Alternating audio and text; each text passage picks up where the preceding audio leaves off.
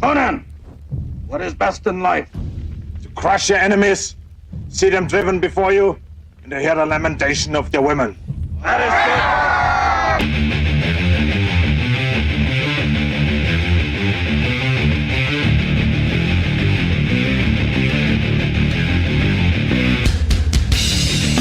You had to know that one was coming.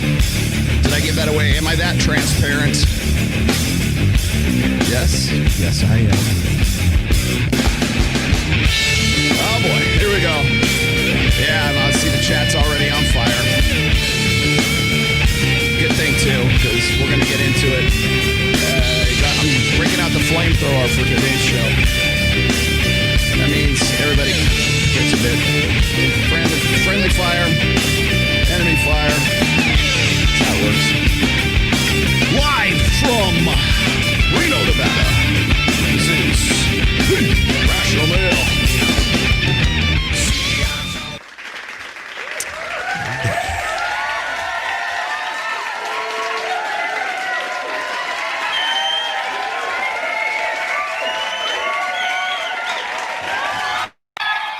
That's for Ned.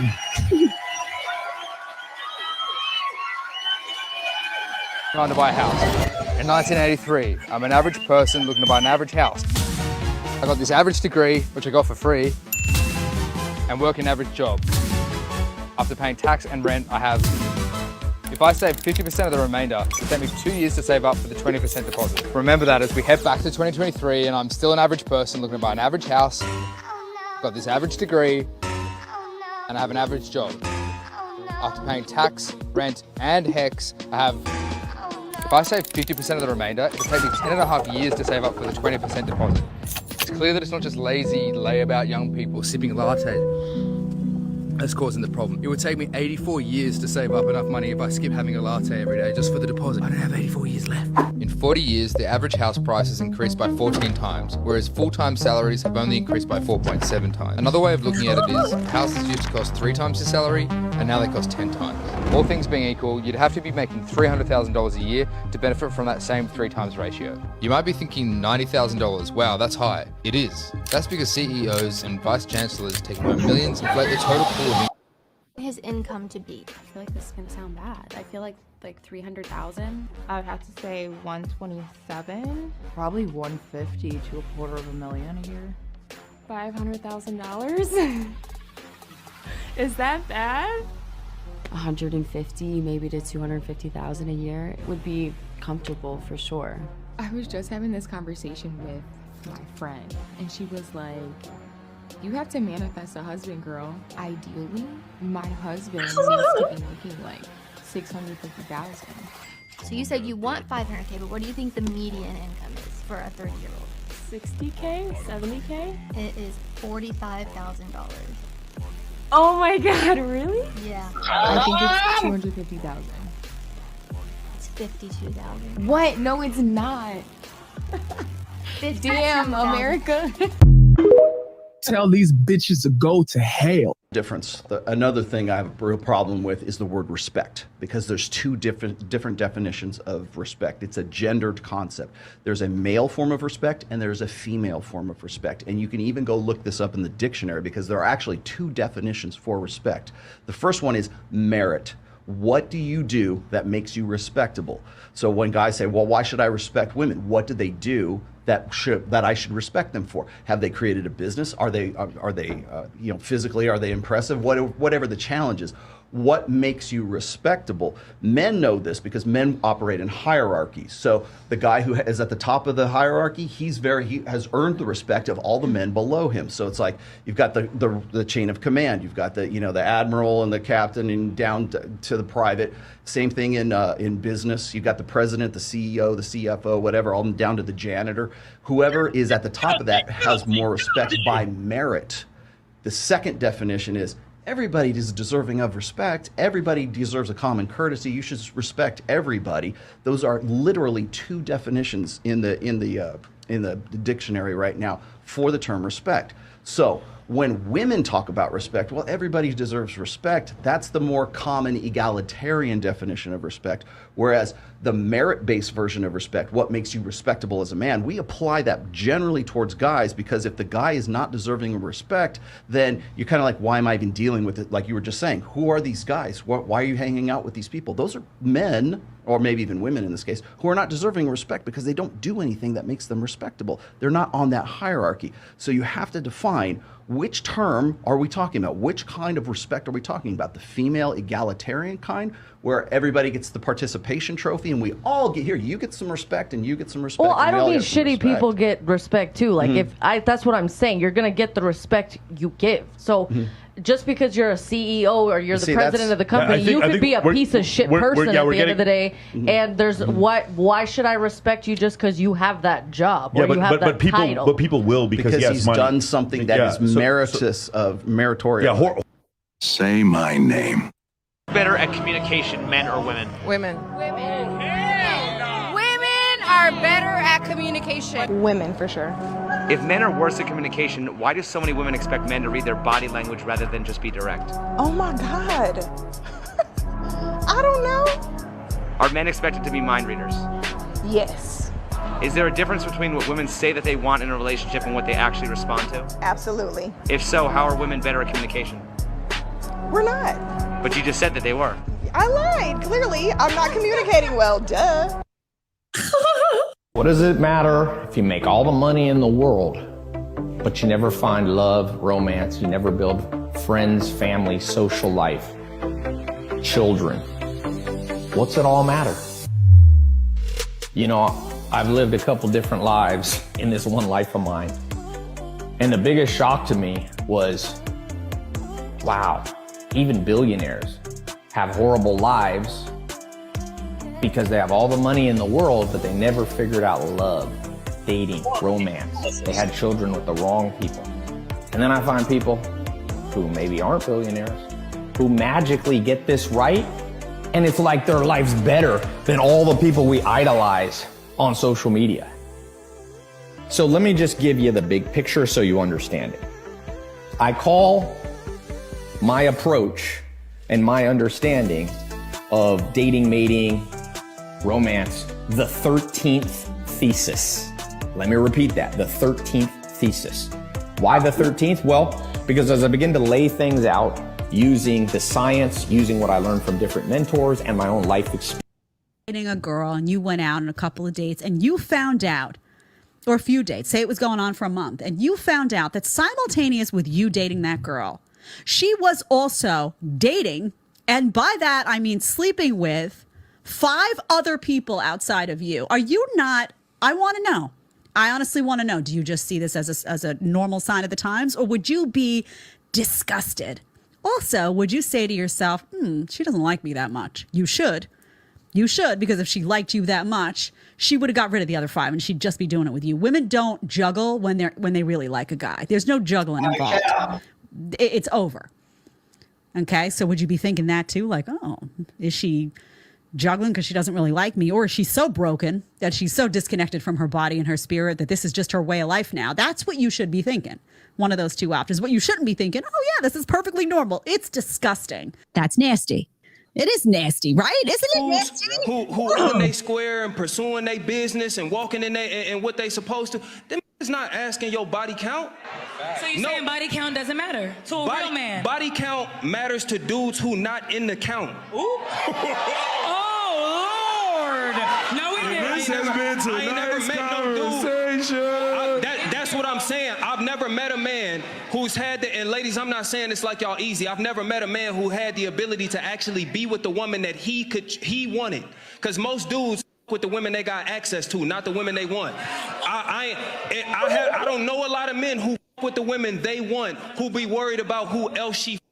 I got money. I know the spots. I can take you wherever the rest of them niggas take you. I'm confident in what I got. I'm not worried about who else you with. Only a dude who not on his square is worried about community. I don't roll in the community. There's the right ladies to dry yourselves up with. Respectfully, I can say a Just Mike. I can say an Ace Metaphor. I'm looking at some of the nodding in the room. I don't even roll in the community that you was handing that out to.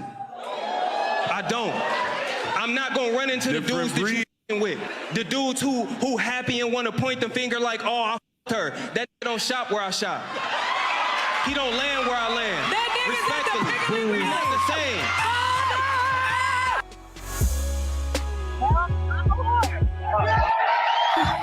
same. Incredible men who are such special people in my world. And Leo, I'm so happy I can stand here and tell you how much I love you and how much I've loved you for 13 years.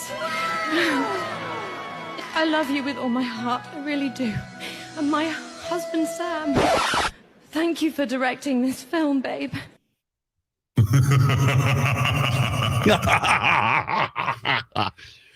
Oh man, Leo, you are right. Leo don't care about nothing. And that's funny because that was from, what was that, from Titanic or before Titanic? I don't even know where that was. Holy mackerel. When was Titanic? 1997? Somewhere around there. Boy. Wow. Yeah, like that. There's a reason I saved that one for the last there, because we're going to be getting into issues of hypergamy today, because apparently we need a fucking remedial lesson on hypergamy this week. So we're going to get into that, children. Sorry, but you know, sometimes the rest of the class is going to drag you down a little bit. So we have to like kind of catch up every now and then. We got to do, you know, Red Pill 101, which is fun. Kind of odd because that used to be the title that we used to call this show when I was doing the show originally with Pat Campbell. We would call it Red Pill 101. And so now we kind of have to get back to nuts and bolts because there's too many idiots out there who've decided that they're going to be the utmost authority and the, you know, the top names in the field, right? Remember at the end of what is it? Raiders of the Lost Ark, and they pack up the Lost Ark and they put it all in the box and everything like that, and you know, you've got what Indy's like, that belongs in a museum, you know. And there's like, don't worry about it, we got it, you know, we've got the top men on it, top minds in the country on the top men. He's like, who? I feel like Indiana Jones sometimes, and the red pill is the Ark of the Covenant has been like taken off into the warehouse and archived with God knows whatever else is in this big gigantic warehouse, which is kind of an ironic end to that film, considering all the stuff that they had to go through and all this epic adventure. And at the end of it, it's just kind of like, let's take this and just put it away somewhere. Top men. Who? Every time I get that, like I'm listening to these guys on various podcasts who present themselves in some way as the foremost authority on the manosphere or the red pill or whatever the hell we're calling it right now. And they'll say something to the effect, and by the way, I'm not just poking at Destiny or the rest of these people. There's a lot of people that's doing, hell, even what Xena the Witcher or whatever the hell she is. Even they'll say the same damn thing. These red pill guys. Who? The top minds are on it. Who?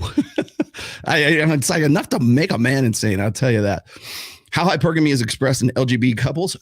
I will mark that and we will come back to that. Thank you for that question there, because that's actually in the notes today, which I have done quite the, if it seems like my last few shows have been a little bit free form, they have been, but it's simply because I'm coming into them at, over the course of the week, and it's getting to the point right now where it's like I've got all these ideas for the show, and then I'm like, I got to choose amongst which one I think is like the most pertinent versus which is the most interesting, which is the most like educational, because that's really what this is, a pod class. Got it? But before we get into that today, I have to go and do the rounds. I have to make the rounds here. What's that? Yeah, I would love that. Yeah, can you give me that? I would love to have that. Yeah, throw that at me or email that to me after the show there, Thanos. So geez, I've already got some people up and in here. What is this? Here you go. Women seek attention and men seek recognition from society. Do you agree with this statement? If not, explain. We'll get to that here in a bit. Actually, that kind of factors into the hypergamy discussion we'll have today. DeSantis banned lifetime alimony changes, vetoed twice by prior governor.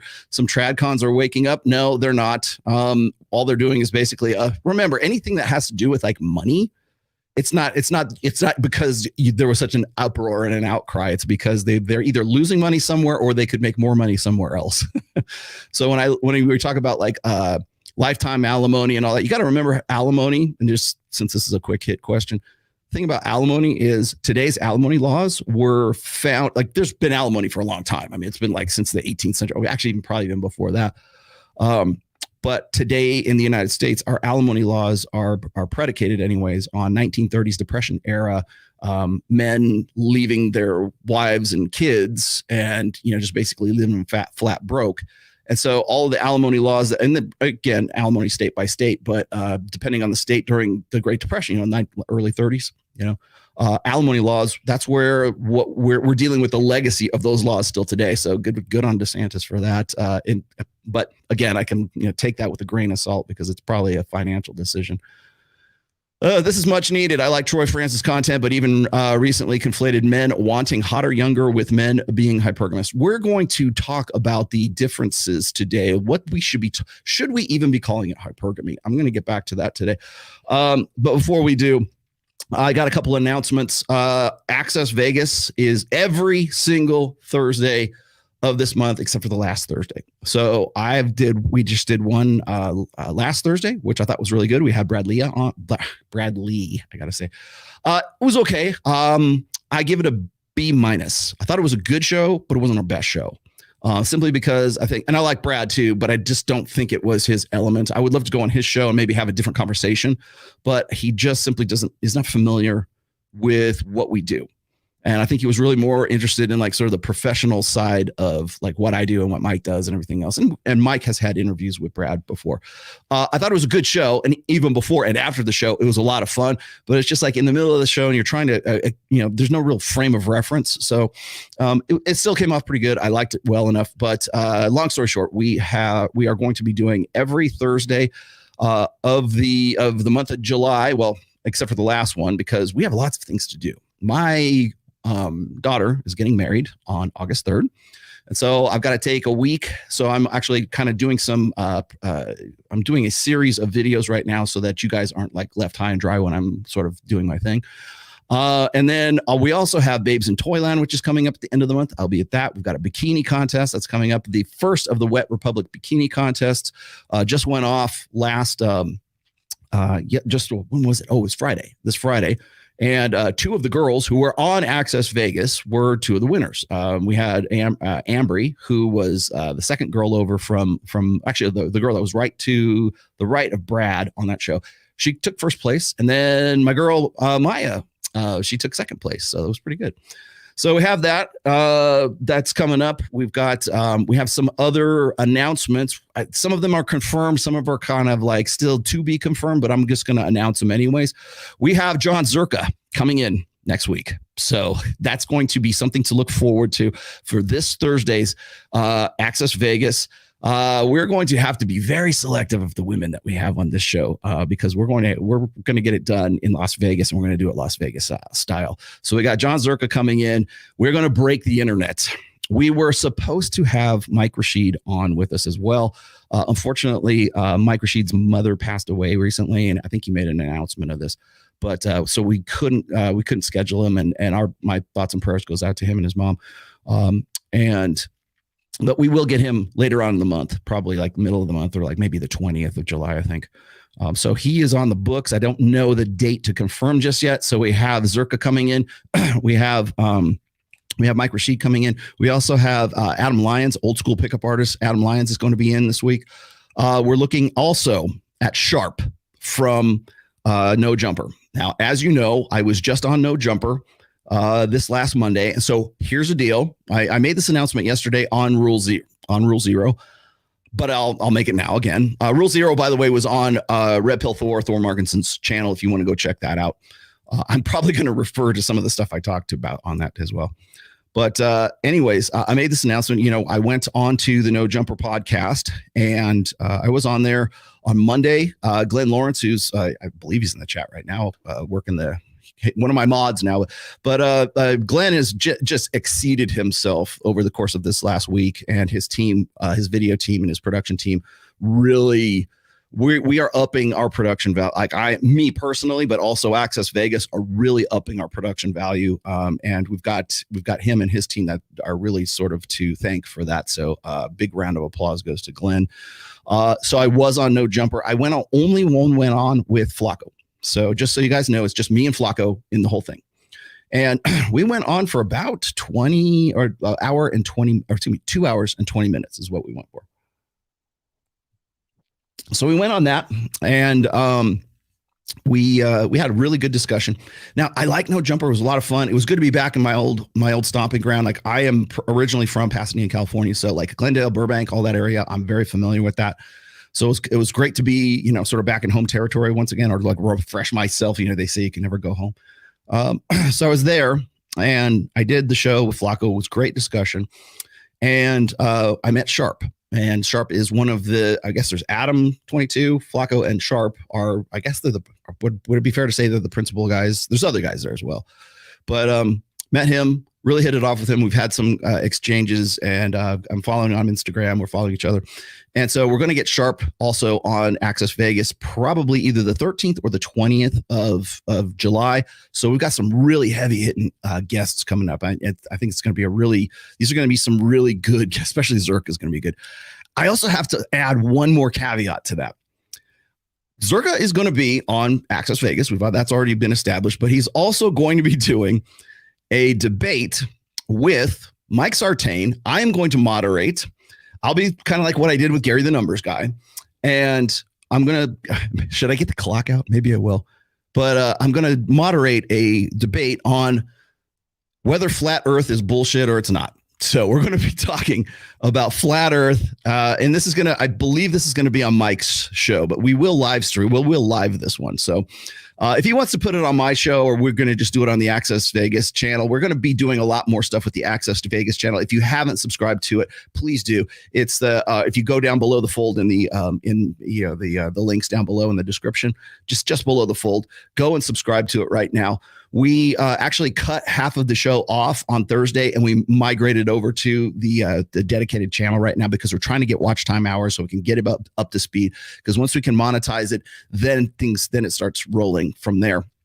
So, but up until this point, all we've really been doing is on my channel. I mean, because I've got the biggest following of pretty much anybody at Sticky Paws, but we've been working from my channel and Mike's channel. We're kind of like diffusing the subscriberships and the viewerships and everything. We'd really like to just collect it in one dedicated channel. So that's what we're working with right now. So if you haven't subbed to it, please go sub to it right now. Or at the end of this show, that'd be great. Zerka's funny. I will give you, if you guys want to know what my take on Zerka is, I'll just give you the briefest of descriptions here. Zerka is the Andrew Dice Clay of the Red Pill, or soon to be the Andrew Dice Clay of the Red Pill. He is definitely a loose cannon. So we kind of have to like remember what we can say on YouTube and what we can't say on YouTube. So we have to be careful of that. I wish we had like a 6-second delay like they do in like live like radio. So if somebody swears, you can like go, like whoever the producer is can go back and bleep it out. But unfortunately that doesn't exist, but it's almost like the censors are YouTube, and if you get caught saying the wrong word, and it's not even swear words, you can say whatever swear words you want to on YouTube. But think about this. It used to be like when I was doing Pat Campbell's terrestrial radio show, I had to be in my best behavior because I could, like when I said like alpha fucks and beta bucks, I couldn't say that. I could only say like I came up with this alpha seed beta need, because I had to have some way to describe that, which again, this is also part of today's discussion, but I used to have to say those things. And it's funny that the things that you can't say on YouTube today are not swear words at all. You could say motherfucker all you want, but if you say other words, and that ought to show you something about like sort of how we're going like societally right now in free speech. We've kind of outsourced our free speech to like private companies, more or less. But it's interesting to me, the things that you can't say are no longer swear words. There are things that are like might, damage a protected class of individual or something like that. So very, very interesting. I was just thinking about that when I was thinking about how we could maybe do a censor button, like a 6-second delay. Apparently we can't do that with Zerka, but Zerka is kind of a loose cannon. And in a way that I kind of like that. I have talked with him. I unblocked him on Twitter. We have some back and forth.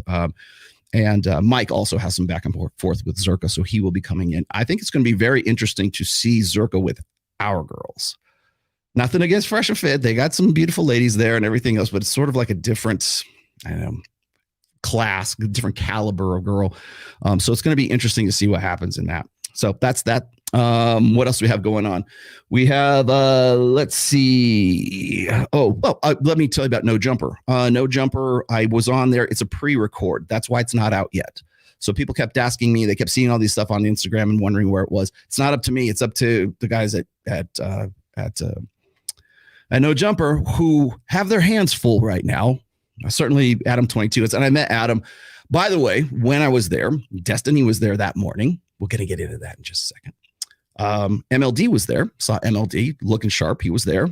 And Sneeko was also there, which I had no idea he was going to be there until after I got done with Flacco's show. And I come out and lo and behold, there's Sneeko. So I just said hi and met Adam and, just said, hey, if you guys ever want to come to Vegas, you're welcome to come. And literally the day after the show is when all I guess it was during that show, maybe it was that day, was when Adam was talking with Destiny and everyone else about how his wife had finally done like a guy-girl porn thing after they'd been married. And he was having sort of a, crisis of identity, right? Because of that, or a crisis of security or something. And I thought it was kind of interesting because I know, don't come at me. I already know what Adam 22's history is. I like the guy very much. I met him, I hung out with him for just a very brief moment when I was there. But very tall guy too. But maybe if we can get him on the show and do an interview with him, sort of on our turf in Vegas, that'd be great. I would love to have that conversation with him. But I thought it was interesting because his understanding of his relationship with his wife and is sort of endemic for what's going on right now. When we look at like what happened with like Destiny and his open relationship, and I would presume that Adam and his wife have an open relationship because she's doing porn and he was doing porn for a while too. We had this conversation also on Access Vegas last Thursday with Sarah Jesse, who is a old school, very long time porn star herself, who is also in a long-term relationship with a guy, and she's still working in the porn business. So we were talking about there's almost like a parallel to what was going on with Adam, and it was interesting to listen to Sarah Jesse talk about her take on working in the industry and essentially having sexual intercourse is her work, right?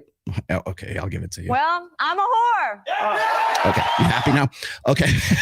So listening to what she was talking about and how her arrangement works and the separation of, say, like the emotional investment versus the actual physical act, we started getting into topics of how men can separate themselves from the emotional side of things. And because that's why guys jerk off to her porn, because they can separate the emotional investment from the actual act of having sex.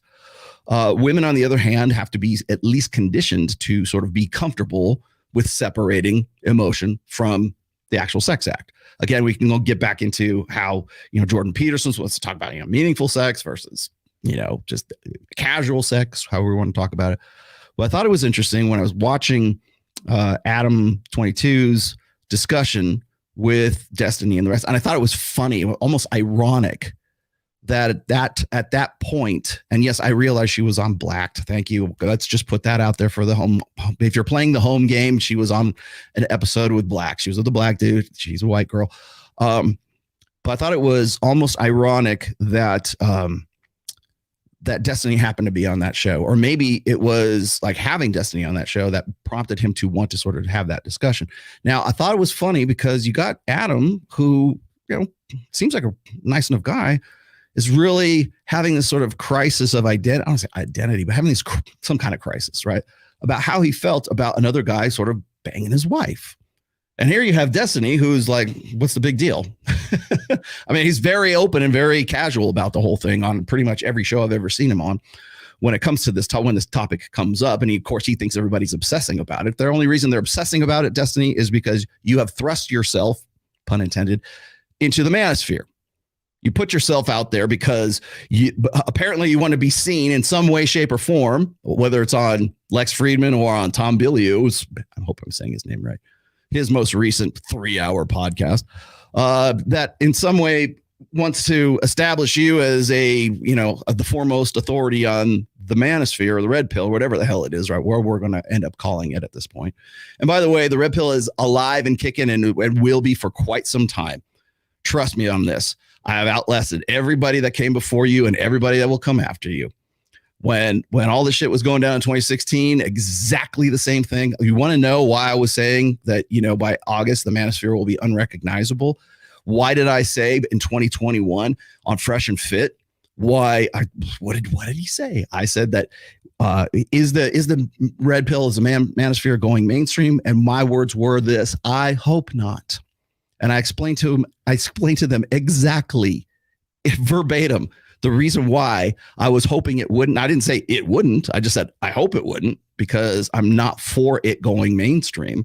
Simply because the people who would be the representatives of the red pill in the mainstream got no fucking business being there in the first place. Pearl, MTR, Destiny, who else? Can you throw some names out here, please? Sosnick. I don't know. Sosnick is kind of, he calls himself like red pill adjacent. No, dude, you basically built your channel on master topics. At least lean into it. I'm not like him. I'm not blaming you or anything like that, but at least lean into it. So yes, this is how we sort of came up. Maybe we're not into it now, but that's where we came up from. But that's what I said. I said by this time coming up, like within 1 month, maybe the middle of August, let's just say. Quite honestly, I think it's kind of unrecognizable now as it stands. But when you've got this blue-haired guy who is in, an open relationship, openly homosexual, according to Zerka, and, decides to put himself out there as some sort of analyst of the sorry, the pun, that pun was not intended, puts himself out there as an authority on the manosphere. Well, yeah, dude, people are going to pay attention to you. And if you think that they're obsessed with your sex life or whatever else, and they think they're going to pick you apart, welcome to the fucking manosphere that you wanted to be a part of. Sorry, that's let me show you. You must be new here. Let me show you around. Yeah, Destiny's homosexual. Well, he says he's bisexual. But according to John Zerka, either you suck dick or you don't suck dick. There ain't no in between. Anyways, that is going to be a very entertaining show. Goddamn. So let me explain a couple other things here. It's my take on the whole Adam 22 thing. I actually brought this up both on Rule Zero yesterday and on Access Vegas last Thursday. I think one of the reasons why you have guys who are in, like, say, porn, or they living a particular lifestyle. And if you look at where did I put that? Let me go grab this real quick. I got the actual picture here. This was the meme that I actually based today's thumbnail on. And so we got, Dan Bilzerian, who actually is a friend of the show. And we got this sort of tradcon, grifticon, like here's what you ought to be doing. This is the right way, and this is the wrong way. This is not a flex. This is a flex. Yes, this is a flex, right? This is supposed to be where this is the real red pill right over here on the right hand side. And we got one more on the way. Mike Sartain, right before showtime, he tweeted something out about, like, he said, if this was like a Hispanic family right here, and all the children were Hispanic, and the wife, the now pregnant wife, was like Hispanic and everything, and she seemed like an illegal immigrants to the United States, people would not be, that would have it would hit a whole lot differently. No tradcon's going to align with that, but they will definitely align with pretty blonde girl and pretty blonde children. But you want to know where, trust me, this time next year, what is today? Today's July 2nd. This time in, say, May of next year, this is the right side there, that chick on that, that's going to be the manosphere. That's going to be the red pill, or that's what they're going to hope you're going to agree is going to be the red pill. So if people have hit me up and they've said, Rollo, do you think that the feds have infiltrated the red pill? If they have, they're trying to promote what's on the right side of the screen right here. It's going to be unrecognizable. And, if you're going to complain about, again, it's kind of silly, but if you're going to complain about how guys in the manosphere are like sort of interpreting you, then leave, please. There's the fucking door. I said this the other day too. It's like when I'm looking at these guys who say, like, and I'm not naming names because there's plenty of them. I think I already put this out on a couple shows back. You got these guys who say, I'm leaving the manosphere. I'm done. See ya. You won't have me to kick around anymore, mister. There, I'm leaving out. I'm going on sabbatical. I'm going whatever it is, right? I'm leaving the manosphere. It's no longer what I thought it was. I've got what I needed and I'm moving on. And then you go and you look at like their like 5-10 most recent videos, and they're all they're all red pill topics. Every last fucking one is. So if you're really going to leave the manosphere, please, there's the door. Please, like you got to be a real man and a man of your word. Mean what you're saying, say what you mean. There's a door. Go start a fishing channel. Go start talking about the weather. Go whatever maybe move over to crypto. I don't know. Whatever it is, please. There's too many people who want to represent. Even the people who say they don't want to represent, they're still representing. And in a very bad way too. So keep that on. Keep that in mind. Yes, leave the manosphere at your own prayer. Yeah, you know where they're actually going? They're going over to the sort of what's going to pass for the alt-right right now. Because that's exactly what happened in 2016. Everybody wanted to appropriate the red pill as their own little personal brand. Remember, Candace Owens, red pill black. How many people in my audience, like my new viewers, how many of you guys even remember that? Probably not. Not many. Mike Cernovich, boy, he used to be all about the red pill and all about pickup artistry and all about that. And then, of course, he got into Wim Hof breathing and juice bro this and mindset this and everything else. And then decided he wanted to be citizen journalist and filmmaker and didn't know what the hell he wanted to do with himself.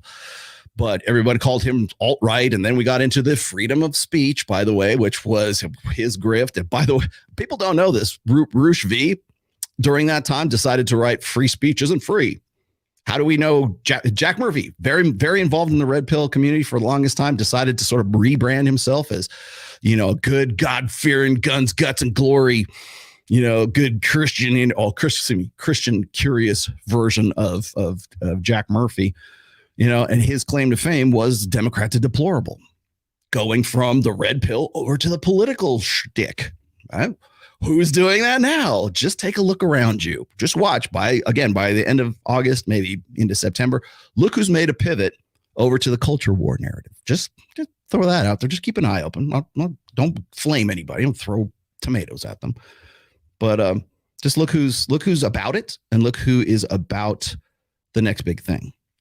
It's important to do that because when it comes full circle, when all this shenanigans for the 2024 election cycle are long gone and they're all in the books, trust me, they're all going to want to come back. And you know what I'm going to say? That's what I'm going to say. Anyways, so I was on No Jumper. That was on Monday. Right after that. Oh, okay. So what else do I need? Oh, one last thing. So people like I don't follow hardly anybody right now. Like yes, I'm well aware of Sneeko and Sartorial Shooter. If you really want me to talk about that, just give me a super chat and tell me you want me to talk about that. I don't want to get too deep, too lost in the sauce there because again, it's going back to people who really shouldn't be talking about anything that has to do with the manosphere in the first place or the red pill or have such ignorance of my work. And I mean, I don't like stupidity, but like ignorance of my work, but yet talk as if they're an authority on my work. At the very, if that's the case, instead of like, people always say, Rollo, you're a gossip. You talking about, what is it? Small minds talk about people, big minds talk about ideas. That's like all I've done for 20 years is pretty much talk about ideas, except for when people like try to shit on my ideas. And then we'd have a discussion about that. But if you want to have that discussion, nobody's talked to me.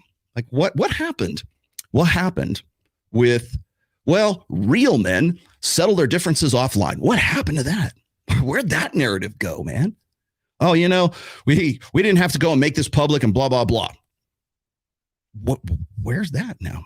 Oh, I'm sorry. It only applies to everybody that we like and not you. Trust me, by the end of August, you're really not going to like me at all. All these people who got into the manosphere and wanted to be a part of it and built brands on it and just, use it as a springboard to, promote their personal brands and they move on to the next big thing. Oh, all of them are going to hate me. They already hate me. They need, like, I'm the boogeyman. Right? It used to be like the nebulous PUA, like the guy that looked like Mystery with a top hat and, black fingernails, fuzzy feather boa. I got to ask Tom Lyons about that. Yeah, that's caricature. Oh, well, you don't want to be like one of those guys. Those guys, the pickup artist is on the left-hand side, and the good God-fearing right side is over there, and he's got another baby on the way, and he's going to save the West by raising the fertility rates. No, you're really not. You want to know why you're not? Because this is actually the fertility rates. I didn't even know I had this on. Yeah, I mean, look at the fertility rates, been below replacement level really since 1971, or I started slumping at 1971. Yeah, your nice looking kosher family there on the right hand side are not going to actually make a dent in that. Sorry, deal with it. But do I need to talk about this? I was actually considering, I had some people saying, hey, man, you should really do a response video to this, blah, blah, blah. I am sick to death of doing response. I'm not a reactor. I don't want to turn into a reactor. Like, I will react when people like come at me and I have to like correct their bullshit, right? It's an order of magnitude greater to correct bullshit than it is to create bullshit. If I think I can teach you something along the way by correcting that bullshit, then I'll do it. But it's like, what am I going to say that you don't already know? So can get into that. I think there's a lot of nervous birds on that side of the whole manosphere, or whatever that ends up being. Although, last thing on the agenda here is what else did I say? Oh, Jesus Christ. Robert Kiyosaki. We had Robert Kiyosaki in on Wednesday. If you want to know why I'm not worried about like responding to any of this kind of shit, it's because I'm too busy on private jets with Ken McElroy, Robert Kiyosaki. How many girls do we have? 4 girls. We had, actually Maya was one of them. On with 4 girls who were hand selected in this case because we wanted people who were like sort of in the business or who are familiar with Kiyosaki's work. We had a really great discussion on the jet and then off the jet when we were at Sticky Paws. It'll probably end up being about a 2-hour video. It's now in post-production, courtesy again of my good friend Glenn Lawrence and his team. So they are now like putting it together. And by the way, people are going to ask me, where's the Kiyosaki? Well, we talked about a lot of socioeconomics, like this kind of the stuff we were talking about, or the videos I was showing you guys in the first here, how much a house costs, what are the, why are guys not in the workforce anymore? Why are guys just being lazy slouches and, get up, you slacker, right? Why, again, when I was talking about this topic when I did the breakdown with Brett Cooper last week, they're NILFs, right? The no income living with family. I want to say that was a stupid acronym that like Tommy Lahren put together.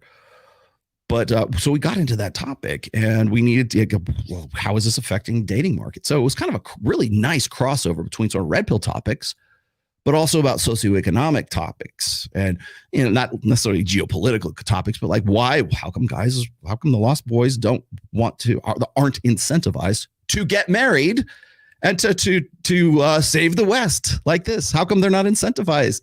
How come one of these guys looks happier than the other side? Right? How come one of these is correct and one of these is not correct? And how come it's one kind of guy is incentivized to be the best version of himself because of Dan Bilzerian on the left-hand side, and maybe one guy is incentivized to be the best version of himself because he buys into the ideals. And both of these, by the way, are ideals.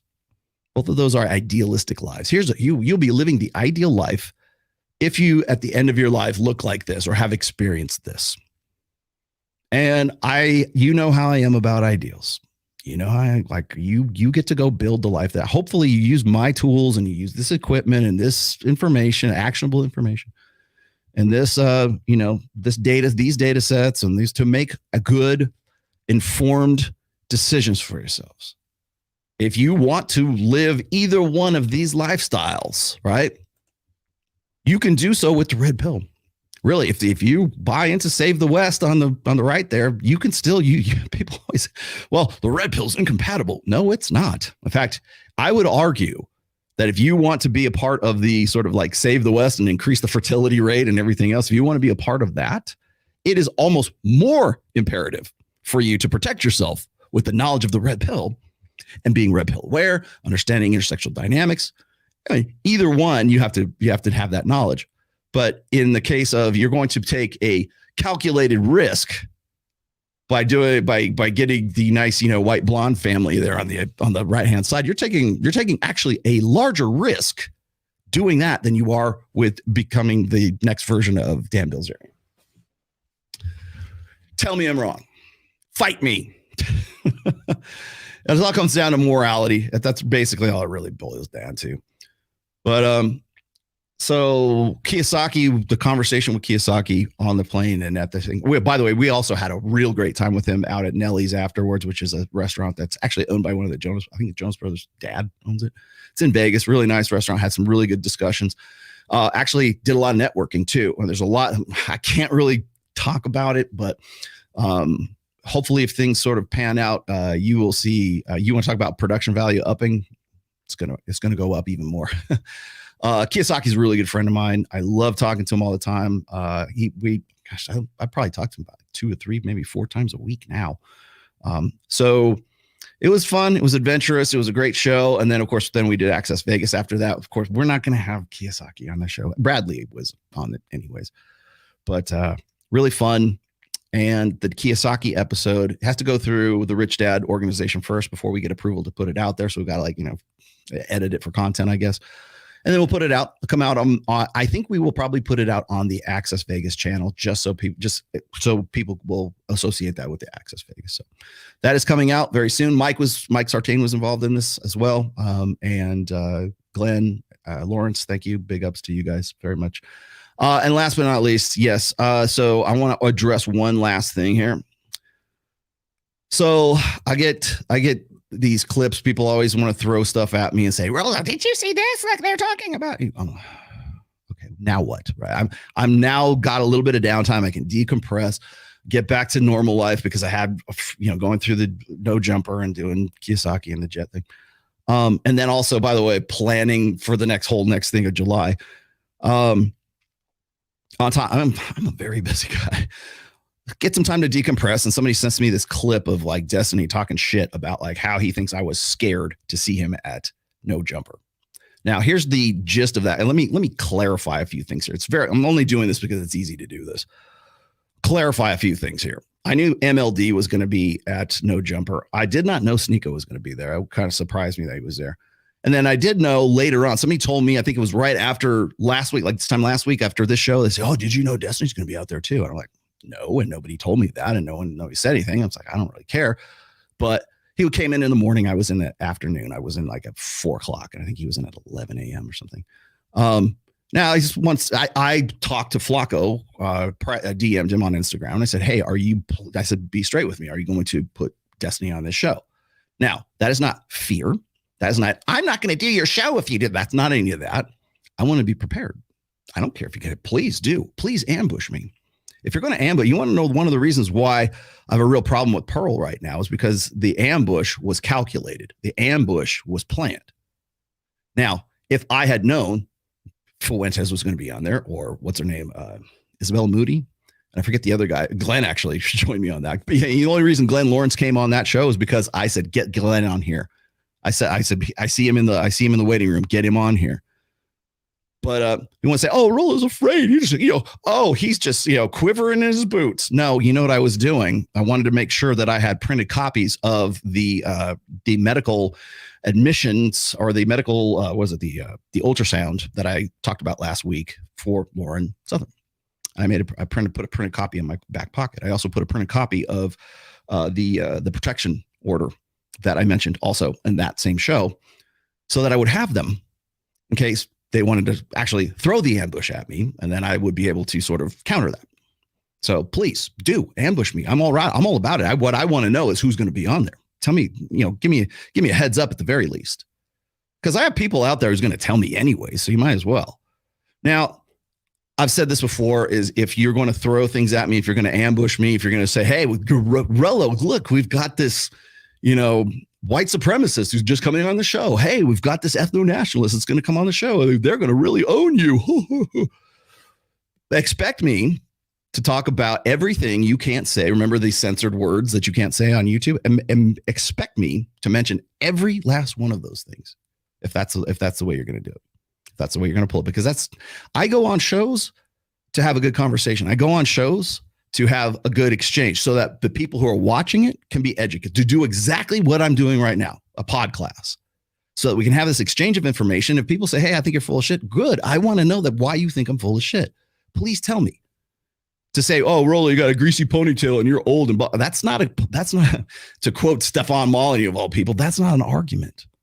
Like, tell me why I'm wrong. Where is the error in my work? Where is that? I'll be happy to have that conversation with you. But if you're going to go there and say, oh, man, we really got him, he's a Jew, right? That's which, of course, right after the whole, pearl dust up, that all his millions of zealots came after me with that. I'm like, trust me, I'm not Jewish, and I'm not Italian either. Thank you very much. Go watch LA Confidential, and you know where the word or the name Rollo Tomassi comes from, right? Believe it or not, that's not my real name. Which I'm sure everyone, all my haters in the chat are going to throw my real name in the chat right now. I don't care. Right? I just go by what I go by. You know who else is their real name isn't? Myron Gaines, not his real name. Fresh Prince CEO was not the name that his mama gave him when he came out. I know that's shocking for you guys. DJ Academics, not his real name. How come you're not going after that guy? Hey, we got you. You have to quit now. We found your real name. Really? I thought it was funny.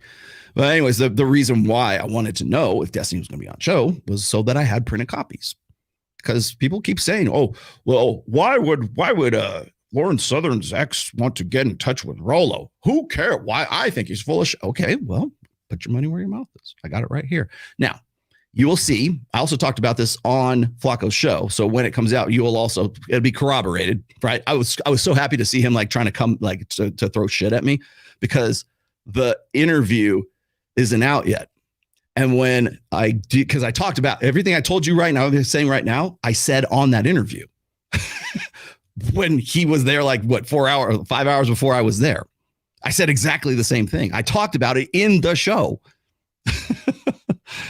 So I just thought I would clarify that a little bit, Destiny. I'm scared of you. Do I look like I'm scared? Do I look like the kind of guy who would be scared? Please come on the show. I've already been on the show with you on Fresh and Fit. Right. So the reason why is because I wanted to make sure that I had my receipts, right? That's we got to have receipts. I do. I've got them. They're right here. The problem with the medical records is that I can't do that. I feel bad about putting them out there at all. I wish, in some ways, I'm kind of God, why do I even have this? But I have those. I have the admissions records for a, let's just say I had OBGYN ultrasound from that courtesy of, I can't even say who it is, but I had the printed copy. I could have showed Flacco. I could have showed Destiny right there. I already did show Glenn. Glenn Lawrence has already seen them. I had them folded up in my back pocket. Because that's the kind of bullshit that I got to deal with when you're going to go throw shit at me. That's why I wanted to know. So I hate to say this, but it is what it is. All right, let me get back to these because I just got a $50 super chat. Let's see. Pat Stedman's Polish passport, still my favorite username of all time. Here we go. I feel like a woman. I feel like woman. You feel like a woman? I feel like woman. That's the singular, not the plural. Women are allowed to wear makeup, but men are not display interests allowed to approach. Oh, okay. Is this a form of women's hypergamy filtering away beta males? Yes, it is. Good one. You know what? I'm going to hang on to that. The other ones I don't have to. Let me dump the rest of these and I'll keep your starred because it's going to be pertinent to the conversation. It will be relevant to this conversation. Are Trans Ams, Pontiac Trans Ams, Smoking the Bandit's car, women, hypergamous too? Yes, they are. I'll explain to you why. That's a good question too. Keep that on there. Keep that in the can. You diplomatic Rollo. Just say it. He needs your book. He does. You mean Adam? Yeah. If I'd have known then, I would have. I even had a copy in my hand too. I should have just given it to him. I wish I would have known what was going on because I probably would have. Of course, nobody mentioned it until later. Let's see. What do you got here? Hey, Rick Terry.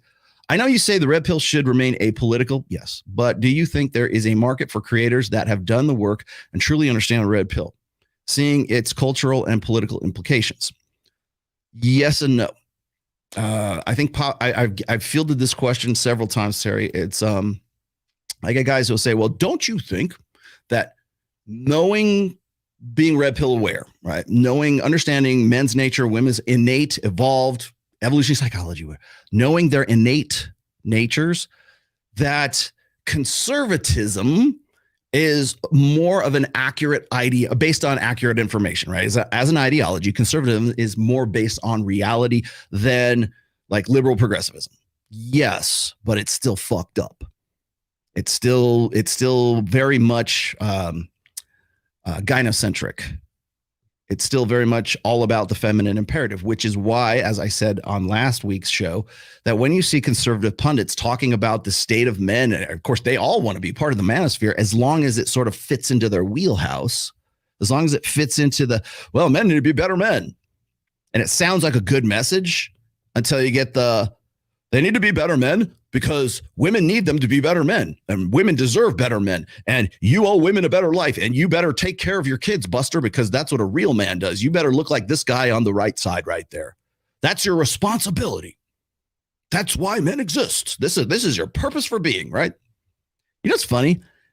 I can make the case for both of these. Your purpose for being is to have a commitment to yourself like Dan Bilzerian, to be the best version of yourself for yourself versus the best version of yourself to save the West, to please God, to please your wife. Because if mama ain't happy, God ain't happy.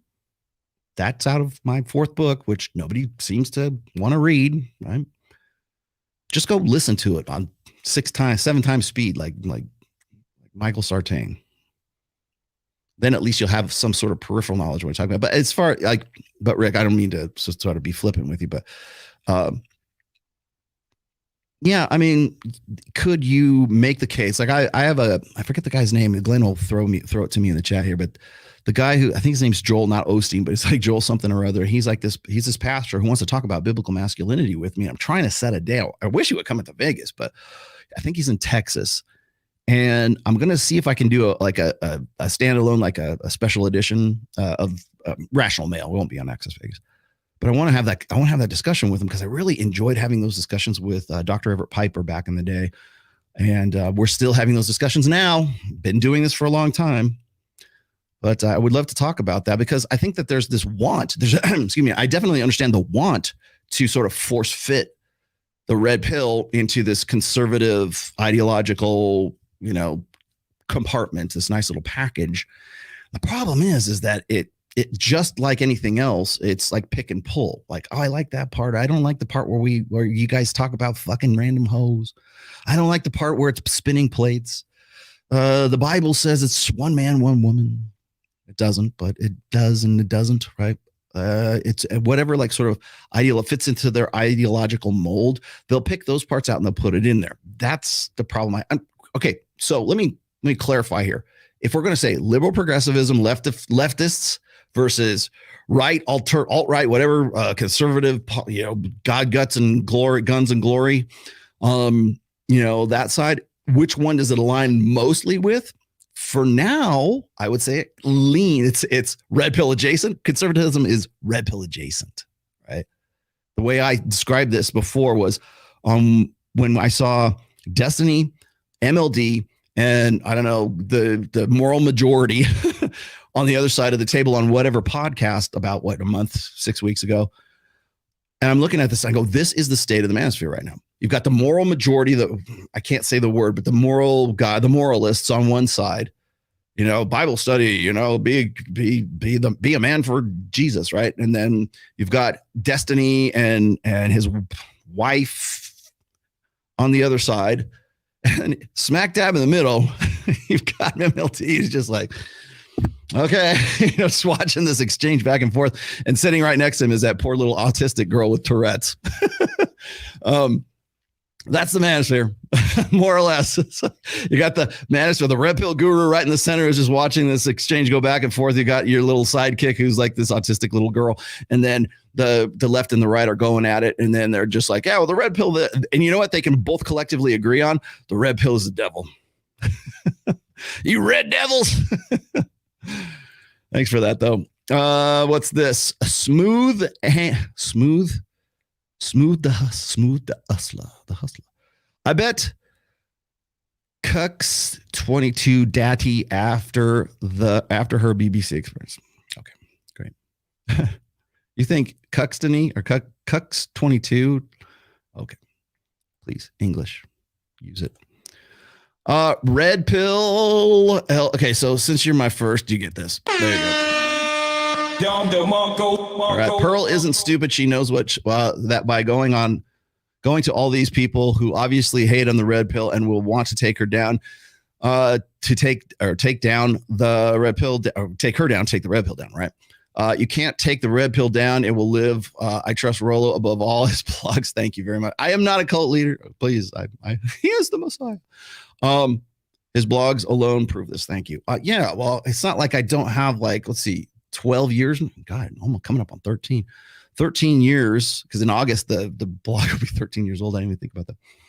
And I've got Substack now too. If you want to read, please go join the Substack in the link there. But yeah, I mean, I've been doing this for quite some time, yet Tom Billu decides that they want to go, yeah, we're going to go get an objective opinion from good old Destiny, right? Or Michaela Peterson too. I remember all that. That was fun. Remember when she lied straight face to Tom Billu about how everything was just fine with the husband, and she's actually seeing her now husband in Texas at the same time? Yeah. I picked that one apart and parsed that one out too. Thank you very much for that, Rebel Duffy. Here's the thing. As far as, since you gave me the $50, I feel like I got to at least opine on this a bit. Yeah, well, here's there is now a grift. There is now a popular market, I guess, for shitting on the red pill. And who are the representatives? Who are the soft targets? Pearl is a very soft target when it comes to the red pill. She cannot defend a single position, period. End of story. Full stop. She's never been able to do that. She fell apart. She just crumbled on H3H3. You want to know why Ethan Klein won't debate me or won't have me on the show or won't have these conversations with me and still ducking me and Myron Gaines? Because he knows he couldn't do anything. He knows damn well we would eviscerate it. We would dismantle everything he has. You know who he can have that conversation with? Pearl. Pearl just collapses. She rage quit. Apparently she rage quit. I didn't even watch that all the way to the end because I was just like, I can't even listen to this shit. Apparently she rage quit at the end of it. People were telling me she rage quit.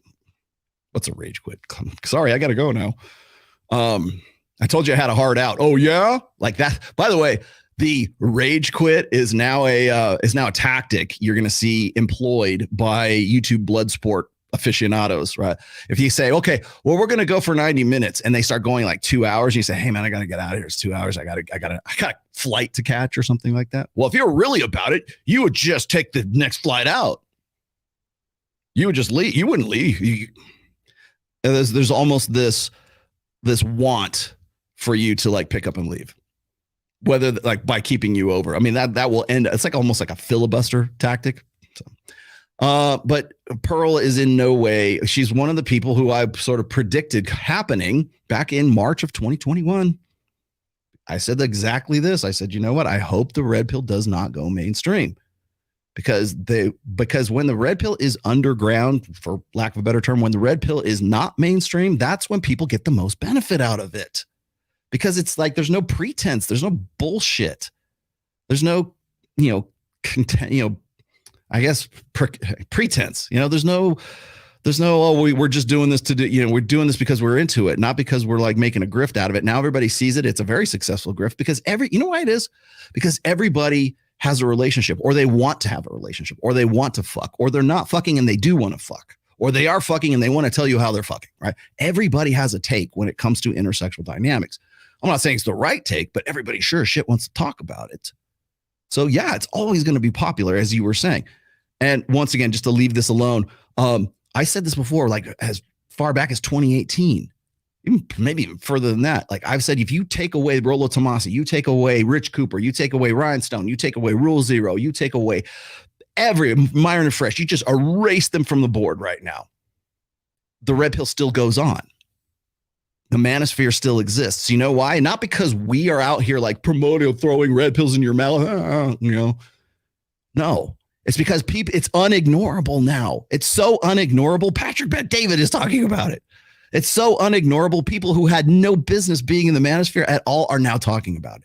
So if you take away all of the red pill luminaries in planet Earth, it still goes on because you have Twitter, you have social media. You want to know why the red pill exists and it has amplified to what it is right now? It's because it's unignorable. Take me away. There'll be another there'll be another Rollo. There'll be another Destiny. There'll be another Myron and Fresh. It won't go away because you can't ignore it anymore. The red pill is an idea whose time has come, period. How you're going to deal with that, how are you going to make money with that, how are you going to grift on that? It's all up to the individual, man.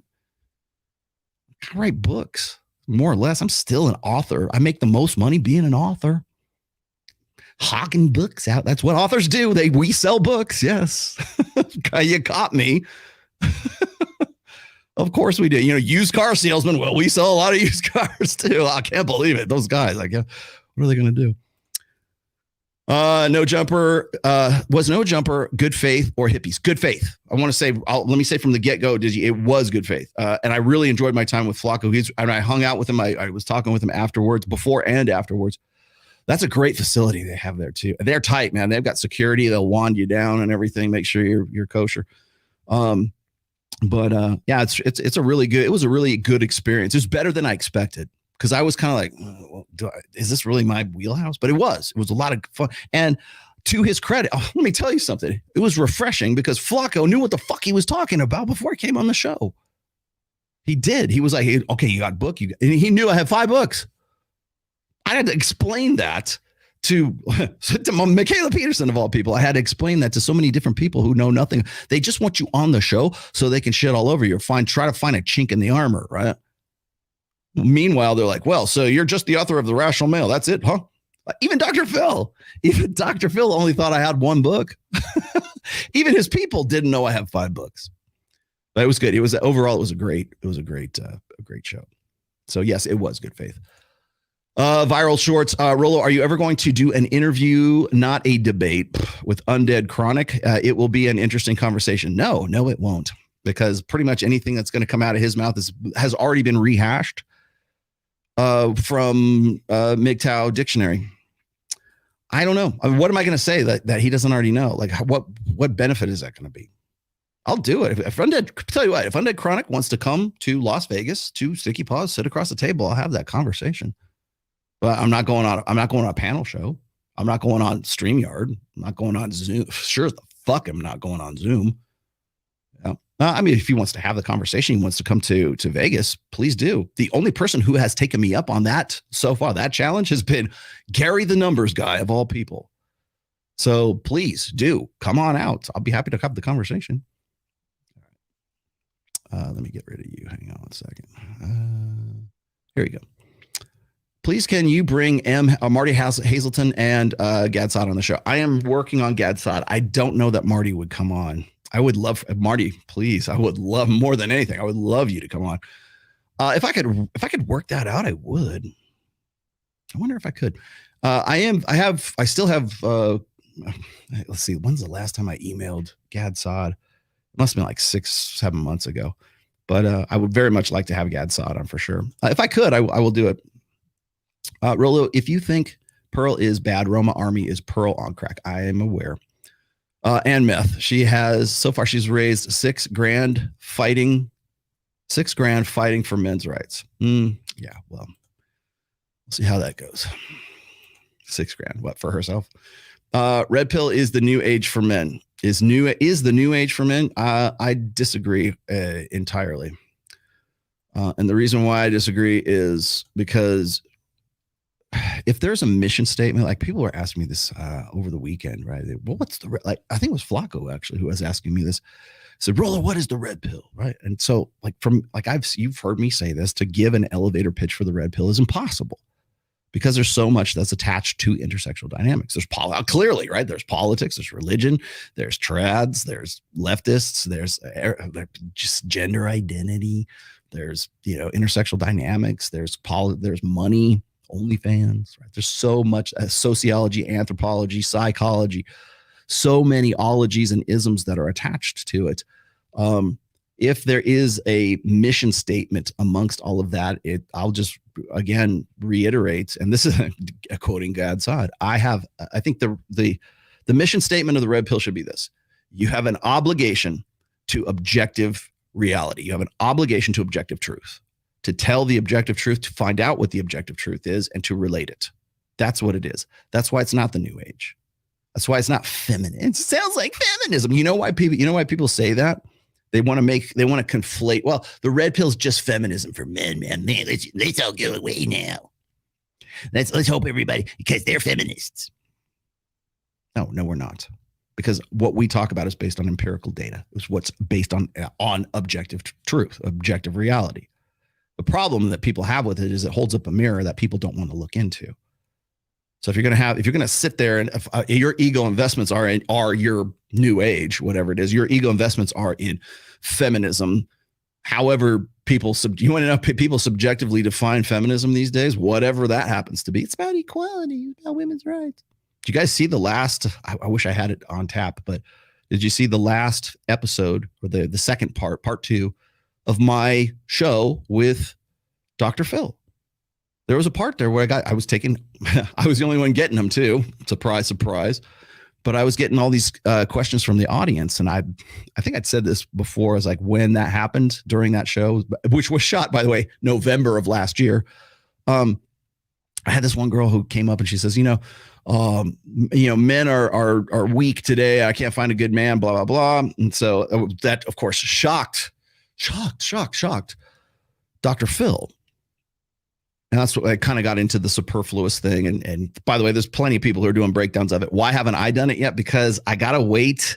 I wanted to do it for this show, actually, but I got to wait until after Dr. Phil is finally canceled. He's finally off the air. And then I'm free and clear the NDA. And then because I had to sign a waiver thing, then I will be able to do that. Then I'll be able to opine on this. But one of the things she said, and everybody can go see this if they want to. She's like, oh, well, I think I'd said something to the effect of like, she said this, we have to fight for women's rights. And the first, of course, what the response for that is. What rights do women not have? Couldn't say a thing. Couldn't figure one thing out. And then, of course, it comes down to, women are still paid only 77 cents on the dollar, which is bullshit, which has been debunked. Even Richard Reeves had my back on that, which surprised me too. Because women make different choices. Women have to get pregnant. It's not endemic sexism that is the cause of any. If you could come up with some sort of reliable gender pay gap, it's because women's choices and it's the realities, the objective realities of being a woman. That's what causes that. It's not endemic sexism. That's been gone for a long time. The patriarchy was smashed in 1971, or it started there. Now it's effectively been ground to dust. At least as a social narrative. But I'm explaining this to her. And I say, hey, well, what rights do you not have? And of course, there's nothing that she could say. I can point out rights that women have that men do not. I'm well versed in that. And you want to come at me at that. Of course, they never came around to that. But I threw that out there. But that's the objective reality. That's the objective truth. There is no rights that women don't have that men have. They're not fighting for any fucking rights. You have them. As a matter of fact, those rights are only enforceable by the men that you think are worthless, are superfluous. Men are superfluous until it comes time to enforce your rights with violence, mostly. Until that time, that's where your rights proceed from the ability to enforce those rights. Who enforces them? Men, guys. Ultimately, they're paying for them or they're going out and fighting for them. So, that's part of the objective reality. That's my and again, that's a tough medicine to swallow for especially people who are uninitiated. Even like when we had Brad Lee on the show, he was like, where are you guys getting all this? He was like completely had no idea because he's focused on what he's doing. And a lot of people are. When I went on Dr. Phil, they don't have any frame of reference for the red pill. The first thing out of Dr. Phil's mouth was I don't know who this Andrew Tate is. Do you guys know? Raise your hands. Well, like everybody, like so few, about half of the audience raise their hands. He doesn't, but I'll bet your sweet ass, his producers and his people writing for that show, they know damn well who Andrew Tate is. He wouldn't have been on that show. In fact, that was the whole thing. And you know what? Now that I'm on this topic, let me just finish right here real quick because what are we at? We're not at the 2 hour mark. When Sneeko and Sartorial shoot, again, if you want to have the conversation with me and talk like men and say if you want to like sort of like you want to come at my character, then I'm going to have to remind you of this. If you think he turned his back on Andrew Tate, blah, blah, blah, let me explain something to you. I went on Dr. Phil as a proxy for Andrew Tate because how that whole situation went down when they called me up and asked me if I wanted to be on the Dr. Phil show, they didn't really want me. I was the understudy for Andrew Tate. Andrew couldn't go. I still have the text. I called him or I texted him. I said, hey, the producers were wondering if you would want to come on the show. They really just wanted to pillory Andrew Tate. They wanted some of the juice that what's his name? Who's the British guy? He was just on the BBC. God damn it. Why am I blocking on this dude? Anyways, they had just seen that, right? Come on, somebody give it to me. Who's the British dude he was on with? What the fuck is his name? Piers Morgan. That's who it was. They had just seen Piers Morgan. And they wanted some of that juice. They couldn't get that, so they call me up because they know I know him, and they know that a lot of the stuff he's talking about comes from my work. And by the way, I made some good. Like there's actually some good people there, but they really wanted Andrew, and I think that's pretty evident in both of those shows. So go watch those shows. Here's what I'm going to say: Sneeko, Sartorial, please before you come back at me, go look at those shows, both of them, and you tell me if I didn't spend 2 hours defending Andrew Tate on international on commercial TV worldwide, by the way, with an international celebrity, Dr. Phil, who's been around since God was dust, right? He's been around for forever. In fact, that show will probably be one of the more memorable ones because it was like right before the networks canceled it. People were joking. I did not cancel Dr. Phil, Jesus Christ. But I went, and not only did I, let me back up. Let me rewind a little bit. So they wanted Andrew. Andrew would not come to the United States, as you know. And then they said, well, can we get him on, can we get him on a remote? Can we get him like on Zoom or something? We'll pipe him into the show and have him on the live studio audience. By the way, there's another thing. There's like 300 people in the audience. On top of the internet, the world, the US, Dr. Phil viewership. Not to mention everybody on YouTube doing, reaction videos to it. So when I'm on there and I am schooling Imran Ahmed about how he in no way was the guy who brought down Andrew in August when he got canceled off of because Big Tech didn't want him on anymore. I had that conversation. You saw maybe a small fraction of that conversation of a much very bigger conversation that I had with Imran, because he wanted credit for taking Andrew Tate's scalp, basically. And I said, you in no way did so. I said the reason why he was canceled is because he was one of the first guys to actually successfully game the YouTube algorithm, and they couldn't have that, especially considering that next year is an election cycle. They didn't want anybody repeating that. So I try to explain this, and it's really difficult to make that like the nuts and bolts of that entertaining on a national television show. But I locked horns with Imran Ahmed. I locked horns with Richard Reeves. I locked horns with freaking Dr. fucking Phil to defend not only the red pill, but also Andrew Tate, who, if you look at the second video, they go hard at him. And I'm the one that they're using as sort of like the proxy for Andrew, because he did, by the way, he disagreed. He said, I can't go on Zoom. I don't want to have anything to do with that because he had just converted to Islam. and told me that he was going to spend the rest of I think it was November, told me that he was going to spend the rest of the year in Dubai, which is why I was kind of shocked when all that shit went down in December, because I thought he was in Dubai. I didn't know he was in Romania. Like, what the fuck is he doing in Romania? I thought he was going to be there till the end of the year. Apparently, I don't know, maybe plans change, right? But if you think that he didn't go to bat for Andrew. Remember, this is before they got arrested. So until you get off your fat ass and go do something like that and represent the red pill and defend the red pill and defend the points and defend the idea that, Andrew Tate's this misogynist. Hell, they even brought in like teenage kids on the second video to say, well, I really like what he has to say, but he's kind of a misogynist. And they tried to do this tugging on the heartstrings kind of shit with families and boys who don't have fathers, and how he's like Andrew Tate is damaging the youth of America. And here I am trying to say, hey, look, these guys, they're a product of the past 60 some odd years since the post-sexual revolution. I'm trying to put this in like terms that people can understand at the same time. But the long and the short of it is I'm out there defending Andrew Tate by proxy. So until your guys go out there and go on national television and you have to deal with that kind of shit. And by the way, people told me left and right, don't do this, Rollo. It's career suicide. They're just going to ambush you, which they did. But I was prepared for it. Remember, what did I say?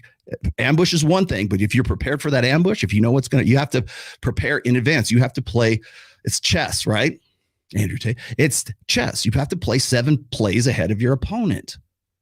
They told me, don't do it. It's a bad look, Rollo. You said you would never go on it.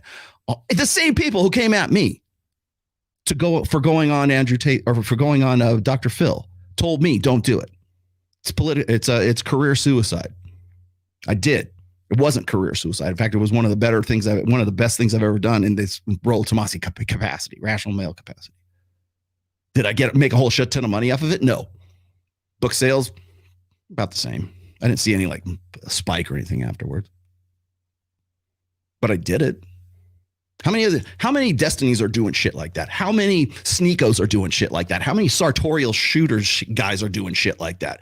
You go out there and you put your ass in the fucking ring and you do so. Because I don't see Piers Morgan or Dr. Phil calling these guys. So go watch those before you come up. But if you say, oh, I'm going to go debate Rollo in Vegas, do yourself a favor and watch both of those Dr. Phil shows. That's all I'm going to say about that whole shit. Okay, let's get back to these and see if I can whip through these real quick. Okay, that was not funny the second time.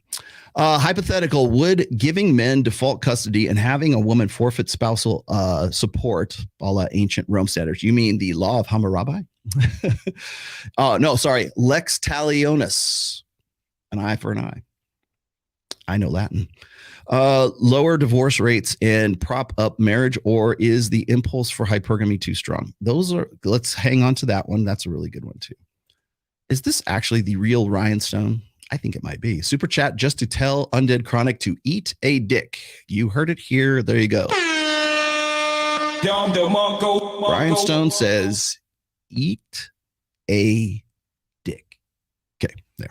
That was Ryan. I think Ryan's going to text me now. No, it wasn't me. Rollo, what do you think about the teenage guys exploring the red pill space? I think it's great. I've always dealt with these guys. By the way, this is nothing. Thank you. Yeah, please do explore the red pill space. I hope you would.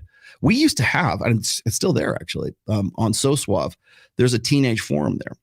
You want to know, like, people gave me grief for this. You want to know why I started the timeline in the second book. My second book is The Rational Male Preventive Medicine. And it's pretty much the whole book is based on a timeline of what men can expect, teenage guys and old men can expect from women for between the ages of 15 and 50. And so I go through that. In fact, I think I might still have it up here. Do I have it here? This one. Here it is right there. I do have it. It was based primarily on this. So people gave me grief about, like, Rollo, how come you started at 15? Does that mean you want to have sex with 15-year-old girls? No, it's because I had guys in the teenage forum who wanted to know red pill stuff. Their first girlfriend, they met at 14 or 15. That's why. So, no, you didn't get me. But yeah, we have always been about like, it's the thing about the red pill is it's multi-generational. Like for instance, Robert Kiyosaki, 76 years old. I think the youngest guy that I talked to this weekend was like 17 or 18 over the last week. I think it might be part of MOA. I can't remember the guy's actual, it might be 19, but it's multi-generational. So I'm all about it. Please, if you have questions, particularly as a teenager, you don't hesitate to ask me. One of the reasons why I do like my one-on-one counseling is priced at what it is because I will take guys who are teenagers who can't afford what I usually ask for hourly, or even in my Patreon, right, which is $200 a month.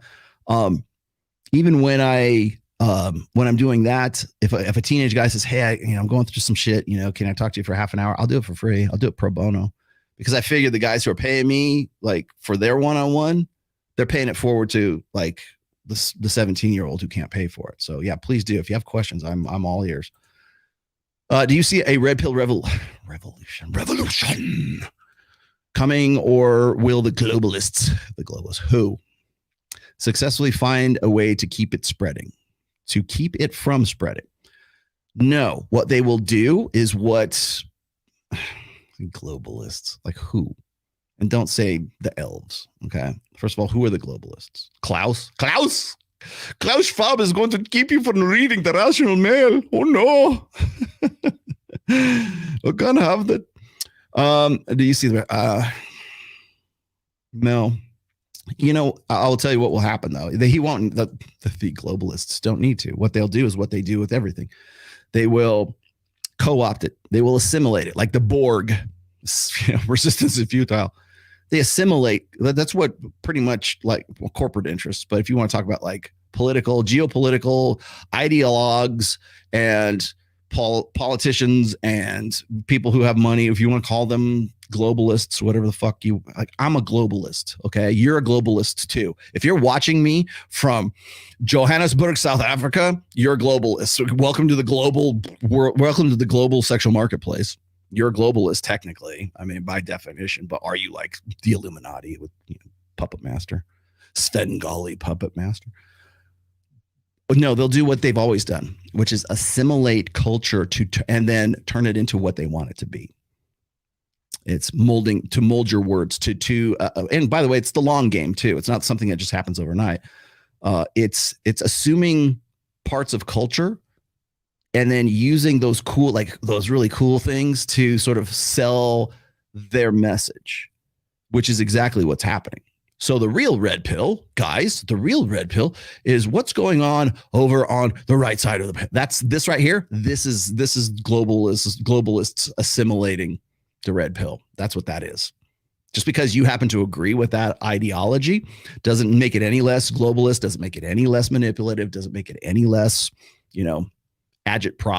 agitating propaganda. How did this ever become agitprop? By the middle of 2024, you'll know. Oh, here we go.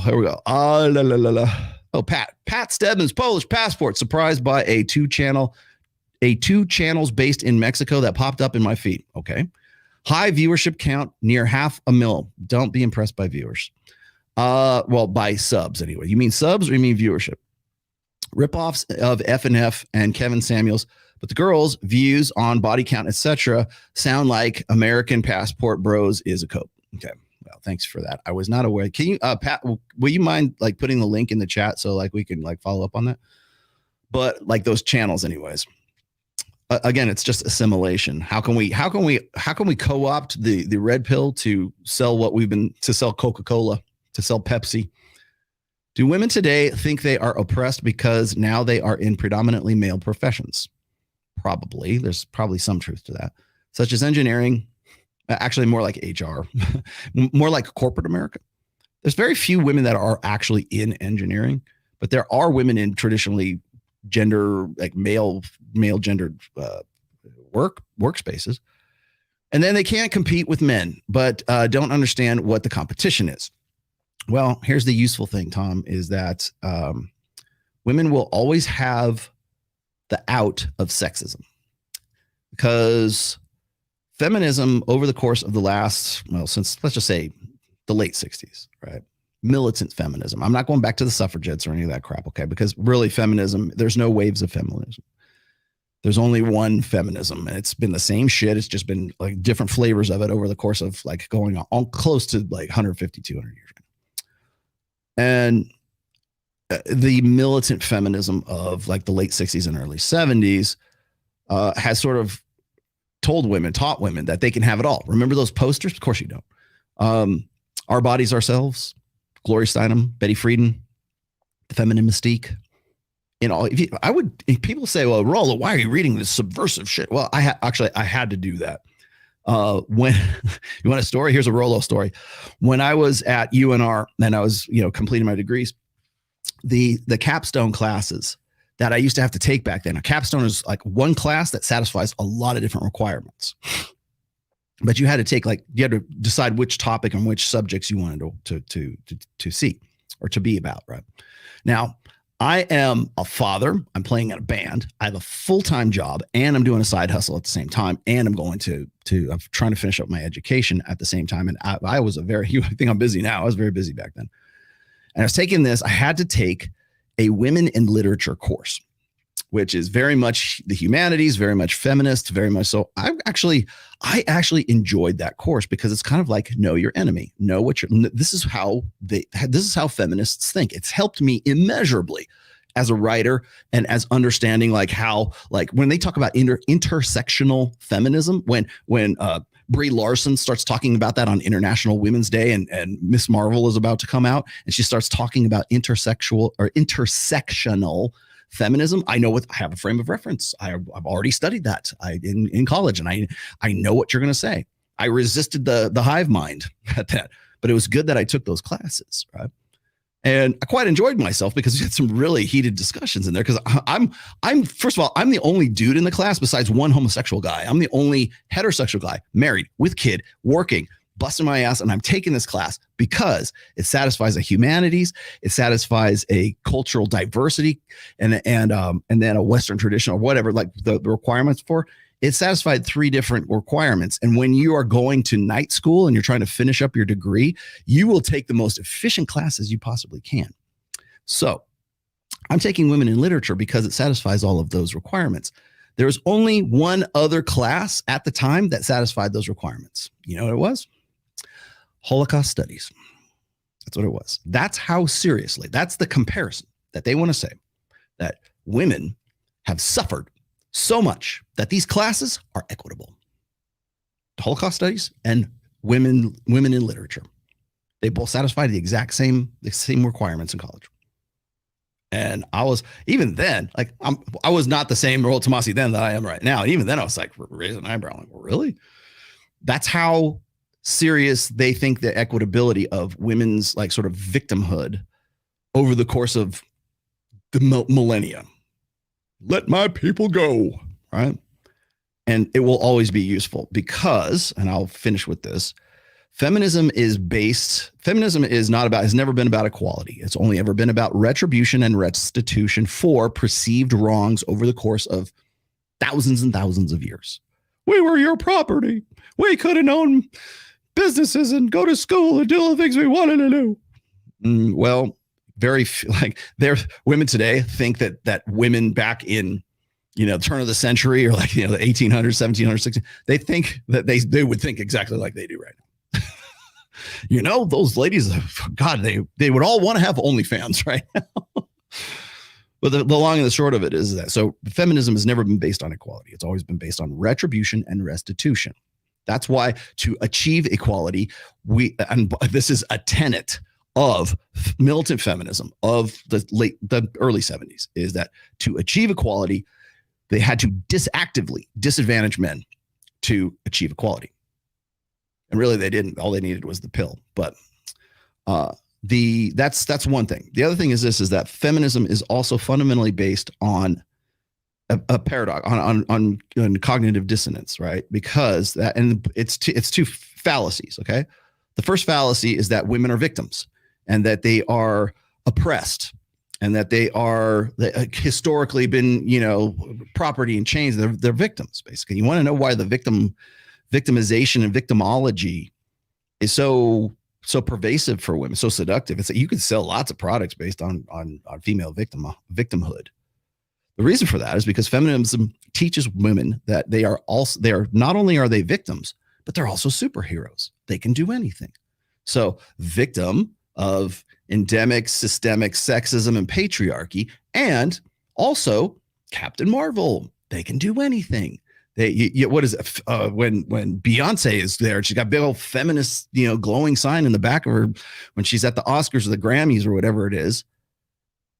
And I'm a superhero, who runs this world? Women. Like that superhero kind of mentality. So you're simultaneously, people ask me, hey, Rollo, can you talk about can you give a message to women today?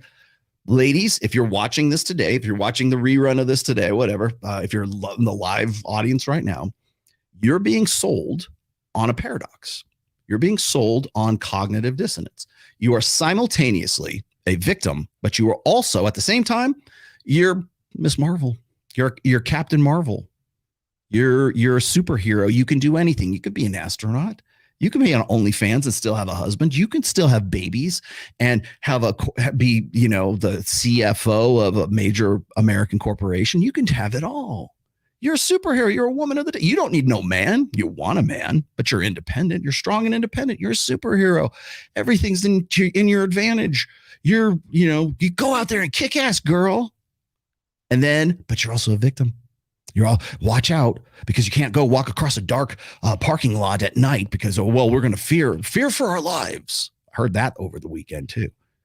Well, what is it? Are you a superhero or are you a victim? That's what's being sold to you. And by the way, it's not just now. It's not just the globalists or the Illuminati. This has been going on since mid 60s, probably, at least as a sort of a cultural narrative anyways, probably even before that. But it didn't become popularized until after the sexual revolution. So ladies, this is the ladies' lesson of today's pod class. Okay. You are simultaneously being told that you are a victim and that you're also a superhero. So you got to sort that out for yourself. You got to decide, because one of those does not fit with the other. One of these is different from the other.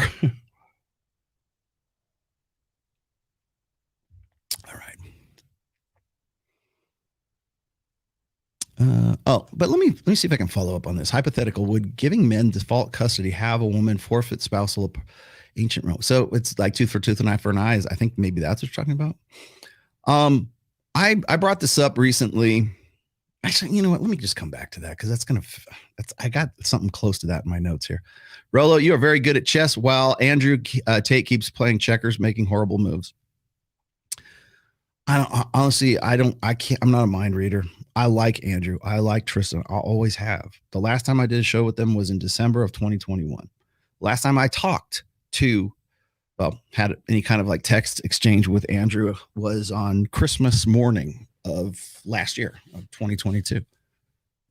They're very family. They are very family oriented, which kind of surprised me, because like back in the day, back in 2017, 2018, and maybe this is like an online grift, or maybe this is, not something that they were really about. But when they used to come at me, they'd be like, wait, this is what they'd say. They'd be like, man, well, Tomassi don't get no hoes, man. Yeah, it was all, where's the receipts, man? Who's going to listen to this dweeb, this dork? And not just me, but like other people who are like sort of in running in my circles at that time. Because they were, fuck, man, they're like, international stars even back then. Here's another thing. I have known Andrew Tate since 2016. He's been on my show 5 times. He's done 3 separate shows, and then he did like a couple of Q&As with me. And then I have had Tristan on once.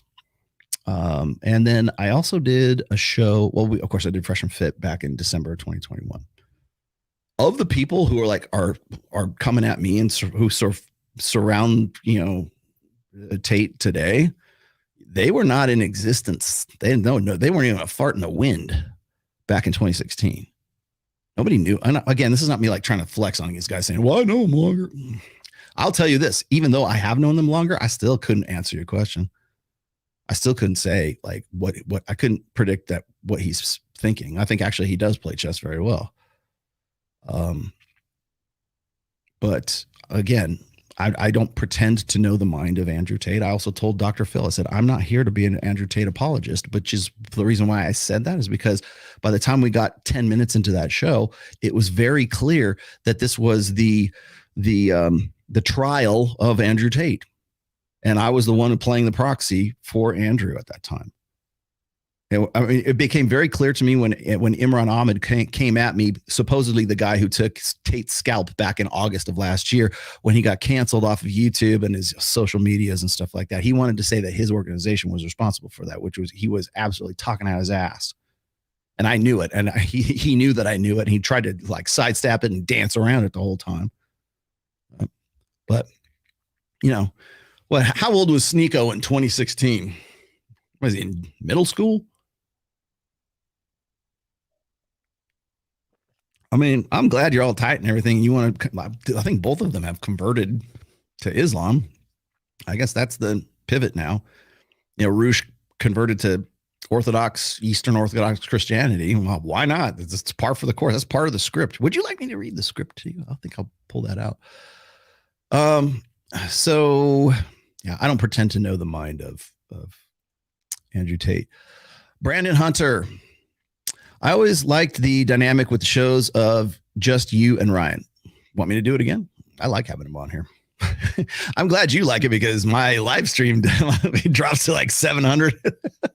I enjoy this. I'll suffer through that, but hey, I'll tell you what, I'll bring him back on if you promise to like I'll only answer super chats if they're like $25 and above because it'll be a dead end show. But I love it and he likes it. And we have a really good conversation, but we're not like poking anybody in the eye. Who is someone underrated, unknown in the red pill space that you wish was more known? Thor Markinson is the guy that Red Pill Thor. He was the host of yesterday's Rule Zero. I think Thor, and remember, Thor is 61. Thor, I know he's post 60s, and Thor's been through some pretty heavy shit. He is one of the most remarkable individuals I have ever met. I am actually writing I'm trying to quote like what I just wrote for him he has an upcoming book right now. Thor definitely deserves a little bit more respect and a little bit more recognition, I think, in the red pill, simply because the dude is 60 and he's more jacked than I am. And then on top of that, he's gone through some heavy shit. He's always been on top of his game. He's always been very positive about things. He's always been very positive masculinity. He should be on the Wikipedia page for that. Rollo, what is your opinion on wandering eyes in a relationship from both perspectives? How would you handle it or accept it? From your woman or from the man? Let me see if I can sort that out. From man, remember, women, okay, wandering eyes. Wandering eyes is in like, oh, I'm going to look at a chick and like, dude, like I have wandering eyes. Yeah, I look at the women that I'm around, and my wife knows what I do. She's known what I've done for quite some time. You want to talk about security, and see, there's one thing I really detest is this idea of like, I'm secure in my masculinity. No, I don't give two shits about your masculinity or what you think of your masculinity. Are you secure in your relationship? That's more important than being secure in your man. You will never hear. How many times have you heard this? A woman go, well, I'm secure in my femininity. Never. Find me a quote. Somebody find me a clip. Give me something here. Show me a clip. Show me a quote. Give me a link somewhere where a woman goes, well, I'm secure in my femininity. No, it's always masculine. It's all. And if you can, you can find one incident. I will find 1,000 more for a guy per one incidence for one. When we say, are you secure in your insert gender here? It's always masculinity because it's always an attack. But you know what that means? It means you're not a real man unless you believe what I believe, unless you lock into my ideology, right? So here's the thing. For instance, let me just give you a quick for instance here. Dan Bilzerian's very insecure because he needs to surround himself with all these beautiful, hot pieces of ass. And he has to live this lifestyle and he has to look like Odysseus from the Iliad and the Odyssey.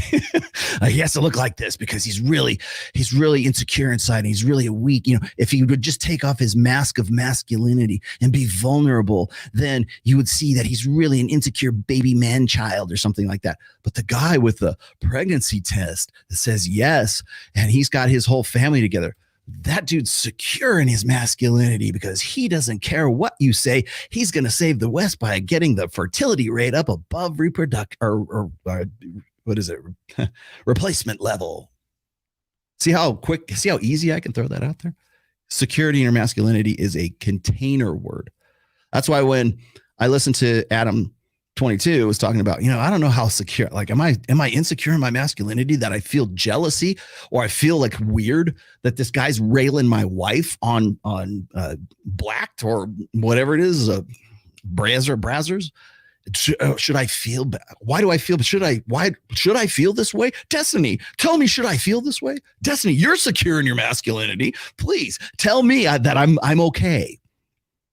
It's all bullshit. It's gaslighting. It's self-gaslighting more than anything, but it's gaslighting. It's a societal gaslighting. You should feel bad. Well, or you should feel bad for feeling bad about a guy fucking your wife. You're insecure in your masculinity. Why? Because you're feeling jealousy for a guy who's fucking your woman. like every man since, we crawled out of the ocean has felt since we were living in hunter-gatherer tribes in sub-Saharan Africa. Congratulations, Adam. You're actually a guy. How come this doesn't work this way? Like if I say, you know what? I'm just about to celebrate 27 years with my wife, right? We fuck pretty regularly, twice a week, right? Depending on if I'm here, right? But I'll tell you, certainly before and certainly after I come back from Las Vegas. But we're secure in our relationship. She knows I'm not going to fuck around. I have no reason to. I have all kinds of opportunity, but I have no reason to cheat on my wife, and vice versa, right? But because I don't live like, I'll tell you, here's the flip side of this. Because I don't look like Dan Bilzerian, because I have one woman and have had one woman for, really 28 years. I've only ever, he hasn't seen a different pussy since, 1995. Like, I get that. Okay. You win. Yeah. So he hasn't seen a real pussy since. At least I'm seeing pussy. But the thing is like, what gets people is like the trad cons can't accept the fact that I write what I do and I talk about marriage the way that I do. And again, I'm not anti-marriage. I'm just anti the way we do it now. So they have a problem with me from moralistic ideological perspectives. But then I got to listen to unfortunately back in the day anyways, Andrew Tate saying, where's his receipts? My receipts are 5 fucking books. My receipts are 13 years on the Rational Male. My receipts are 10 or 12 years on So Suave. My receipts are being in the wine and spirits industry and promotions industry and being a brand manager and being a father, because apparently now that's a flex. Even for Andrew Tate and Tristan, that's a flex now. And bravo, good. And Justin Waller just tweeted out, he was playing basketball with this guy, and I know the name of his kid. I'm already aware of this, but he's going public by he's a father, right? Good. Fuck yeah. I would say yes, by all means, right? But where the fuck was that in 2017? Where the fuck was that in 2018? Where's your receipts? Those are my receipts, apparently, and they're pretty damn good ones because everybody in 2023 wants to flex those receipts. I've been married for 27 years. I guess that's a receipt now. I guess that means I'm an alpha male. No, it's not, because it's closed on your end and closed on her end. So I guess you're really blue pill and you're a cuck, Rollo. I'm a cuck for being faithful to my wife, and she's been faithful to me for 27 years. But Destiny is it's crazy upside down world. Destiny is the foremost expert on the manosphere. Rollo Tomassi, married for 27 years. My wife or my daughter's getting married in August. And I have 2 dogs. I live the nuclear family lifestyle, man. I live what you guys want. Apparently, I don't know, because now we've changed the narrative. And apparently those are my receipts. I've got a kid. Apparently that's not good enough though. You've got to have like 3 and a 4th on the way, I guess. Then you'd be a real man. How many kids you got? Like, I've done that before. I've like said, well, I've been married for 27 years. I have a child. You know, she's grown up. She's been through college. She's got a master's degree, for fuck's sake, right? She's doing really well for herself. I'm very proud of my child. I wish I could flex her. I don't want to, because I don't want you fucking animals like doxing her again. But you know, I have never, you know, people say, well, how come you don't like show pictures of your wife, Rollo? Oh, she must be ugly. She must be skinny. She must be fat. She must be whatever. No, my wife is beautiful. My wife is hot for her age, right?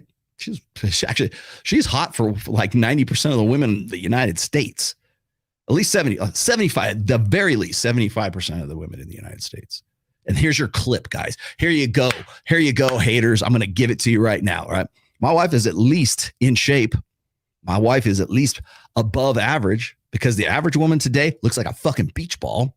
She's like, the average woman today is what, 5'8", and she weighs 170 pounds. The average woman today, like, you go walk through the airport and look around.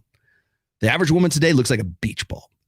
75% of the United States is overweight. My wife is not one of that percentage, is out of that percentile.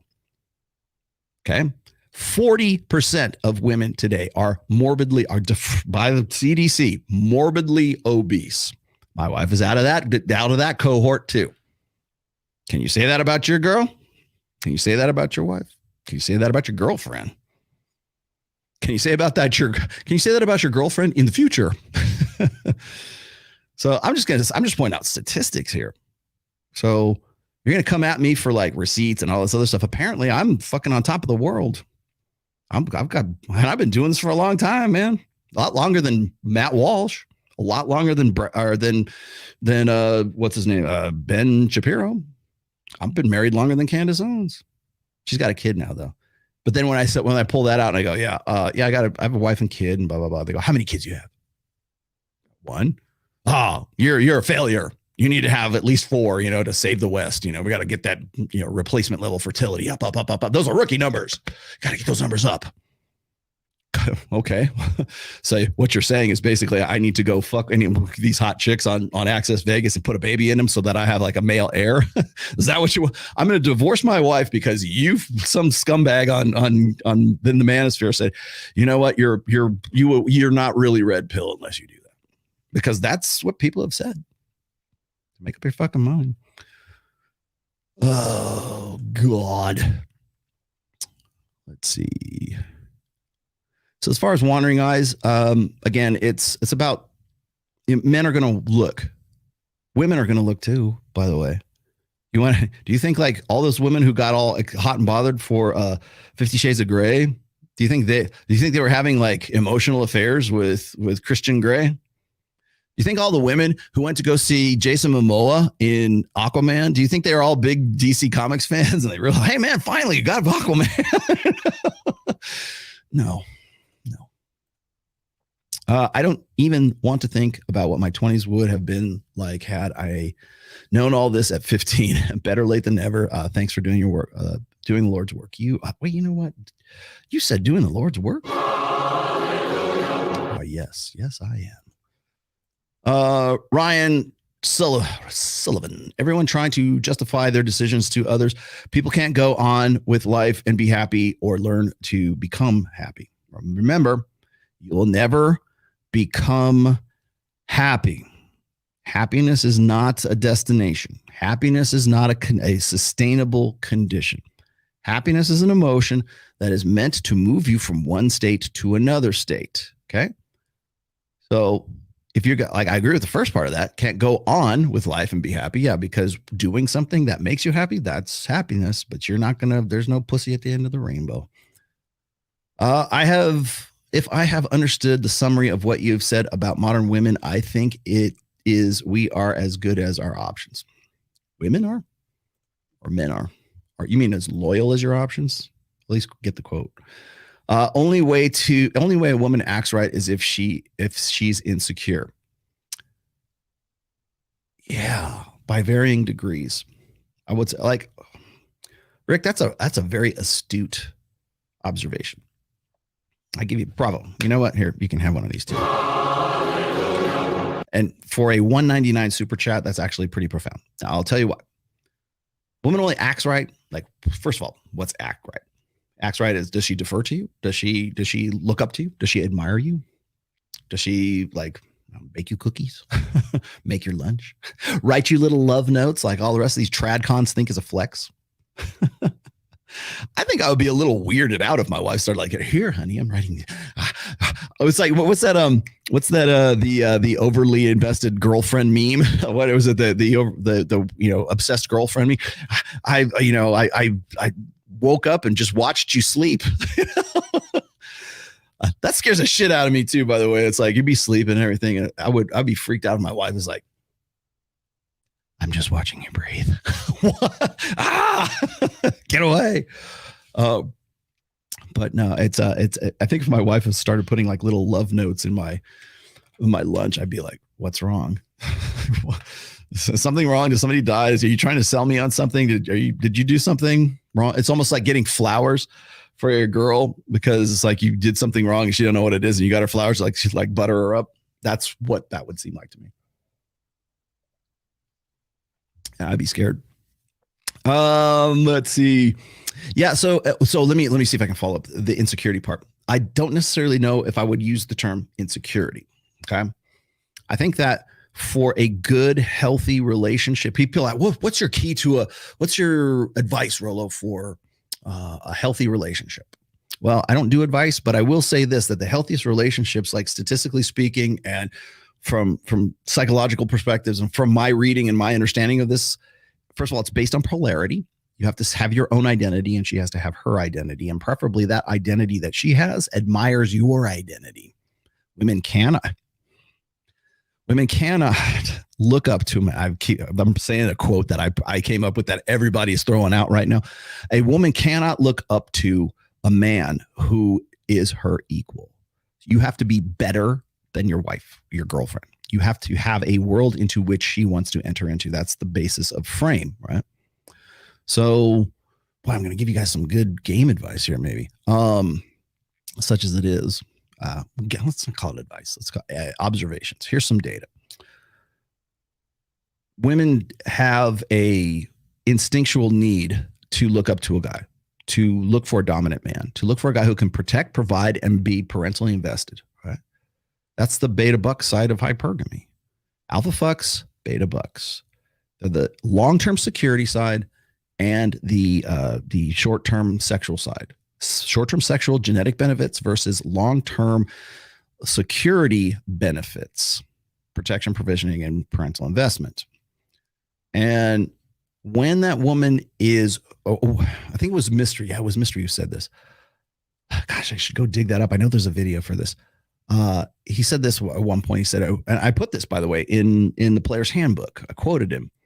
A woman cannot fall in love with a man unless she feels some kind of jealousy. She has to feel jealousy for that guy before she will allow herself to make an emotional investment in that guy. If she's not feeling jealous, if she doesn't care to be jealous about you, jealousy implies that for women especially, jealousy implies that a woman has a personal investment, an emotional investment in a guy. What that's based on is really kind of up to her, but usually it's provisioning, protection, and parental investment, right? Is he the best I can do?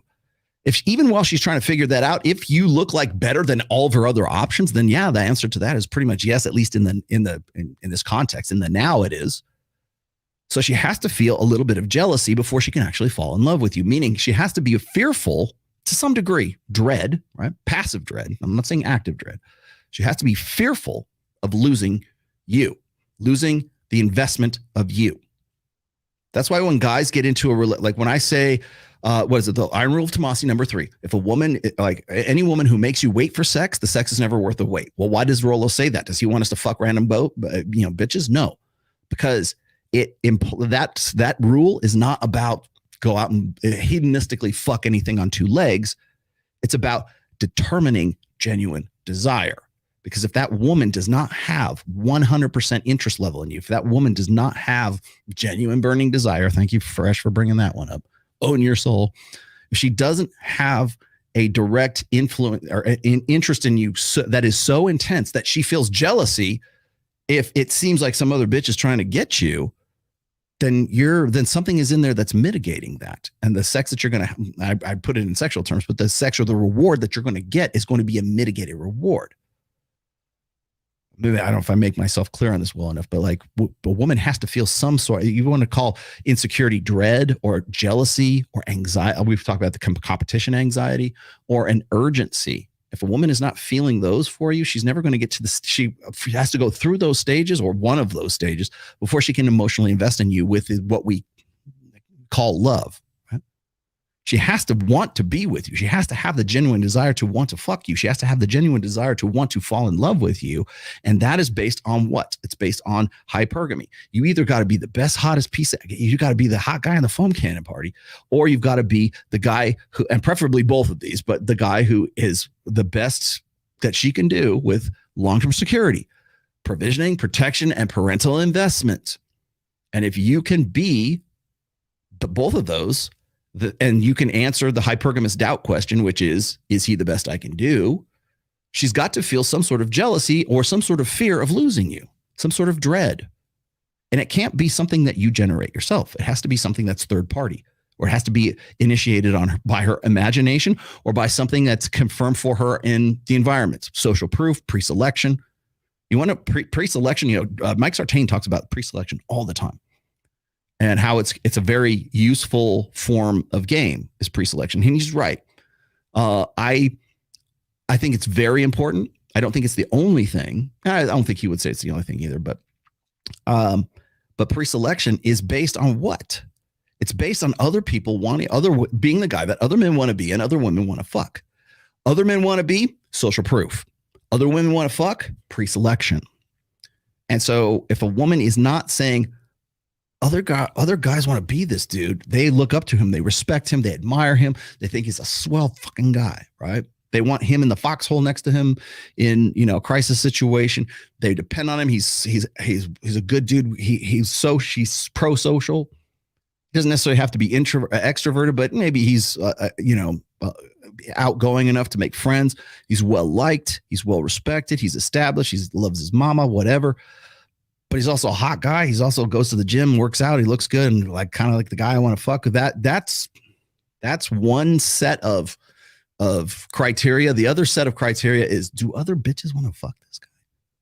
And if the answer is like a resounding, unequivocal yes, she's going to feel jealousy at some point. She's going to feel anxiety. She's going to feel urgency. She's going to want to do things she's going to want to act right, because she sees your intrinsic value.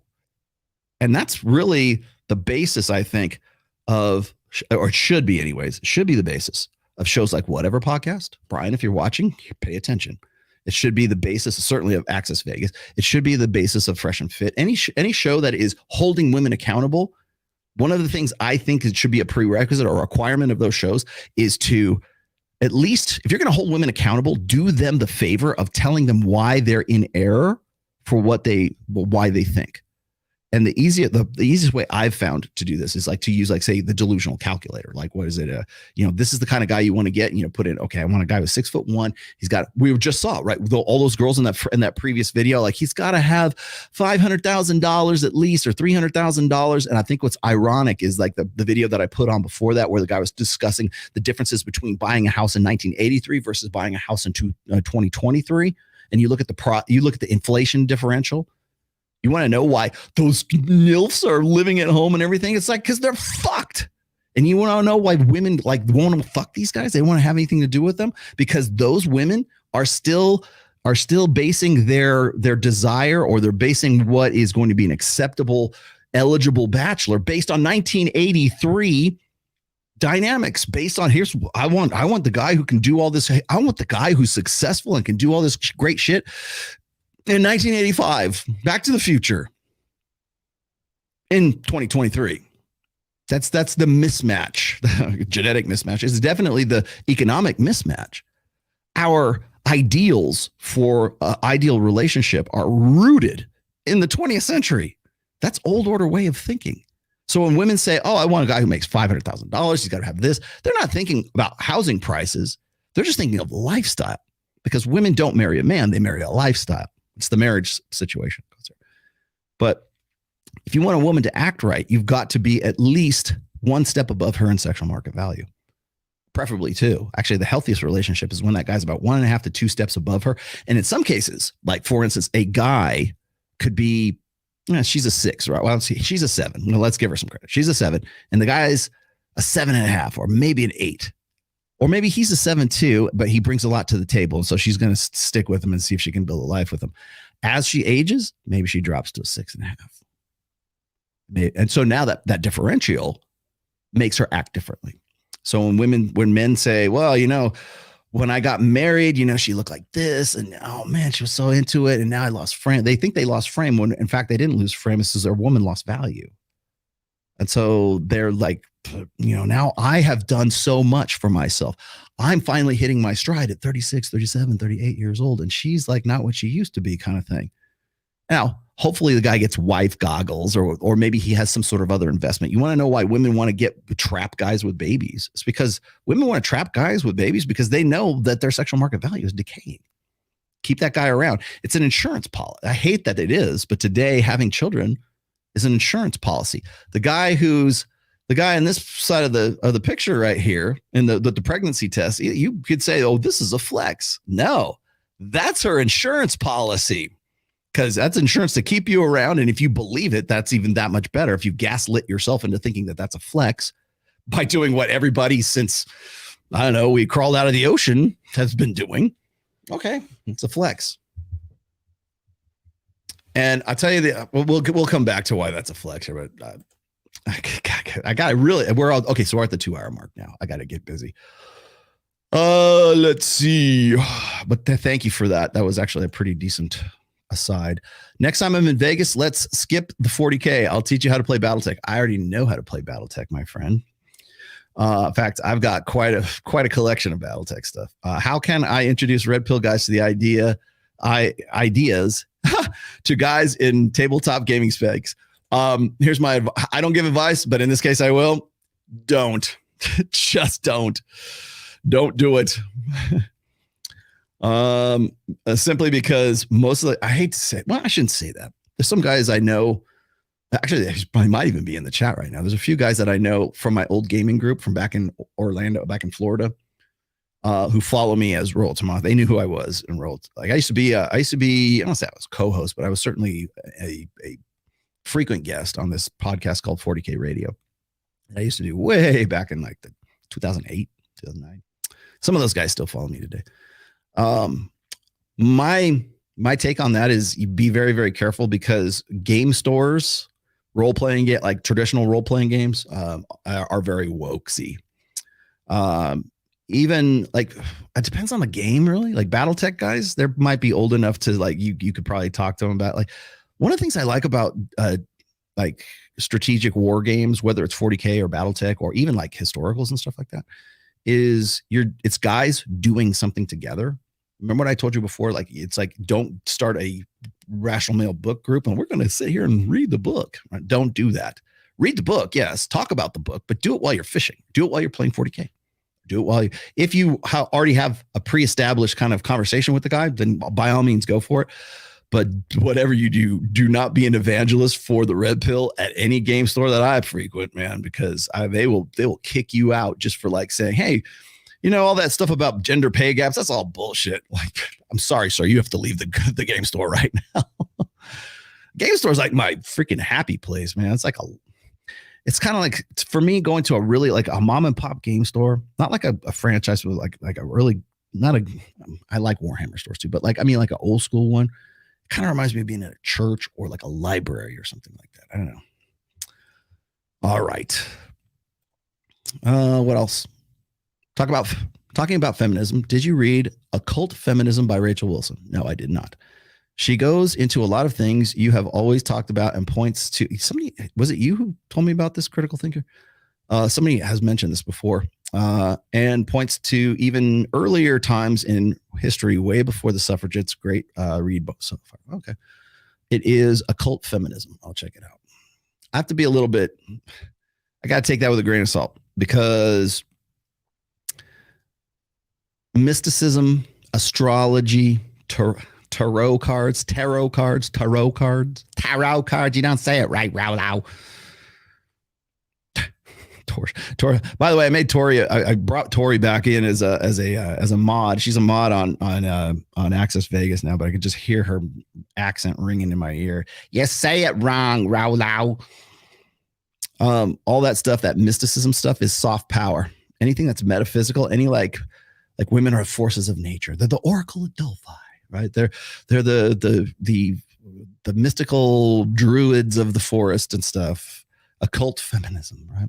Of course it is. Of course, because it's chick crack.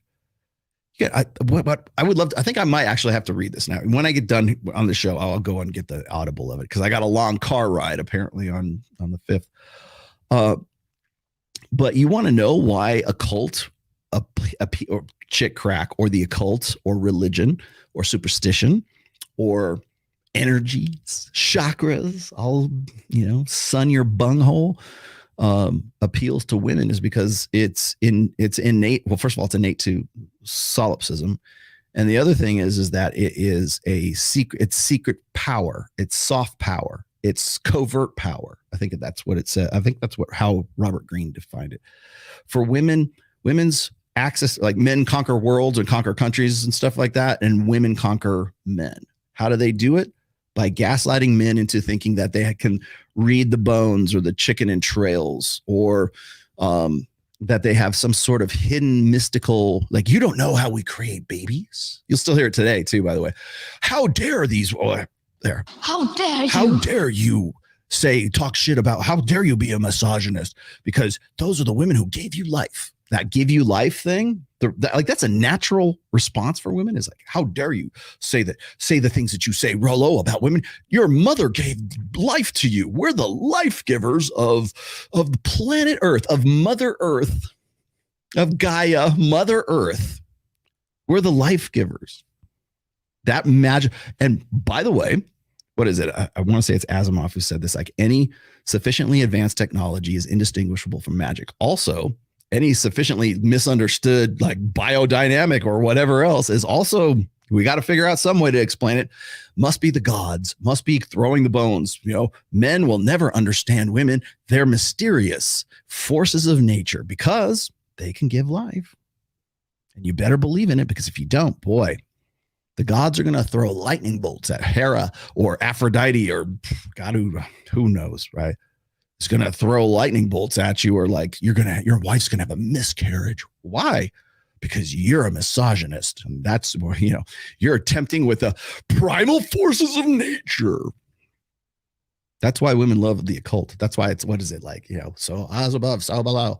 You know where I figured that out from? I figured that whole shit. You want to know, you want women and feminism in the occult? Look no further than Asia Argento. Your wife is old. Do you know how old? How old is my wife now? Somebody tell me. 65. Is it up to like in her 80s now?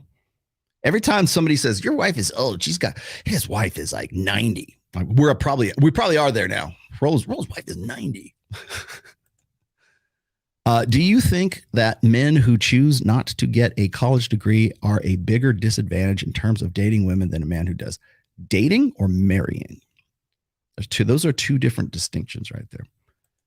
I look at education in the terms of that education is its own reward. If you go and you get you probably read this in my book. If you go to a college to get a better job, and that's your only sole reason to go to college, is like, I gotta have this diploma. I got to do this shit so that I can get a good job and get paid. Drop out now. Leave now, because you'll make more money. Eventually, you'll make more money if you have that kind of motivation, you're that kind of a driven person to the point where you're saying, this is useless. I got to have this diploma and get out of here. I'm a guy with 2 degrees, right? So I'm like, I went to college, and I'll tell you what, I have used especially my BFA, my Bachelor of Fine Arts. I've used that in lots of things. I've used my understanding of art history in a lot of things. I use a lot of the stuff that I learned throughout college, in a lot of different aspects. So you kind of have to look at like how you might not get into the business that you thought you were going to get into, but it's good to be an educated person. It's good to be smart. It's good to know, be able to speak knowledgeably on a great many topics. Even if you're not an expert on it, it's good to be intelligent. It's good to be smart. It's good to know what the fuck you're talking about. Read the book, take the class. It's good. It's good for you to have that discipline. You go read Robert Greene's Mastery. Bust yourself down to apprentice level and learn something. Right? That's good. The act and the way, like the discipline and the regimen that is involved in learning shit is actually also beneficial to you too, as well. But if all you're there for is like, well, I got to do this shit because if I don't, they don't get that diploma and I can't be a lawyer or I can't be whatever. If that's your attitude, you're only in college just for the sole reason of getting a better job, then leave, because you can go get a better job and go to a trade school. You'll spend a lot less time. Go be a plumber. Go be an electrician. Go be a welder. If that's where you're at, because then that will give you a good base of money that so you can maybe get a side hustle and pick it up and go from there. Brad Lee doesn't have a college degree. Hell, he said he had like a GED. Did he say he had a GED? Like he was like not a school guy, but the guy's a multimillionaire right now. Now, did he have that epiphany? And like, you want to know why he can't like speak knowledgeably about the red pill and be like have any frame of reference to carrying a conversation with us? It's all one-liners and yucking it up kind of thing. And I like Brad very much. I'm not burning him or anything, but because it's good to be intelligent. It's good to have like education in its own reward. If you're there because of that, and you're going to use it for business later on, sure. But if all you want to do is you only go to college to get a better job, get out, leave, go join the army. You'd be better off. Let's see. What is this? Do you think that men? Okay, that was you. Okay, hold on. Let me get rid of you. What's this one? What genre of music gets the most box? You want to know which? Well, you mean historically or right now? Historically, I hate to say it. Historically, the genre of music that gets the most box is hair metal from the 1980s. It got laid like tile. Ask me how I know sometime. Why now of all of a sudden being poly on wife's side mainstream and looked upon, is English your second language? Looked upon as greatness like blue-haired man. This is like Night at the Roxbury. Where did this come from? I'll explain to you where it came from in just a moment. Friend Tom Francisco, not an NPC. Well, so nice you had to say it twice. I met Mrs. R.T. on a Phoenix flight. Yeah, I think I remember you. Can vouch. She is attractive, feminine personality, and respects Rollo. Yeah, I'll tell you what's funny. That kind of took me by surprise. There, I know who you are too. By the way, yeah, I know exactly who you are because that was one of the first times I got recognized. No, I'll tell you another thing is Justin Waller's met my wife. Sterling Cooper's met my wife. Mike Sartain and Kylie have they've seen pictures of her. Like I'd say, here's, because I want them to come up to Tahoe in August. They've seen her. Who else has met my wife? Oh, Miguel Munoz from Dollar Cost Crypto. Tom, who is Justin's assistant or PA, his personal assistant, I guess. Maybe that's not fair to give you that title, but he's more than a personal assistant. A lot of people in the sphere have met my wife. Hell, even Anthony Johnson's met my wife. I'm trying to think who else. I think even Ryan Stone at one point has met my wife. Richard Cooper has met my wife. And I'll tell you what got me was I think I was on Fresh and Fit one time, and I was on there with Sterling Cooper, and he mentioned how he had met my wife. And I'm like, oh great, the porn star is talking about my wife, and it was right after we had. I think it must have been. I know when it was. It was after it was on the show when Andrew Tate was on there with myself. It was me, Andrew, Sterling, and Justin were on that show. And I think it was Sterling who mentioned he was impressed with the way that my wife was she just still looks up to me. She moons over it. I don't notice it because that's just how we are. My wife looks up to me. She loves me. She moons over me still right now. And I don't notice it because this is how we are. But when other people are around and she's looking at me or she's deferring to me or whatever, it's just how just what we are. And it was weird to me because like Sterling picked up on that and he mentioned it on Fresh and Fit. And I was like, you're kind of right. For example, a tradesman versus a lawyer. Yes, be a tradesman. If that's the case, as I said before, TJ. What you got? Keep hearing more and more about stories about locally about guys ending it, self-deleting because a girl leaves with the kids. It's a sad way to bow out, but it happens often. Yes, it's called being zeroed out, unfortunately. And I just saw somebody, I forget who it was doing finally get acknowledged. I think maybe it might have been Richard Reeves was acknowledging the suicide rate of men and boys today. Lab grown meat. Great. With a meat printer. That's just gonna have like, you know how like have like they have resin printers and like what is it? 3D printers. You're gonna be able to do that with meat and like print a steak. Robotics, artificial wombs equals inorganic companion who can do surgeries when you grow old. How much modern men are able to pay? None. They won't be able to pay. That'll be all class. That'll be class warfare by the time you probably won't even live as long to see that. I certainly won't. If Myron Gaines promotes women deserve less, why is he promoting women on his show to deserve more, such as an OnlyFans chick? Well, funny you should pick out that inconsistency. Because I think it was Mike who was saying, we've never brought this up on a show before, but like whenever we do a show on Access Vegas, and I think Mike's done this like once or twice I think he did it on Adam Sosnick's show, or he did it on Fresh and Fit.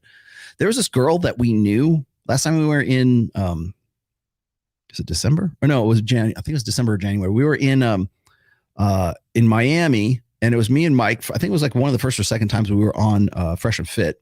And we went in there, and one of the girls on the show, like Mike knew, like she was like an infamous like OnlyFans girl, and he knew her from Vegas, I guess.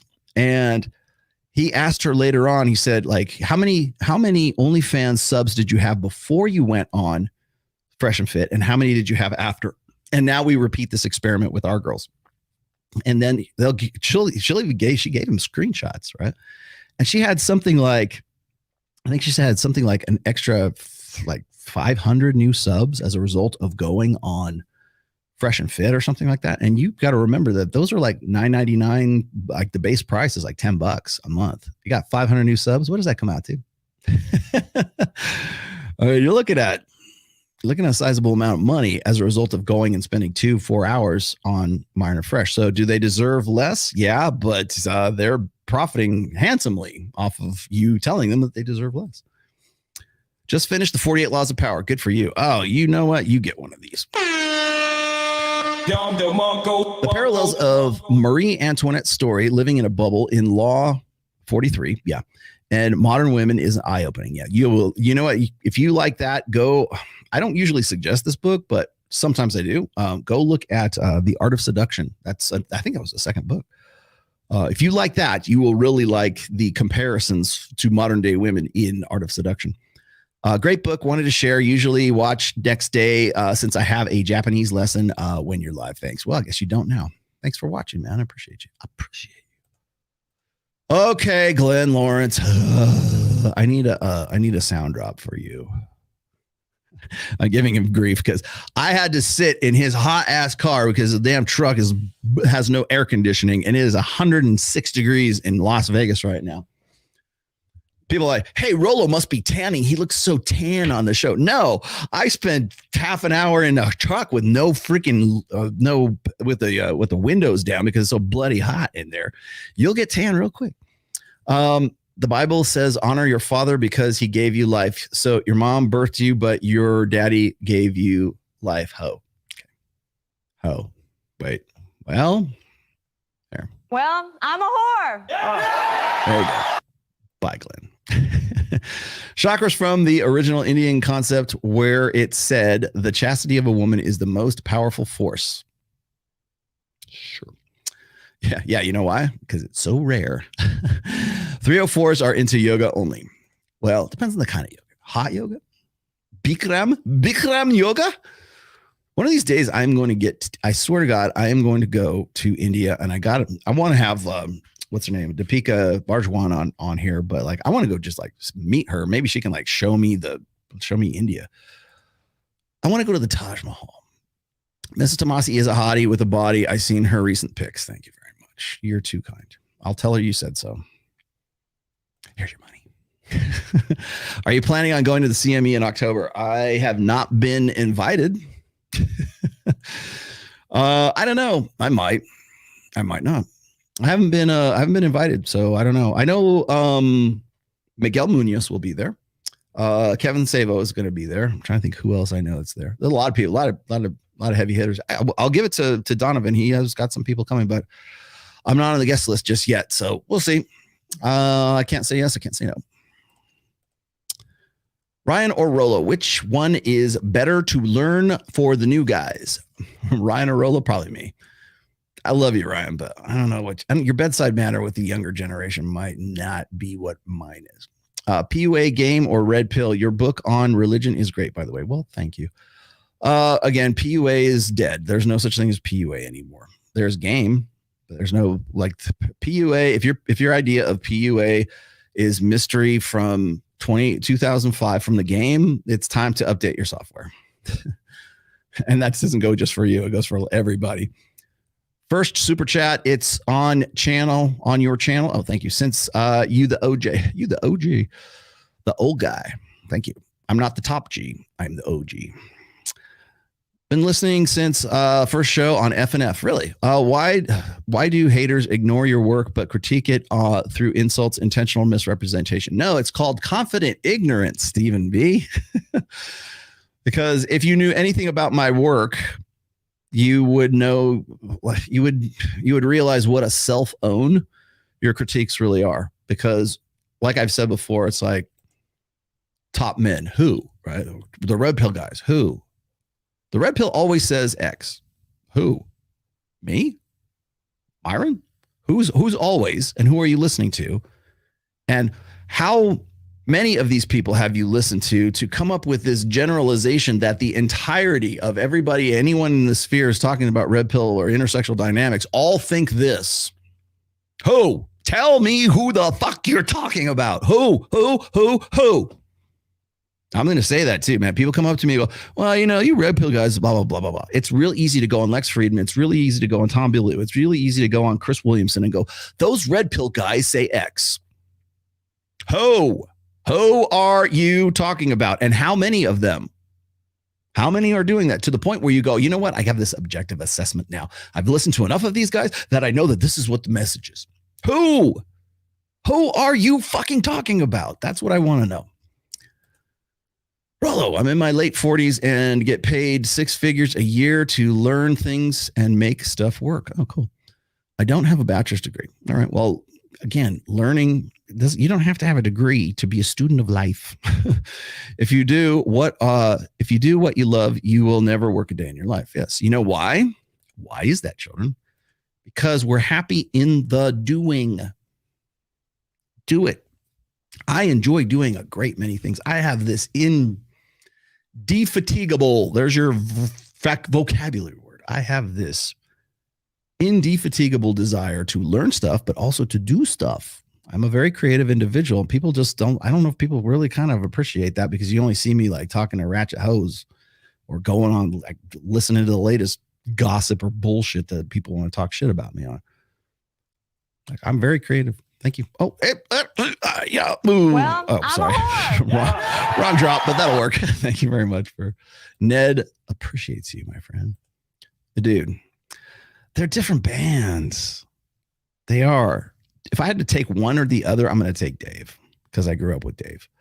But I love Sammy. I've met Sammy. Sammy Hagar does shows in Tahoe all the fucking time. Actually, his son lives in Lake Tahoe. He plays in Catalina, California, Catalina Island. I love, that's one of my favorite places on planet Earth is Catalina. 2 places you will always find me is Lake Tahoe and Catalina. Love those places. Both places, Sammy Hagar. Yes. I love you, Sammy.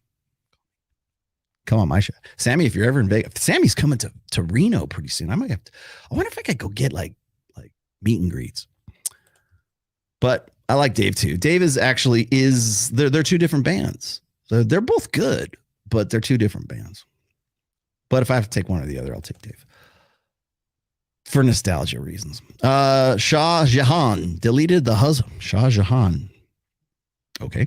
Deleted the husband and married the wife and get her to produce 14 children before she dies. And hence the name Mumtaj Mahal. Oh, really? Now you got me curious. I'm going to have to go look that up. Was this the old one? Have you read Sex and Culture by Joseph Daniel? No. It found that through 5,000 years of correlation of achievement and bisexual restraint in civilizations. I'll look it up. I have not, but I will gladly go to have a look at it. Finally, I cleared them out. I can't believe it. And only 1,400, almost 1,500 later. What now, Rollo? If Sneeko read The Rational Male, he will get it. But no, he tries to promote the tradcon lifestyle. I would be very surprised if Sneeko has actually read cover to cover the Quran. I'd be surprised. I'm not saying he hasn't. I just would be surprised if he actually has. These are not readers. These are not like students of anything, right? Destiny was talking shit about you and MLD on Tom Bilyeu. Yes, I know, because he doesn't know what the fuck he's talking about. Why is he so obsessed with the manosphere? I don't know, because he's the one who's always obsessing over the manosphere, saying that they're dick gazers. I haven't heard that in a lot. That was pretty good, by the way. It's like, oh yeah, those manosphere guys, they're so obsessed with my sex life with my wife. They're all meat gazer. And that was it. Meat gazers. I don't think I've heard that since like college, man. Meat gazer. Where you used to play the meat gazer game. Yeah. Meat gazer. Yeah. Maybe he repressed self-shame about his cuck tendencies. Again, like why is he an authority? Tom Bilyeu, you could call me. I'm just as easy to find. I've been doing this for 22 freaking years. No, hey, let's call this blue-haired freak. He must know something about it. We don't want Rollo on our show. He sounds gleeful. He sounds like he knows what he's talking about. You know what? I'll tell you what's funny. This taught me a lesson, by the way. You want to know when Rollo Tomassi was taught a lesson recently. When I went on Dr. Phil, and I learned that there's a difference between old school media and new school media, but I was not intimidated whatsoever by going on that show. In fact, I kind of like once I found my zone, once I found my groove, then I was actually very comfortable on that show. But I realize that even the manosphere is a very like globally speaking, it's not well known. And so when Tom Bilyeu or Lex, it's a better interview. It's actually Lex Friedman. Lex Friedman wanted to kick Destiny's ass. When I was on Dr. Phil, I realized that it's all about entertainment. It was Mike who told me this. He says, you're not having a real conversation on those shows.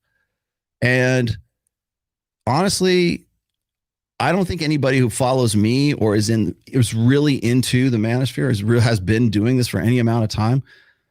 They know it. I'm going to give you guys a lot of credit, right? They know he's full of shit. Like, why would Destiny be a manosphere authority and not Jack Murphy? Jack Murphy essentially does the same thing. He did anyways. I don't know if he still does, but did the same thing as Destiny does, right? Fucks guys, fucks girls, has an open relationship, writes blog posts about how secure he is in his masculinity. Isn't that ironic?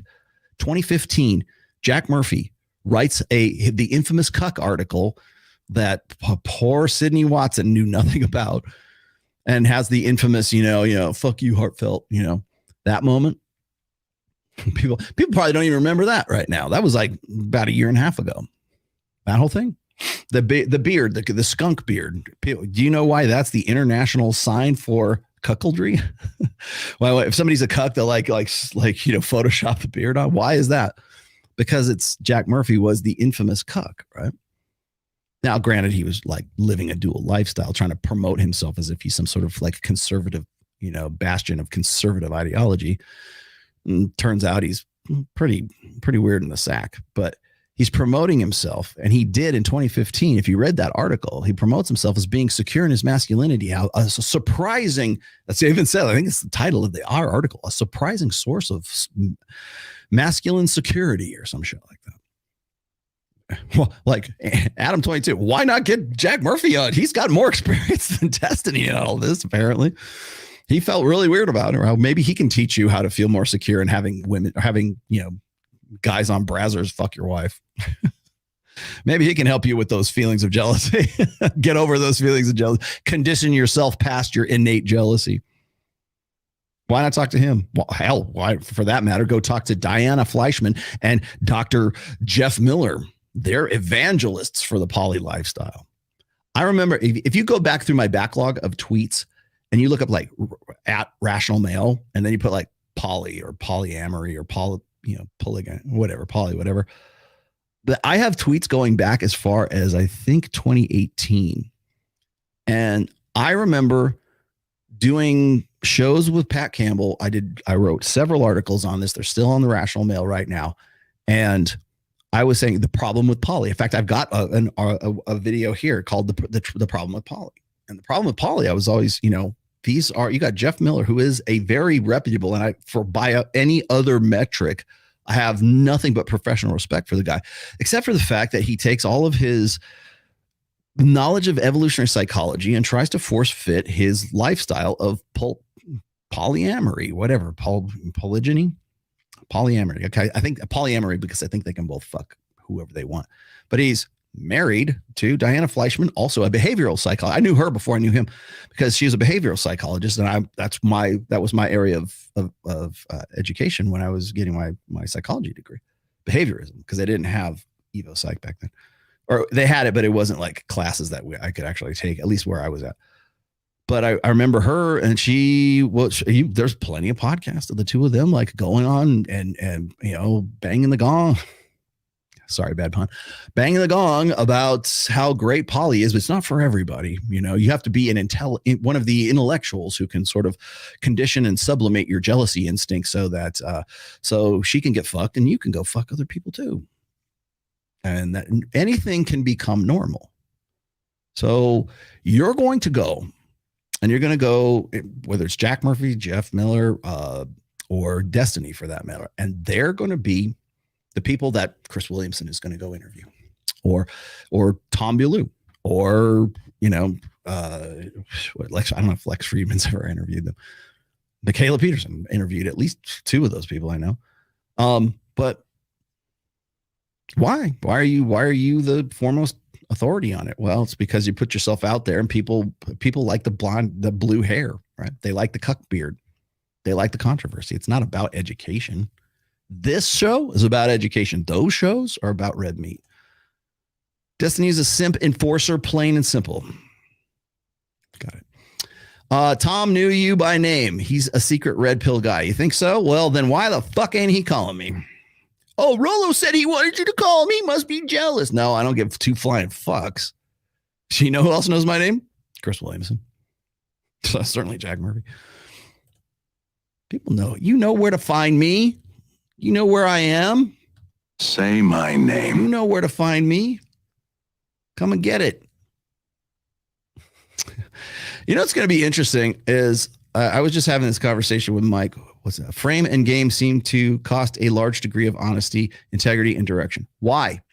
It seems like soft power games. It seems that way. But how is that a soft power game any more than trying to get the best deal at a car lot? How is that any different than trying to broker a good, distribution deal for whatever your product happens to be? Just because we're talking about playing the game with men and women, it suddenly has a different connotation than it does if you're like, well, just trying to get the best deal I can for my money.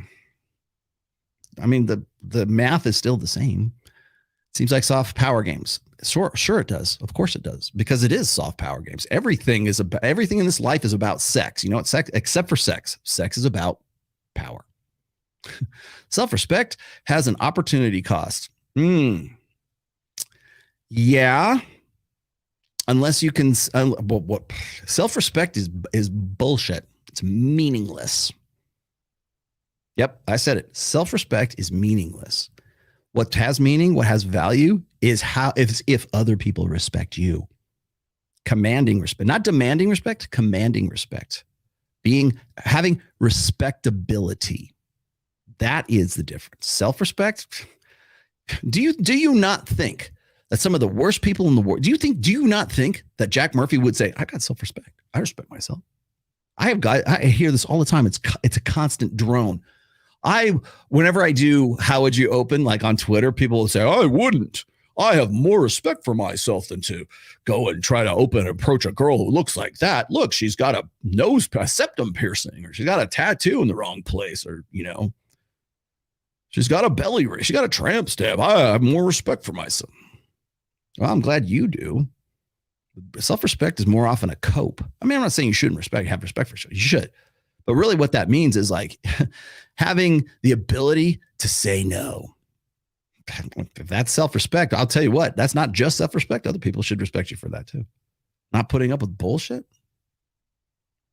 It only matters when somebody else like acknowledges it. Like integrity doesn't come from here. Integrity comes from out here, reacting to what you do in here and what you do with yourself. That's what integrity is about. That's what respectability is about. It's about your achievements.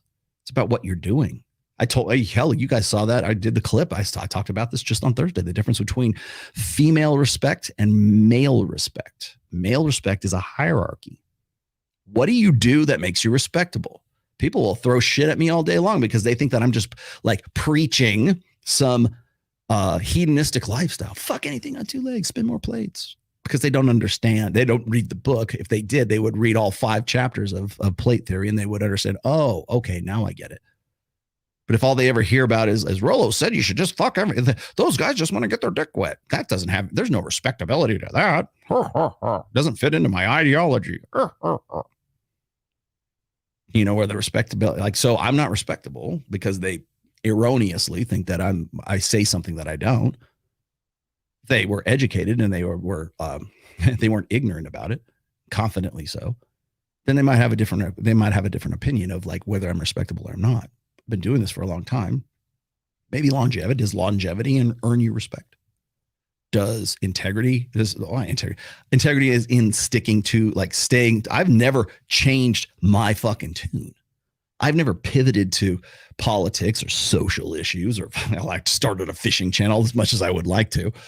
I've never changed my narrative. That's the thing, is like people go, oh, Rollo, he's backpedaling. I've never backpedaled in my life. Never once. And you know what?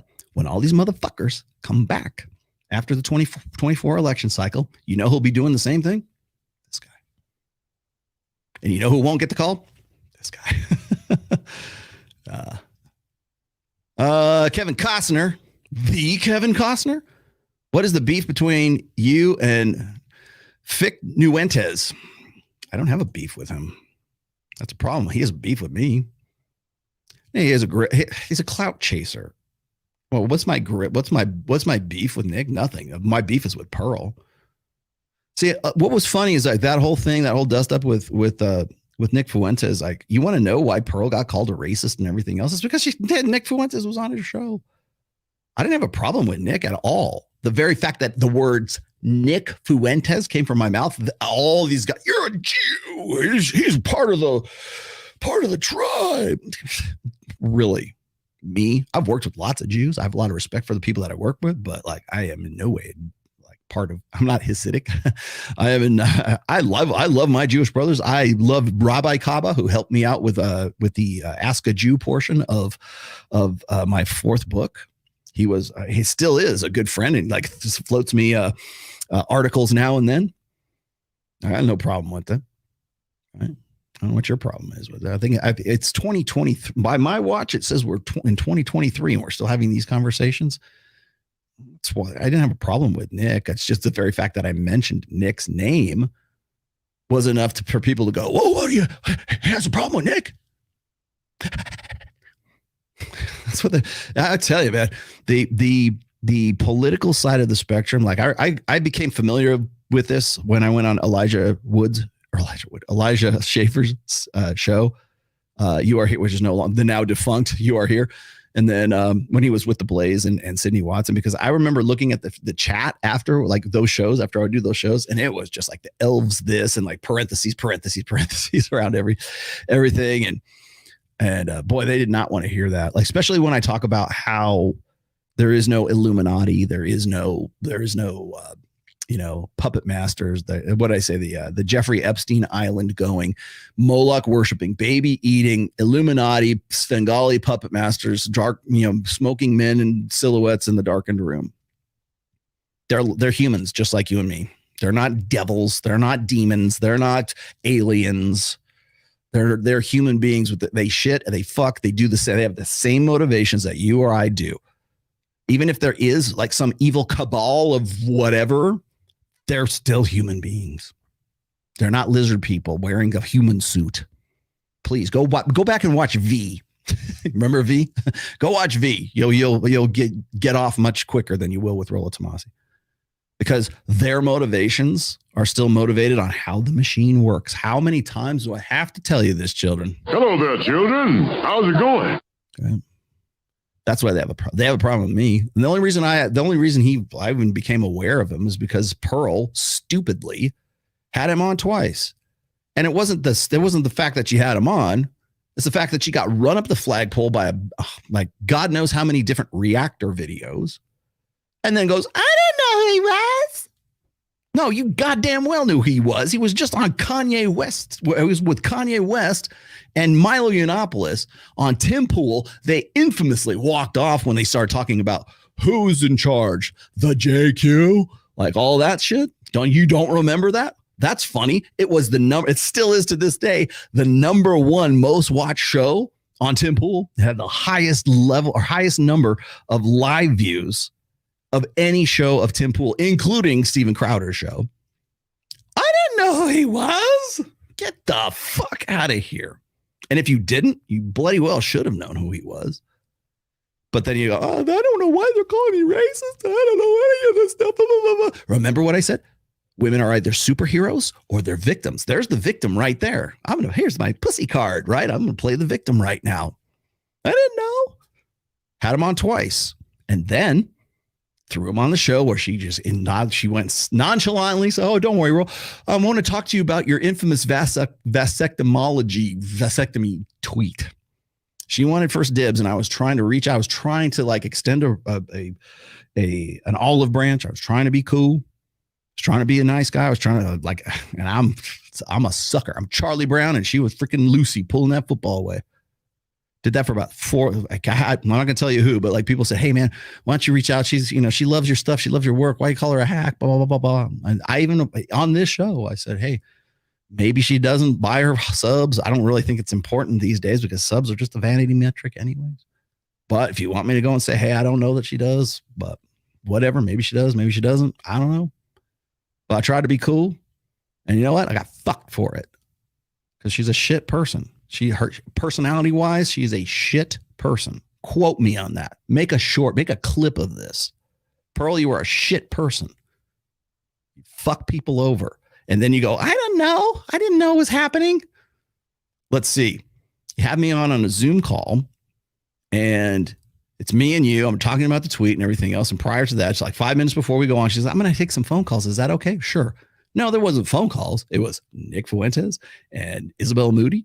And whatever that Bryson guy is, I don't even know who he is. All these, and by the way, all of them, all in the same like little social peer cat, whatever you call it. Thank God I got her to put Glenn Lawrence on. She probably didn't know who Glenn was. I forget who's the other black guy that was on there. He's a really cool dude too. I started following him after that. Don't tell me that was just, it just happened. Just coincidence.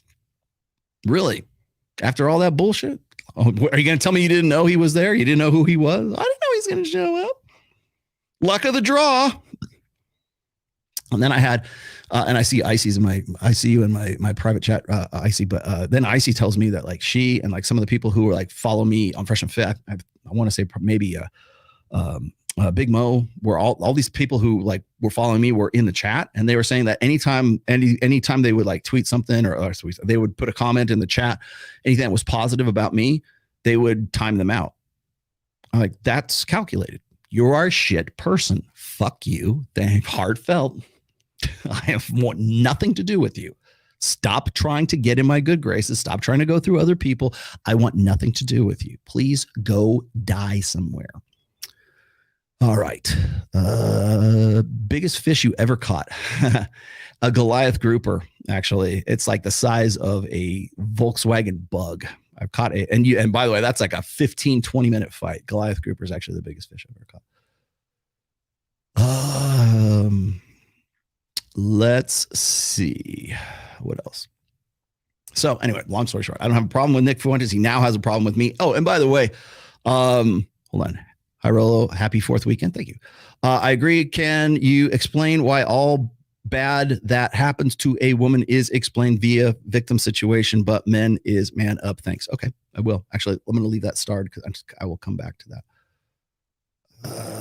Anything else? Okay, that was it. So here's an announcement. Real quick, what are we at? 2:49. Here's an announcement. Quick announcement.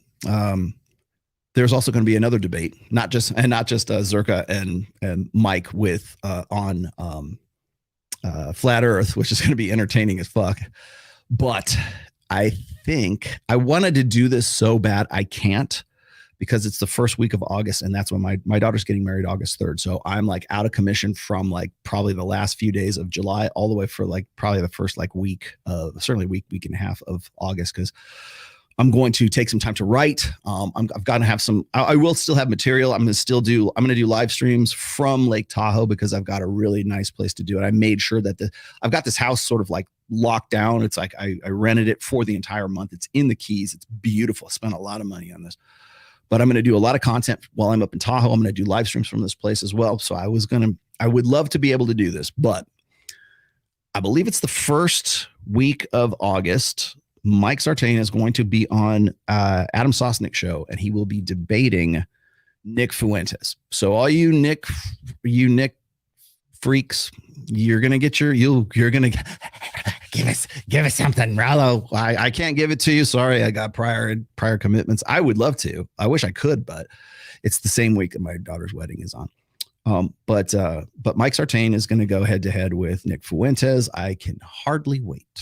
Trust me. I will most definitely be in the chat for that one. So we should probably have a watch party for that one. So there you go. Let's see who is asking me stuff.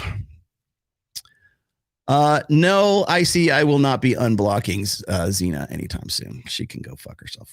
Thank you very much. Who else is in here? Oh, Sammy. Hi, Sammy. And I see the rest of these guys. Sorry, Xena, you have offended the primal forces of nature.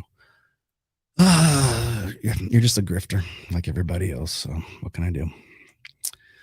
I only have so much time, and I only have so many fucks to give, and I've got a few more laying around here, but I don't have any in hand right now, so I can't give a fuck. Yep, that's a Thursday. Yeah, yes, it is. You are correct. It will be on the 3rd. Thank you very much. You know what? I got recognized. Where did I get recognized? Oh, I got recognized at the TRT clinic not too long ago, which was strange to me because I never get recognized in Reno. I always get recognized in Vegas or like Miami. You can't tell men to go married without education, but women, nature, or how to be better one after divorced are you to help them. Do you understand the words that are coming out of my mouth? No, I do not. What's this? I love this. The rational trucker. I used to give the women in the red pill a fair shot. Now it's just a matter of waiting for them to drop a turd in the punch. I understood that reference. Okay, I got to you, and I got to biggest fish I ever caught. Yes, we did that. The Kevin Costner decided to grace us with his appearance. Sorry, let me pull this out. Jack Dawes, did I get to you? Frame and game. Okay, yeah, you thought they were manipulative. I got to that. Tom knew me by name. Tom Bellew. Right. Well, whenever you're ready. I got you, man. You know, Tom, tell you what, I'll throw you a bone, Tom. If you're watching this and you know my name, come to Vegas. You don't want to come to Reno, I'll come to you, but like, it would be much better experience if you just come to Vegas. That's my mantra. Come to Vegas. I wish I could do I have enough room in this my new studio to do like live like in studios here if I wanted to. See there. I could do that. Look, is this? Oh, haha! Look, I did work. Let me see if I can get that. There we go. Look. Which way is the beach? There you go. All right. Jesus, Joseph and Mary. What is this? Rollo, please discipline your red pill child. My red pill child. That's Uncle Ryan to you, motherfucker. To stop insulting innocent nobody content creators like Dick Ryan. You know, I'll tell you the thing that's funny is I have like people will say like, Rollo, did you see this? Or do you know who this person is? They just roasted you on this channel. They'll give you the link, right? So-and-so just roasted you. You should look this up. First of all, the freaking like the balls, right? To say, because when somebody says that to me, like, Rollo, you need to do that. Don't tell me what I need to do. Like, if you say, hey, this is a great book, why don't you check it out? I'll check it out. But if you go, Rollo, you really need to do this. I need to do jack shit. But people go, oh, Rollo, so-and-so just roasted you. Like you better go over there and check it out and do a reaction video. You need to do a reaction video to this. I am not a reactor. But what did I tell you guys last time? Like there's the hustlers, there's the entertainers, there's the reactors, there's the men's ministry pastors, I guess, or the Reb. Like there's different like little kind of sub grifts in the manosphere right now. And then there's the ideas guy. I would rather be an ideas guy. I would rather talk about ideas. I would rather talk about hypergamy, which I'm trying to get to right now. I would rather talk about this stuff because it's like playing whack-a-mole.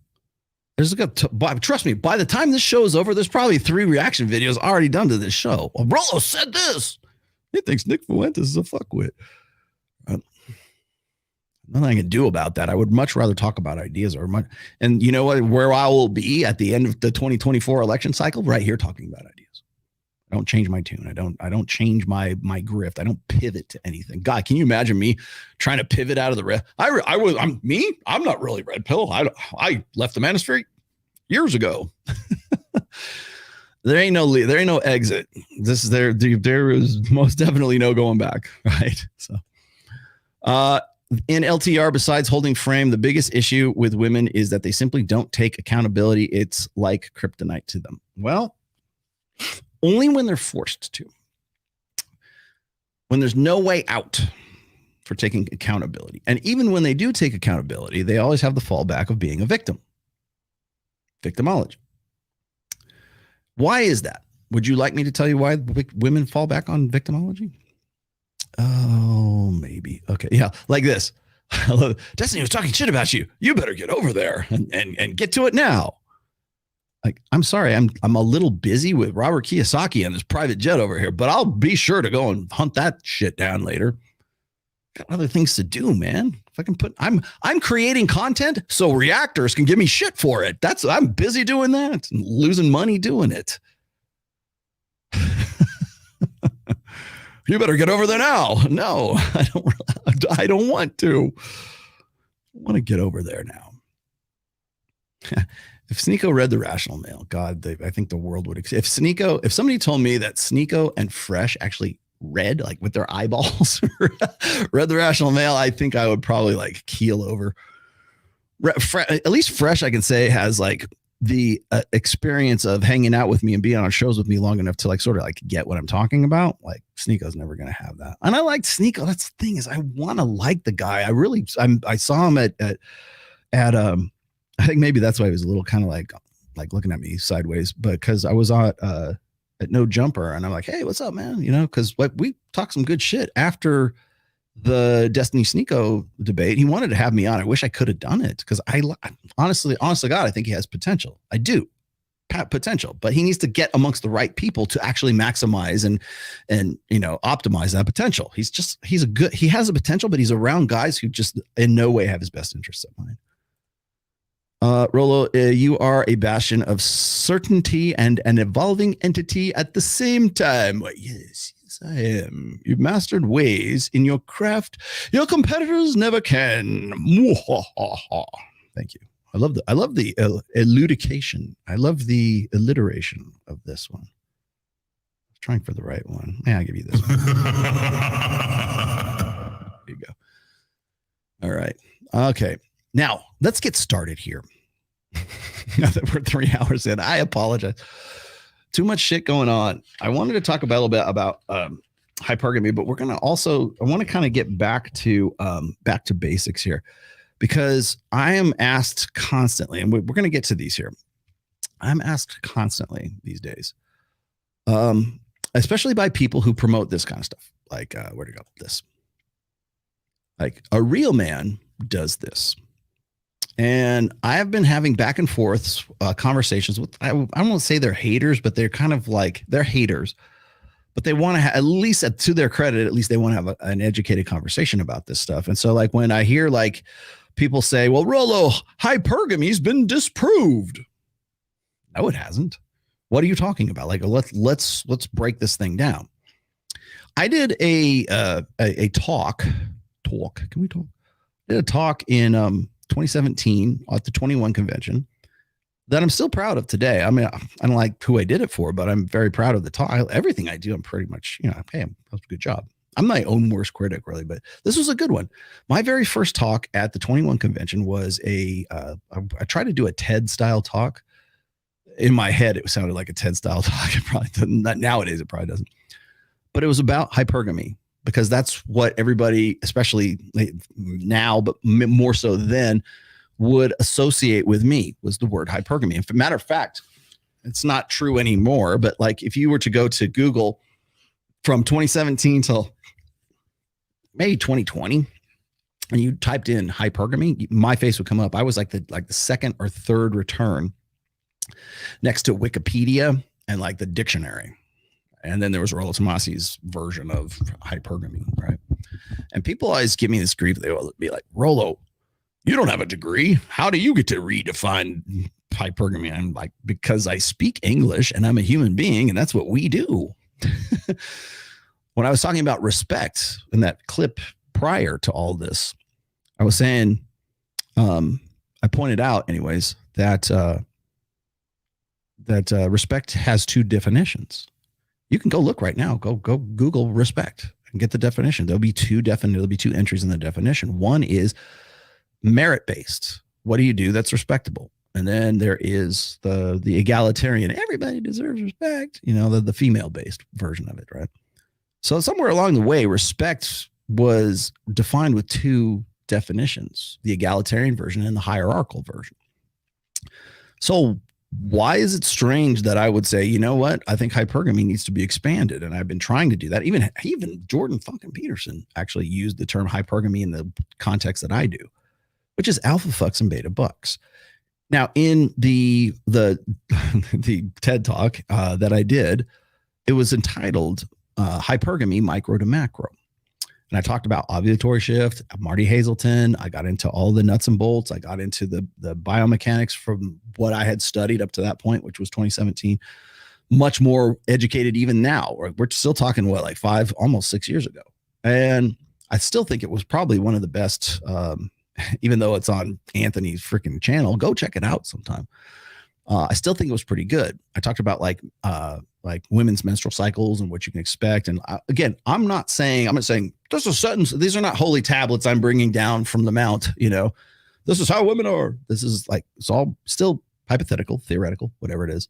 But correlation speaking, it makes sense. Anyways, it's a good predictive framework. And that's really what we got to come back to, because when we talk about hypergamy, I have been criticized recently because they say, well, Rollo just makes up his own words and he just goes and does it. It's the world according to Rollo. And it kind of is, like, in some cases, in some ways, because when I try to expand a word like hypergamy to mean not just marrying up, but fucking up, and I not fucking that, like you not fucking up, but like, you know what I mean? Like having sex with the hot pool boy and then still being married to the rich guy poolside, right? And trying to say, look, women's innate mating strategy is based on alpha fucks and beta bucks. And here's some good correlation that backs this up. I can go to the works of Marty Hazelton. I can go to all of the studies that I presented about 2 shows ago that apparently nobody wants to go look up. So I have to keep like repeating it over and over again. Because anybody who wants to say, oh, Rollo's full of shit, he doesn't know, he's not up to date, he doesn't know what he's talking about. I'm like, no, you don't know what you're talking about. Because I've been studying this stuff, and I've been studying the people who've been studying this stuff for going on 22 years, and I am still studying this stuff. I'm still not. We are all students of life. So when I talk about studies, and people say, well, you know, ovulatory shift doesn't replicate, blah, blah, blah. I'm like, well, what experiment are we talking about? And who's doing it?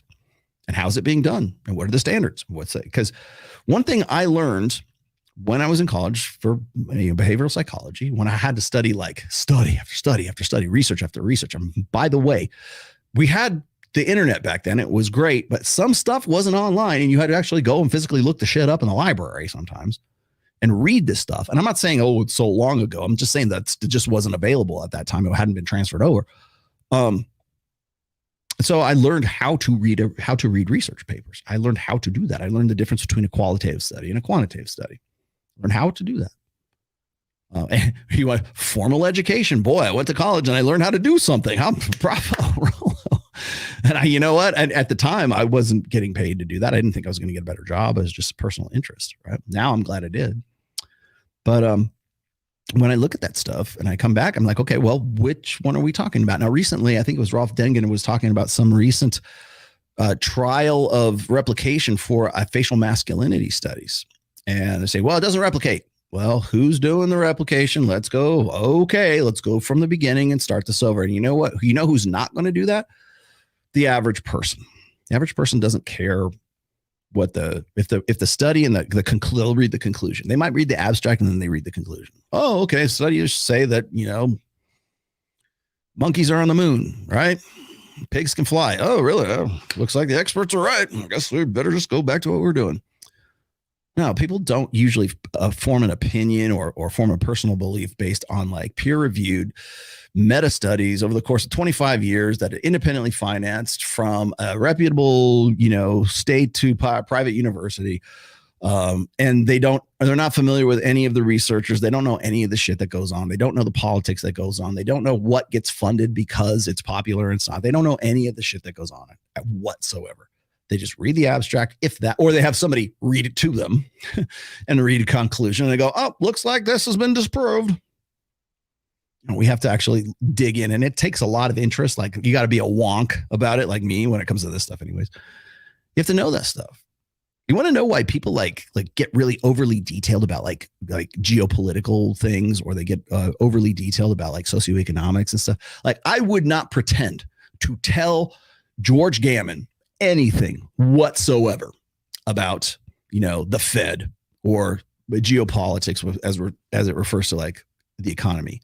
I would be like, oh, I'm mold me in your hands, George. I know nothing about this. Please educate me. And I have been on shows on his show. I have been on Adam Sosnick's show with him. I do not pretend to know what he knows. So I defer to his knowledge and, you know, his interest in it because he's a wonk for that kind of stuff. I am a wonk for hypergamy. I'm a wonk for intersexual dynamics. I am a wonk, I guess, for whatever that brings, for intersexual dynamics and evolutionary psychology. And by the way, not just about intersexual dynamics, but also economics. Like people think evolutionary psychology is just about like, oh, how do we get our dick hard? Right? No, there's like, why do people buy certain things? Like Gad Saad's first book is like the what is it? The consuming mind. Why do women buy more of this? Why are women the primary consumers in the world? It's not about like specifically about sex. It's also like you can apply it to so many different things, but we only think of it in terms of like intersexual dynamics, which is kind of a tragedy, I think, because it's so much more useful than anything else. But So when I'm talking about hypergamy, I'm talking from a collective experience of about 20, 22 years. So when some little girl on some no-name podcast or some come-up podcast says, he doesn't know the work of Dr. David Moss. No, bitch. I've been reading his stuff since 2000. When you were in diapers, I was reading his stuff.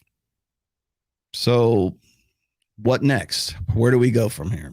I'm not going to change their mind. When it comes to hypergamy, when it comes to women's innate mating strategy versus their innate sexual preferences, though, there needs to be a distinction made there. Because I got into it with Destiny, and not just Destiny, I think it was a couple other people too. Like I was doing DMs also on Instagram and Twitter and stuff. But it's more or less that maybe they were, I don't know, speaking from the same show or something like that. But it was, well, you know, this has been disproven, that's been disproven. I'm like, okay, what part of it has been disproven? Because you can't just look at ovulatory shift for, like, there's no one experiment that says ovulatory shift, this is it, this is the defining experiment. No, it's a series of experiments. It's a series of research. It's 25, well, almost 30 years of fucking experiments, research, talks, data, going on shows where Marty Hazelton, like, you know, having debates back and forth. They think we just like somewhere along the line, some people just some red pill guy just pulled it out of his ass. No, it was like people like Dr. Marty Hazelton from UCLA. That's who I'm usually quoting, or Gangstead, or even Gad Saad, or David Buss before he lost his mind. I mean, they're Jeffrey Miller. I quote him too, just not about poly. But people don't say that Rollo just makes his shit up as he goes along. Fuck you. Been reading this. I've been into this. I've been a wonk about this since you were watching Jimmy Neutron and Phineas and Ferb. So I don't want to appeal to longevity here, but I guess I kind of have to, because when people say, well, he doesn't know what he's talking about. Well, neither do you, because you're only quoting one thing rather than like looking at it as a collective whole. You also don't know what p hacking is, which is basically fudging the numbers so you can get the results you want. You also don't know anything about the crisis of replicability that is not just in evolutionary psychology, but every fucking science in college right now. So you cannot come to my show or come to me and talk to me and say that don't go to college because it's going to indoctrinate you into becoming a feminist or a socialist or a communist or whatever. It's just an indoctrination camp. Don't come to me and say that and then quote the same academics that say, well, I guess hypergamy is bullshit. Well, what is it? Because you just disqualified education by saying it's an indoctrination camp, and then you're going to say, except for these guys over here, because it agrees with what I fucking believe. So when I'm looking at this and I'm going through this, okay, well, facial masculinity, great. Did the guys have beards? Did they not have beards? Were they black? Were they Latino? Were they Asian? Were they male? Or were they really male? Were they white? How old were they? What was, what's the criteria in all of this? Do you know about the crisis of replicability? Do you know that 85% of women who are in all branches of psychology are more than any women overwhelmingly get the degrees in psychology and have done so for over a decade right now? Do you know that? Do you think that perhaps that might influence women to want to find some way to disprove this very uncomfortable, unflattering truth that Marty Hazelton sort of brought to light as far back as like 2003, all the way up to where we are right now? Do you think that perhaps they go, you know what? I'm going to see if I can disprove that. Did you know that, like, what is it? Was it 90? I forget what the statistic was. I could probably dig it up here. I have it in my bookmarks for my Twitter, but was it the factoids, whatever, links that are like reference links, sources cited in I want to say it's anywhere from 46 to 50% of, maybe it's even more than that, of modern research right now is fudged. It's bullshit. Or they link back, they cite sources that are the sources have been debunked. I should dig that up. I make a claim like that. I really need to throw that out there. I probably pick it up here, but there's a difference between the scientific method and scientism, right? Scientism. And I kind of wanted to show you guys something here because I thought this was really good. I won't show you the whole thing because I don't want to get too lost in the weeds here with this. But I have been meaning to put this up for a while. Where did it go? Is it this one? No, that's Marty Hazelton. This was really good. Okay, so this is Orion is it Talion? So I forget his last name, but he had this really good video. I won't show you the whole thing, but I'll show you the first half of this. It really describes this in really good detail. Please don't give me a copyright for this or strike for this, because I love your work. I don't agree with everything. I would love to talk to you about those things, but like this, I absolutely 100% agree with. I'm Dr. Orion Taraban, and this is Psych Hacks, Better Living Through Psychology. And the topic, God damn it, I want to say Taliban. Of today's short talk is the limitations of science.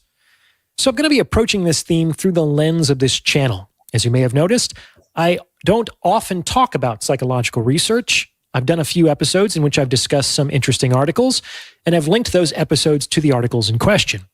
But I definitely don't back up everything that I say with a citation from the literature. And I'd like to discuss why that is in today's episode. The main reason why I don't corroborate all of my claims with empirical literature is because, having conducted a fair share of psychological research in my time, I know how easy it is to lie under the guise of objectivity. As Mark Twain once said, there are 3 types of lies. There are lies, damned lies, and statistics. The fact of the matter is that the vast majority of people do not understand how to interpret statistics, they do not understand how statistical models function, and they do not understand how to evaluate research design.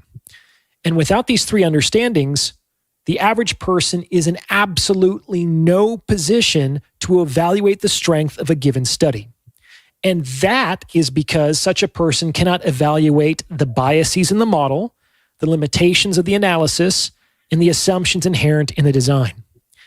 The average person stands in relation to science much the same way a medieval peasant stood in relation to the Catholic Church. He couldn't there you go, Ortho Bros. understand the Latin, but it was also impressive sounding that it certainly must be true. If I wanted to, I could find a research study that corroborates the claims I Don Smith, this is Orion Taraban. He's actually a clinical psychologist. Make in any given episode. And if I wanted to, I could find a research study that corroborates the opposite of anything that I claim in a given episode. Okay, so I'm going to stop here just really quickly because I want to punctuate this real fast. This is what I call dueling research papers. Oh, hey, thanks, PP. PP, my goodness. Thank you very much for your participation today. Much appreciated, my friend. Thank you. So this is what I call dueling research papers because, and by the way, this is a fairly new phenomenon in the age of social media because it's so like I was saying before, back when I was studying for, my degree, I used to have to, there was a lot of stuff that was still in, PDF form. I could still get stuff online and it made it a whole lot easier, but there was sometimes you got to find research that, especially older research that wasn't already like digitized and like already, turned into something that you might, or maybe it was digitized, it just wasn't available online, or you had to have a membership to get into get past a paywall, those kinds of things. So you actually had to go and look this shit up, right? So I kind of was on the cusp between like sort of, being able to just sort of look up anything I wanted to on Google versus like, okay, I can look up anything I want except for this, and I got to go find this in the backlog of what this research at the college library, right? So.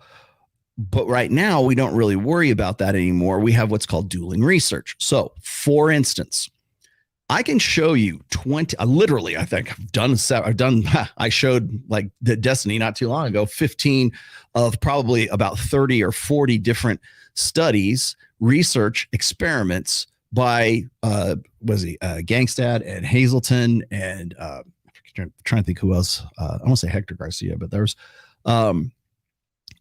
people who research like ovulatory shift, right? There is like 25 or 30 years of experimentation here, right? Which one are you disproving? And how are you doing that? How are you disproving this? So when I'm looking at this data and I'm real like what he's saying right here about people just simply don't, and understandably so, don't have the interest to really look at statistical measures, look at the experiment design, look at the research that came before it. Who are they citing as sources to like say, well, this is how we come to this hypothesis. People just don't have that interest. It's dry. Sometimes it's dry shit. I know it's boring. It used to bore the fuck out of me, right? But you have to know how to do those things. And most people just simply don't have the interest to go and do those. So when somebody comes up and says, well, all that dual mating strategy shit, that's out the window now. Well, why? Who's saying that? How are they disproving it? And so usually it comes down to dueling research, right? Well, we have this new one and this new data, and they tried to replicate it, and I guess it didn't work. Okay, well, did you try something else? Did you try to replicate the same thing in a different experiment? Did you try to do other things? Or was the sole purpose of you doing this experiment to disprove something that you had a cognitive bias against and were incentivized to disprove? Because when you look at the researchers who do these, debunking this or debunking that, and you look at what they're doing and you look at their history of their experiments, every single one is about specifically debunking or discrediting ovulatory shift or something. It doesn't even have to be that. It could be something that they just simply have a problem with. And you look at because you can go and look at especially if they're a fellow or they're a research fellow or something like that, they have a profile that you can go look and say, oh, well, what else has this guy done? Oh, he's done all these things to prove that feminist ideology is the right way. And he's got this, right? Like there's so many other like experiments that all lock into the same theme. And that theme is, how do I find a way to make this idea of ovulatory shift go away? That's what it comes down. You have to look at that stuff. You have to. Where's the motivation for this? Because if there's no like counter, like saying, well, we couldn't make this replicate, but maybe we could make these other three things replicate, but we're not going to get funding for that, or we're not even going to bother trying to do that, or we're not going to try to steel man this. We're only going to try to straw man this. We're only going to try to disprove this. If your only point in doing the research in the first place is to disprove it, get the fuck out of my face. All you want is dueling research papers. And it's never been more easy to do that than today because they're so easy to find. And again, the people who want to debunk certain things, they do so because it's easy to do. It's easy to find those things. And they know people aren't going to check on them. And they're not going to look at the correlations. They're going to look at one data point and they go, oh, I guess it's all out the window. I guess we need to move on. And they never offer anything different. That's the thing. They never, especially when it's something that they agree with or that that locks in with their, whatever their ego investments happen to be. They don't try to, because a good researcher will still try to make the thing we'll try a different methodology to make the same experiment work. They don't. They just leave it alone. Oh, guess we were right. Oh, bye. We'll take our grant money. Thanks. Bye. Trust me. I know. I used to do this shit like way back in the day, back in 2002, 2003. I know what he's going through. Like I'm not even a doctor. I can't imagine how frustrating it must be for you, Orion. This is because, dirty little secret, if you understand how to conduct research, you can more or less make the evidence come out the way that you want it to. What? If you understand how to finagle statistical models and you know how to manipulate research protocols, you can custom tailor the finding to your study. And this... You mean they're lying? This will bamboozle most of the people who aren't about to carefully evaluate the study and make up their own minds. The complaint used to be that people just read the abstracts of articles. Now, they just read the headlines based on the titles of the articles. Right. Contemporary research is also significantly influenced by both funding interests and the publication process. For instance, a non-significant finding, which might be meaningful and important from the perspective of truth or the progression of pure science, is almost certainly not going to be published in a respectable journal, where there is a strong bias for significant findings. To that end, researchers are heavily incentivized to create studies and to utilize methods that facilitate the identification of statistically significant differences. Keep in mind that a statistically significant difference might not be a meaningful difference to anyone with a head on their shoulders, which is also why studies tend to focus on either the irrelevant or the obvious, especially in the social sciences. Most people have no direct experience with the dumpster fire that is the environment within which scientific research is formulated, conducted, and disseminated. It is making sausage. When serving on the faculty of psychology departments, I found that even grad students tend to gloss over the methods and results sections of most of the articles that they read. Mm-hmm. This is because until you've read hundreds and hundreds of these articles, the methods and results sections of any given paper basically read like, well, medieval Latin. These parts of an article are functionally written in another language, and it takes time and suffering to achieve any degree of appreciable fluency. But if you don't read the language, what happens? You can't tell whether the interpretation is grounded appropriately in the results. You can't tell if the abstract is an accurate summary of the interpretation, and you can't tell if the title is a fair reflection of the abstract. Sure, almost every sentence in the article has a corresponding citation. Mm-hmm. But did you read all of those articles to determine whether they had any merit? Okay, I'm going to stop him here just real briefly because I'm going to go grab my bookmarks here because there is, I think it is Steve Stewart Williams who brought this up. So bear with me 1 second. It was the number of citations. As I was saying before, I made a really kind of like specific claim here. So I want to back it up with something here just real quickly. Let's see. Oh, that was pretty good too. Hang on. But I want to say it was Steve Stewart Williams. He was talking about the percentage of research. He just mentioned this a minute ago. Research papers that were based on citations that were proven false. But they still get play because they sound good and they get funding for it. I think he said it's something like psychology has a problem with a winning spree. Oh, here it is. Psychology. Oh God, I'll just put it up here real quick. Psychology. I'll just read the abstract or the title here. Psychological science is on an extraordinary winning streak. A review of literature shows that nearly all study hypotheses are supported. This means that either all the theories are correct or the literature is biased towards positive findings. This is June 22nd, 2022. So this is a fairly recent it's on for Royal Society Publishing .org. And it's okay. I'm just going to read here. I told you to read the abstract, but I'll just read the quick abstract here. Psychological science is on an extraordinary winning streak. Results from large-scale replication projects and the prevalence of questionable research practices indicate the latter. Okay, this means. Let me finish the rest of it. This means either all of the theories are correct, or its literature is biased towards the finding. Results from large-scale replication projects and the prevalence of questionable research practices indicate the latter. This is a problem because science progresses from being wrong, not being right, right? For decades, there have been calls for better theories and adoption of strong interference approach to science. However, there is little reason to believe that psychological science is ready to change. Although recent developments like the open science movement have improved transparency and respect and replicability, they have not addressed psychological science's method-oriented rather than problem-oriented mindset.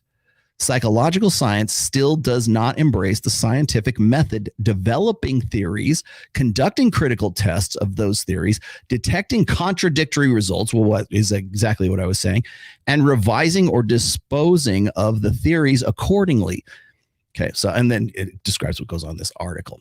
So that was one. That was actually not even the one I was looking for, although it was pretty good. What is it? Only 5% of American psychologists who are 30 years of age or younger are male. How does that affect what we just talked about just a minute ago, like all the positive findings? If only 5% of psychologists who are 30 years of age, these are the people who will be, by the way, the reason they say, are of 30 years is because they're going to be the people who are coming into the teaching profession of teaching psychology. And then last but not least, I know I've got it somewhere. It was no, that wasn't it. Okay. No, I know it was Steve Stewart Williams who gave me this one. Oh, here we go. Steve Stewart Williams, scary. 73 teams tested the same hypothesis with the same data.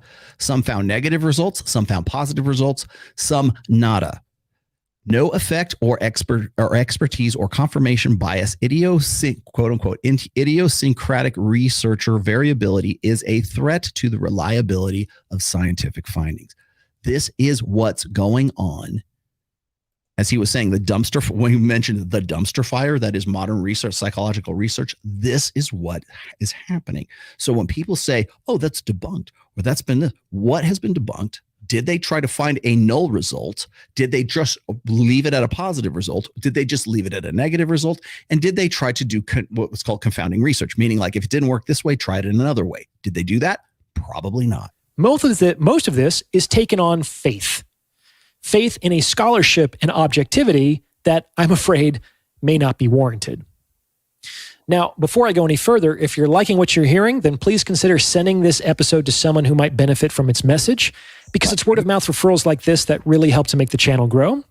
And if you're liking what you're hearing, then please consider hitting the super thanks button. It's those 3 little dots in the lower right-hand corner beneath the screen, and tip me in proportion to the value you feel you've. Please do. I'm going to pull them out. I just wanted to go that far with it. Now, so that was halfway through the video. That's Orion Taraban. Go look him up right now. He has some other really great videos as well. A lot of his stuff, like it's almost like he picks up my material and then like kind of runs with it, which I like.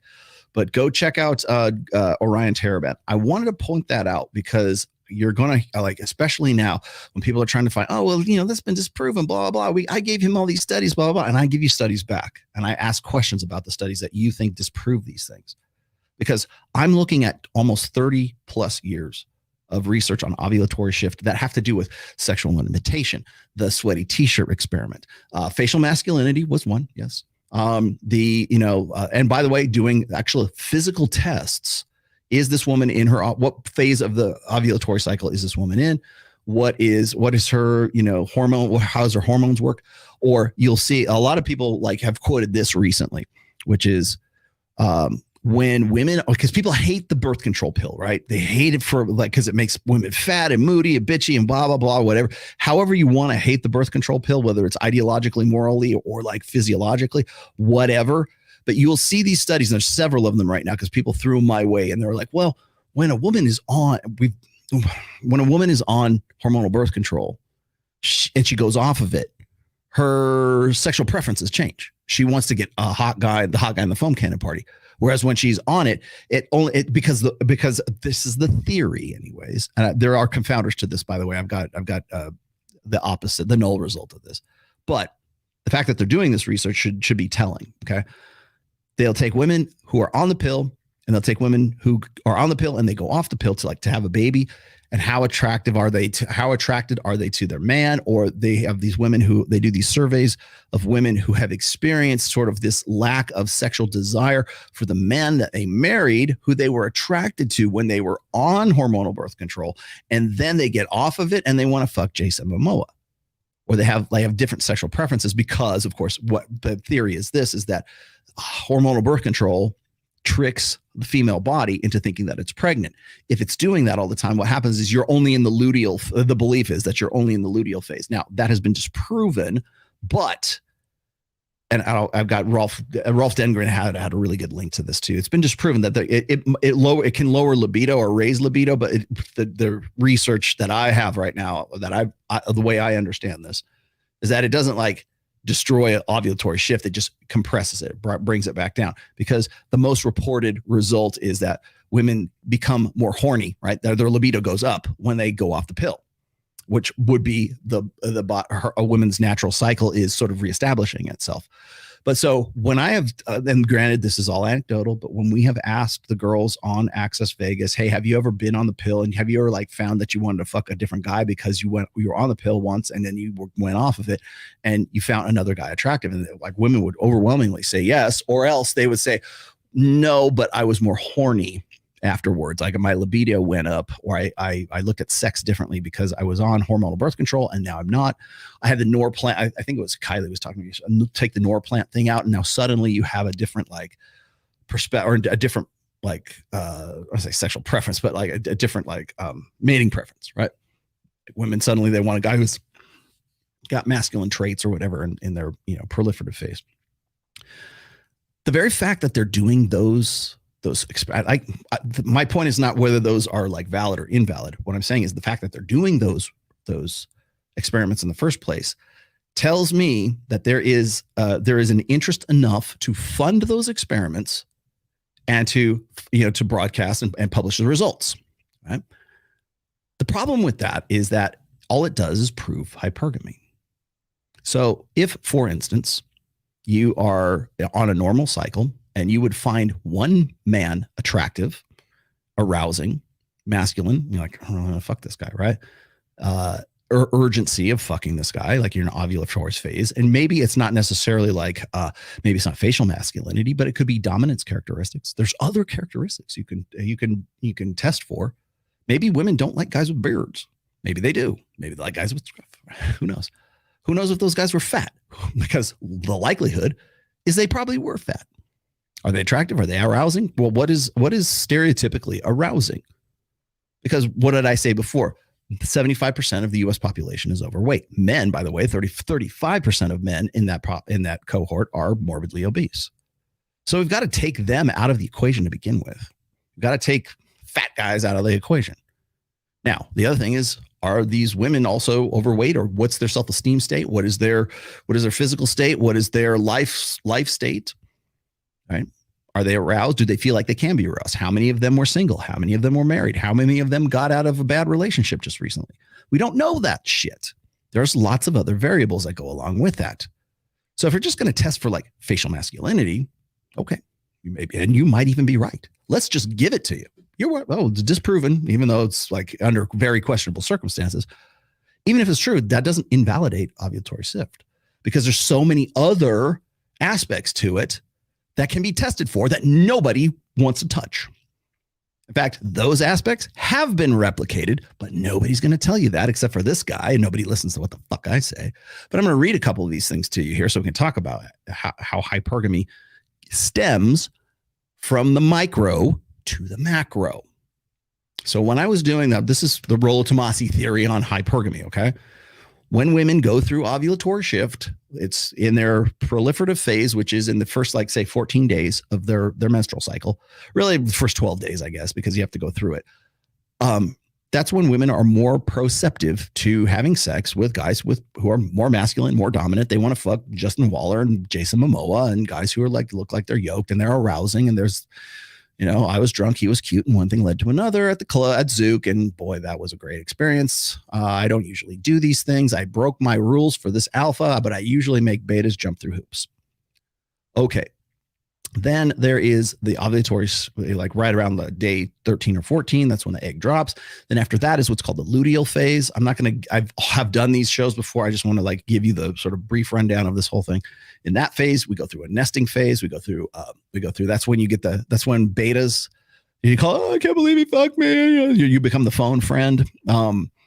And she wants her girlfriends around. She wants to spend time watching rom-coms with a quart of Ben and Jerry's, and she's going through sort of the post-ovulatory blues, or maybe she's hopeful. It doesn't always have to be that. She could be hopeful that maybe she got pregnant, right? Who knows? Maybe she's in a satisfying relationship.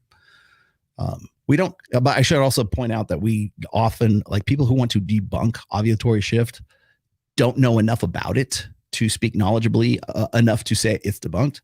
Because usually what they'll say is, well, they'll give you the MGTOW, black pill, doomer, gloom and doom assessment of hypergamy, which is, well, she just wants to fuck Jason. She wants a guy who's better than me, right?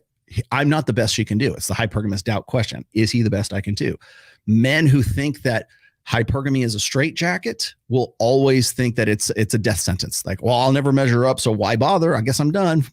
And then you get conservative pundits who want to step in and say, well, it's the red pill that's convincing these guys. It's not all gloom and doom. You should be more optimistic, right?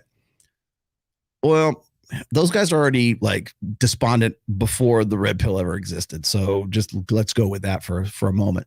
But these are the guys who don't look at, they don't see the forest for the trees. They only see one isolated data point. They don't see all the data points or the correlation between those data points. And those data points might be, well, how old is the girl? Where does she come from? Who's, That's why I keep saying, hypergamy is not a straitjacket, because there's like, maybe she was like higher value when she was 23 and now she's 33 and she's not as high value as she was before. And so her priorities have changed. And maybe she's looking for a guy who's, more ready for the long haul instead of the hot guy in the foam cannon party. That's the Jordan Peterson, rationale there.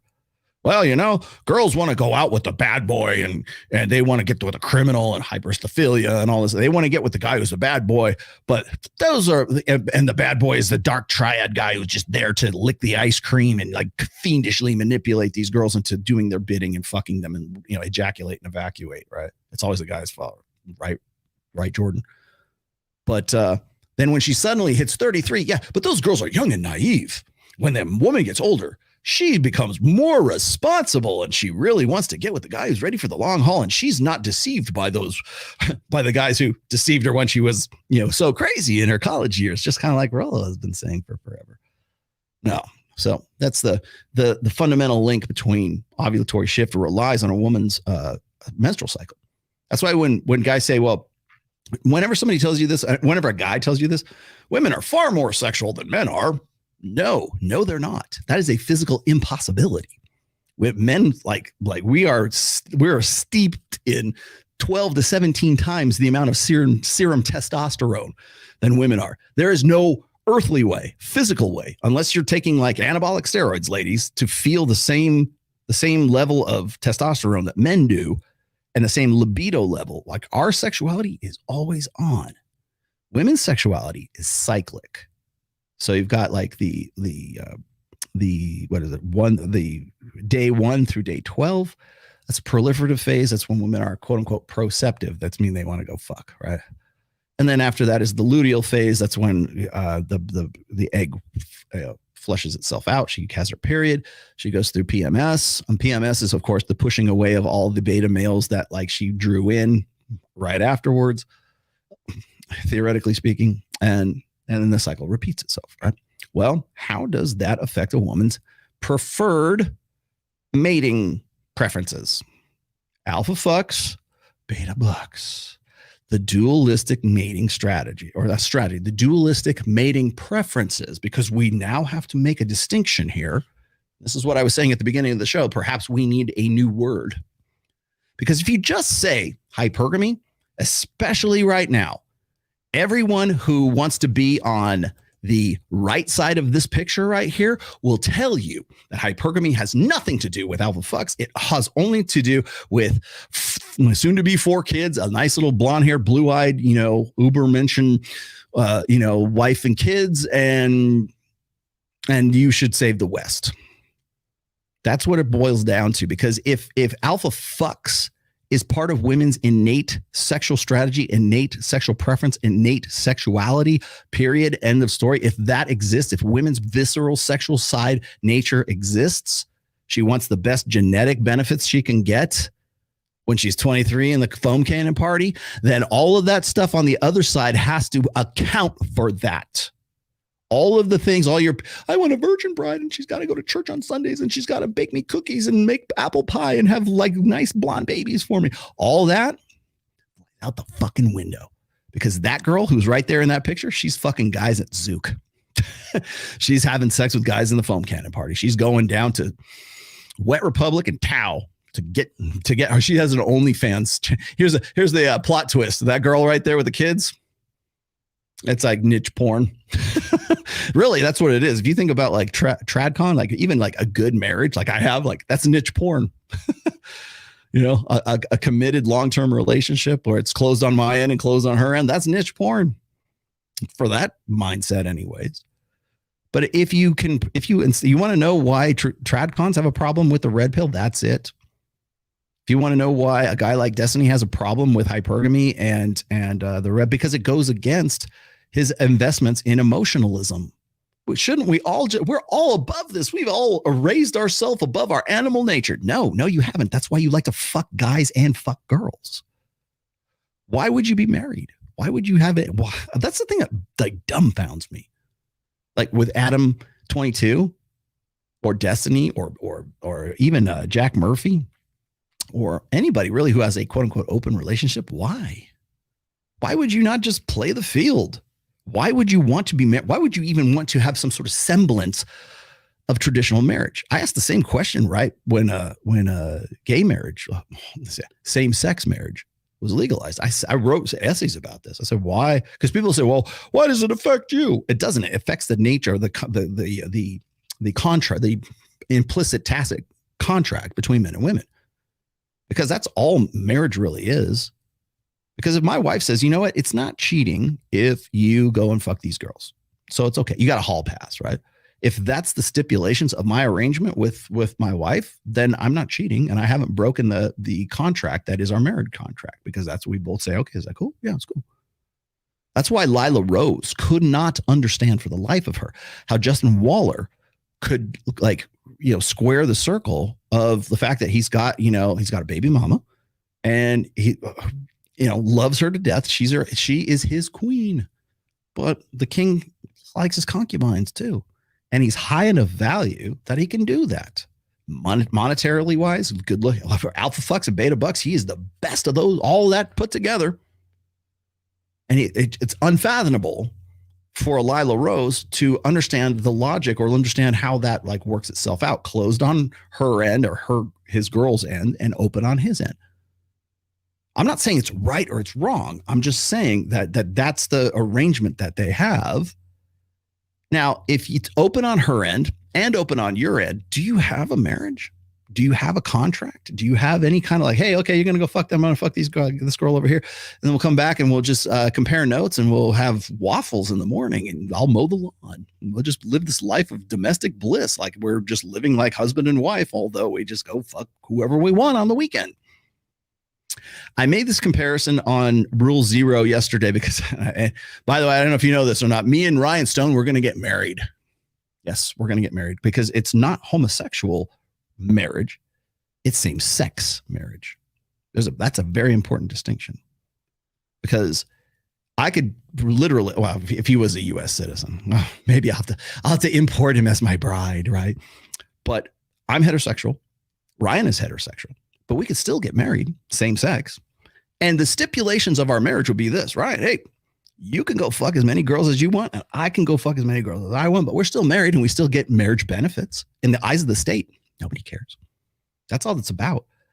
That's why homosexual people are trying to get marriage, the definition of marriage changed legally. That's why it matters, because it's based on the contract, the implicit contract between two individuals. What your contract is really between you and your wife or your wives or whatever it is. You get to decide how you're going to work that part of the contract out. All we want to know, has it been dissolved or is it still existing? Do you get the benefits of it or do you not get the benefits of it? That's what it boils down to. It's same-sex marriage, not gay sex marriage. Well, you're gay and here's the stipulations. You have to fuck men and you have to fuck men. Like that's not part of that. They don't care. That's not part of the stipulations. That's not part of the law change. You could have two heterosexual individuals who could have that arrangement. Now, here's a funny thing. Like you just say this. Well, if Ryan starts fucking guys or I start fucking guys, then we're going to get divorced because that's cheating, because that's the stipulations of the arrangement. So when you look at marriage in that sense, and then you pair that up with hypergamy, it throws this traditional conservative, like this, the nice kids in the that whole, closed on her end, closed on mine, right? It throws that into disarray, and really all it does is it forces you to reconsider that your marriage is really fundamentally based on the contract that you have with your wife or whoever you're married to. And we talked about this, by the way, I wish I could have followed up on this too with Brad Lee. He was on the show on Access Vegas, and we were talking about cheating because one of the girls on the show said, oh yeah, I had to break up with him because he was cheating. I'm like, you're on OnlyFans, or we were talking about Adam 22 and how he was uncomfortable. He felt jealousy, felt like weirded out. Look, I mean, he's fucked over 300 people at least, I think, according to what, popularity consciousness is saying, because he was a porn star himself, and now he's a quote unquote wife who's a porn star. And I pointed this out, and I'll try to explain this because people ask me to explain this, and I think it's probably a good time to do this because this is the difference between monogamy and polygyny. I'm saying it correctly. When Adam 22 is is okay with his porn star wife fucking other guys, and I presume she's okay with him fucking other girls, is that a marriage? Is that a relationship? Now, according to the standards and to the contract, that would be normative to say someone like Lila Rose. No. To me, it seems like weird. Like it seems impractical to me because I look at things from a pragmatic perspective. I'm like, why would you be married in the first place?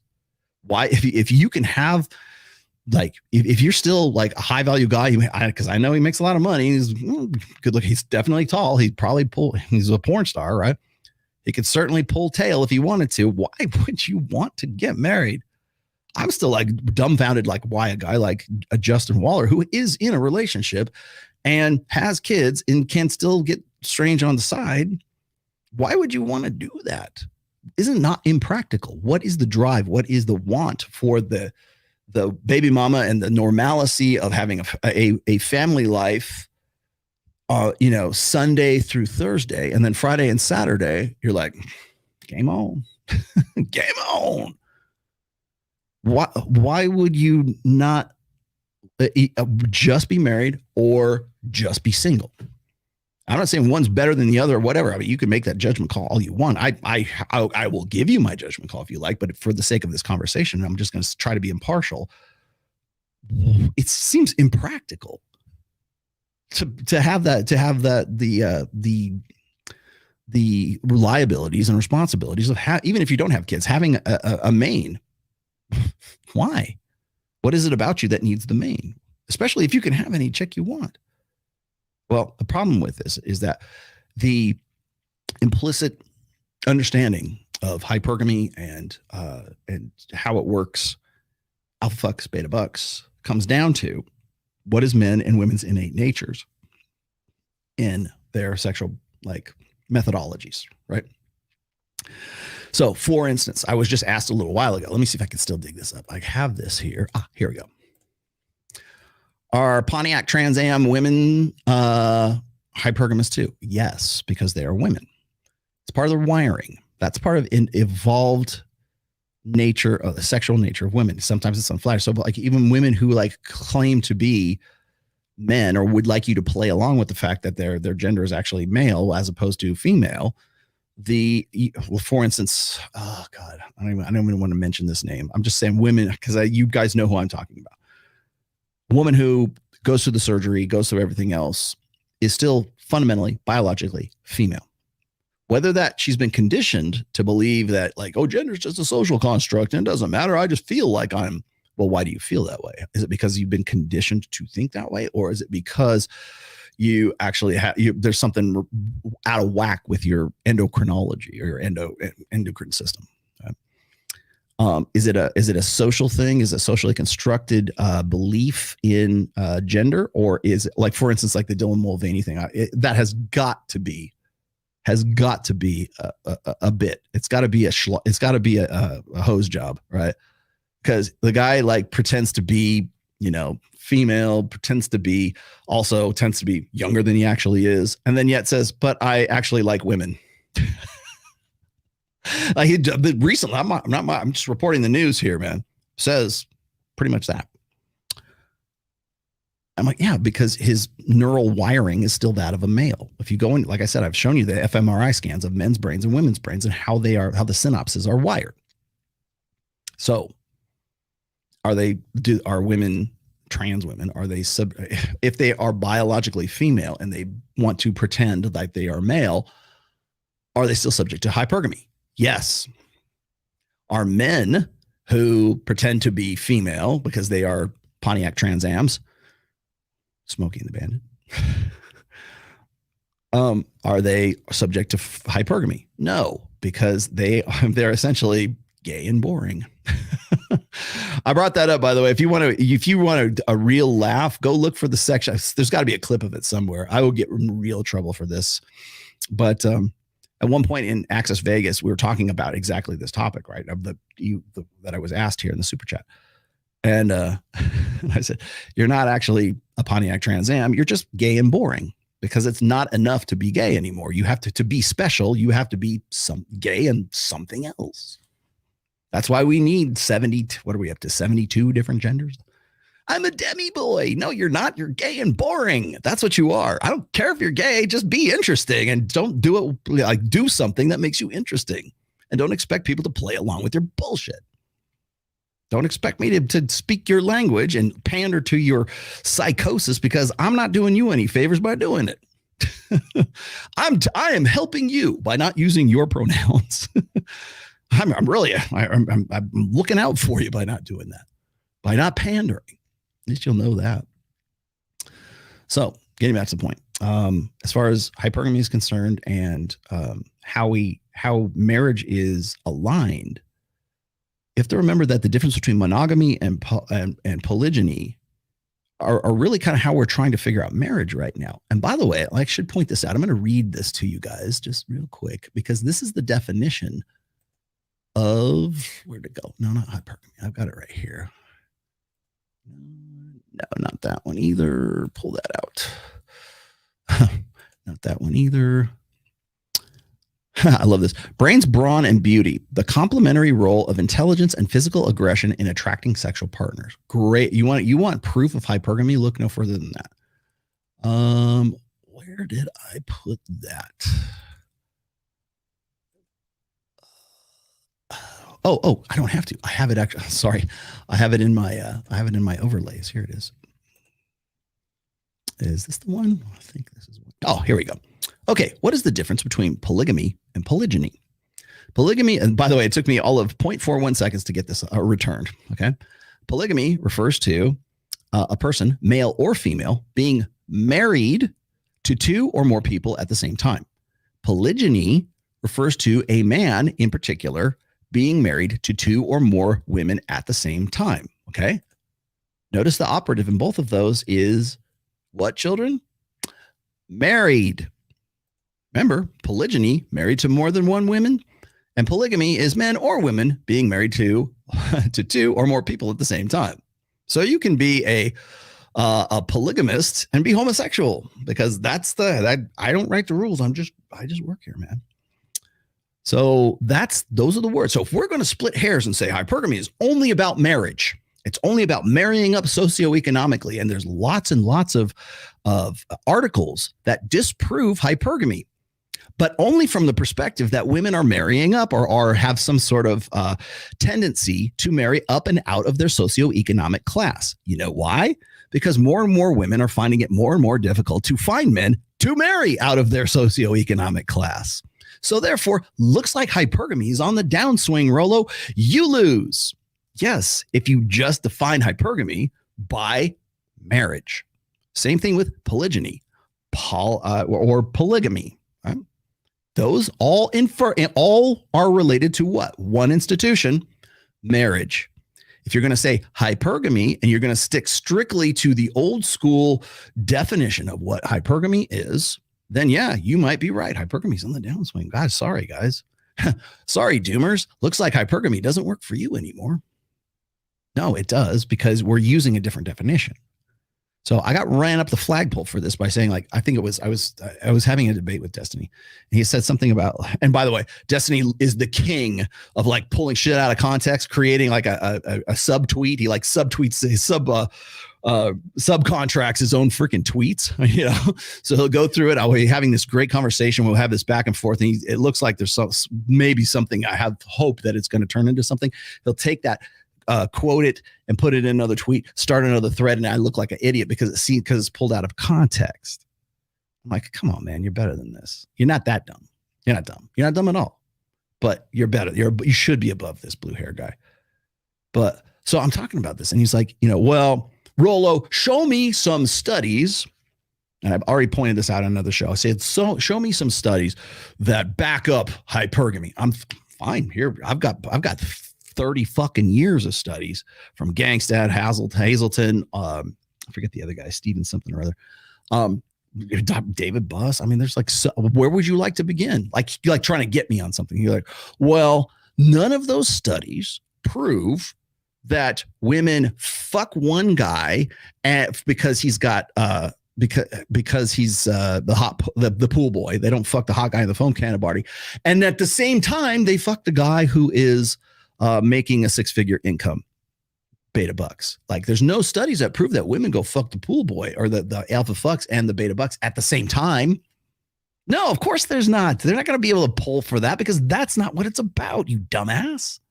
There is no studies that show women are simultaneously, concurrently fucking the alpha guy and the beta guy at the same time. And if there were, I would love to see the methodology in that. I would love to see the research standards on that one because those don't exist because that would be unethical. And you certainly sure as shit wouldn't get funded for that. I would love to see who would fund that. Funded by Pornhub. This research study funded by Pornhub, or whoever. Tinder. This study funded by Tinder. I would love to see those. I think probably at some point there will be like psychological studies funded by like big names in like dating apps or some shit like that. If they aren't already. But no, of course not, because that's not what it's about. That's why I keep saying, because it's a difference, it's semantics, it's a difference in definition. If your only definition of hypergamy is marrying up, then yeah, but that's not what I talk about. I'm talking about the difference between alpha fucks and beta bucks. I go through the maxims. I'm writing the book of maxims right now. One of those maxims is women break rules for alphas and they make more rules for betas. And I explain in great detail how that goes along, how that happens. In fact, I already did in Player's Handbook. I'm just elaborating a little bit more on that. But it's a maxim of the manosphere of the red pill. Women break rules for alphas and they make rules for betas. That is hypergamy in a nutshell. They're not doing that concurrently. They're not doing that at the same time. I mean, maybe a handful of them are doing it. It's because it's like incompatible with life. As I said before, when I was showing you guys this stuff right here, women's priority for like alpha short term from 15 all the way really up till even past 30. Physicality, raw, visceral, like how good that guy looks, how he lays down the D. That's at the top of that priority list of the 436 bullet point checklist. Physicality, alphaness, dominance.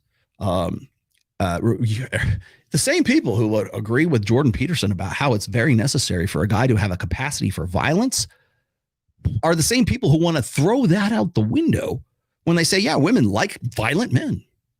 Women get off on it. Women get off on violent sex. I've got the studies for that too. Oh my goodness. 50 Shades of Grey sold 65 million copies in less than a year after it was self-published and not advertised by word of mouth.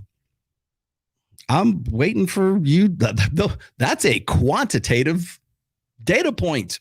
Didn't have to ask for a poll or opinions. Shit, it's right fucking there.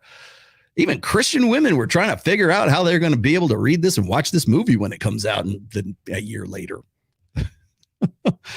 I tweeted this out not too long ago. I think it was some study about like prison guards, and it was hybristophilia. If you don't know what hybristophilia is, look it up. It's the psychological term for the tendency or the preference of women to like fall in love with, want to have sex with, are aroused sexually and romantically, however they define it, to be have a preference for hardened criminals, rapists, killers of men, to the point where they have to separate prison guards from the prison population because there's too many of them falling in love with the hardened criminals, the Anders Breiviks and the Nicholas Cruzes and the Boston Marathon bomber guys. They have teenage fan clubs. Here's the thing. The hybristophilia, not all women are hybristophiles, right? But only women are hybristophiles. So if we're just going to go and look at hybristophilia in general, women want a guy who has a capacity for violence because evolutionary speaking, again, this is hypothesis. Evolutionarily speaking, there was no greater demonstration of higher value in our evolutionary past than killing another motherfucker. Well, looks like he has a capacity for violence. I want to have babies with him. I want his kids because they will too. And they'll live to pass on our genes. It's not that hard to figure out. Oh, what happened to kindness and love? And yeah, those are nice aspirations. And I'm not saying, and if you go and you read where to go.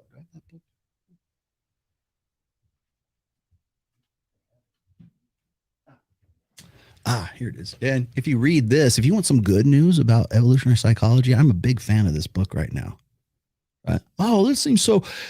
Chris Williamson and Brett Cooper, when you're talking about, oh, there's room for hope, and those red pill guys are just doomed. They talked about doomers and everything like that, right?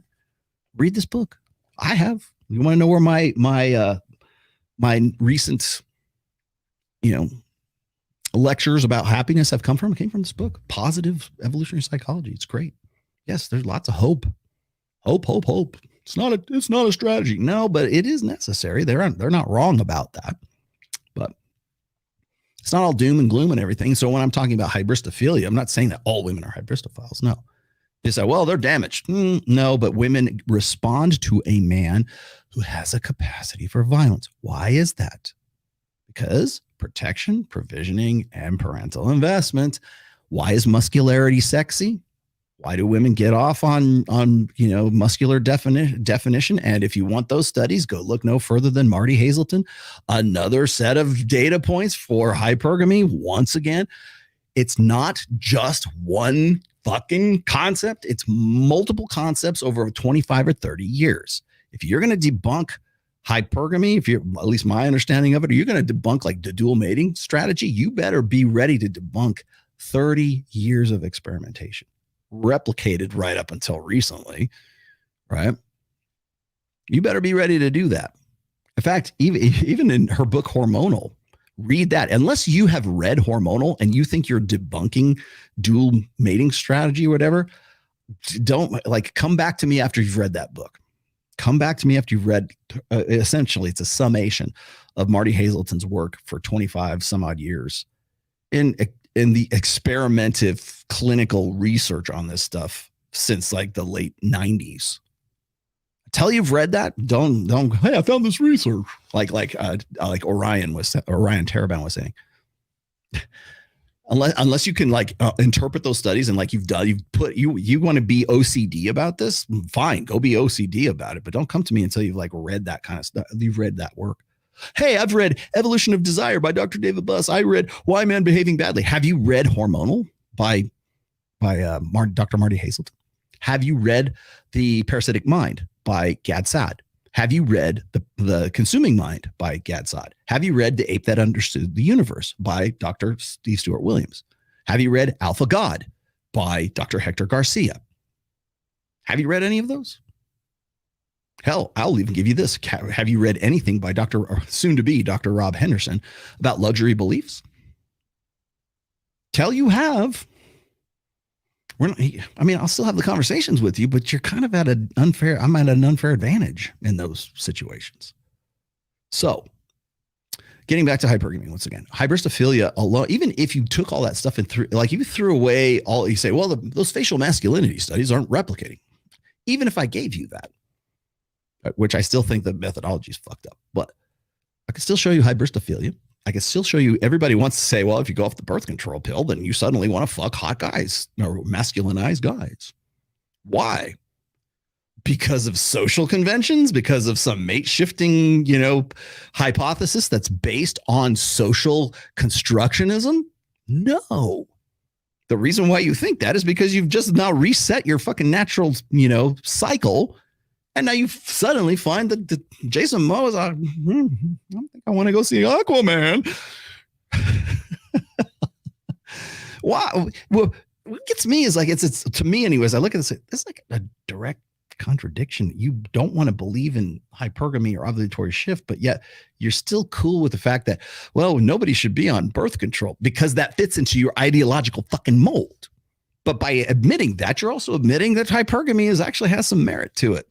Or ovulatory shift does, because if you didn't have an ovulatory cycle that prompted you to want to get with Jason Momoa in the first place, then it wouldn't be affected by your fucking biorhythms and your menstrual cycle.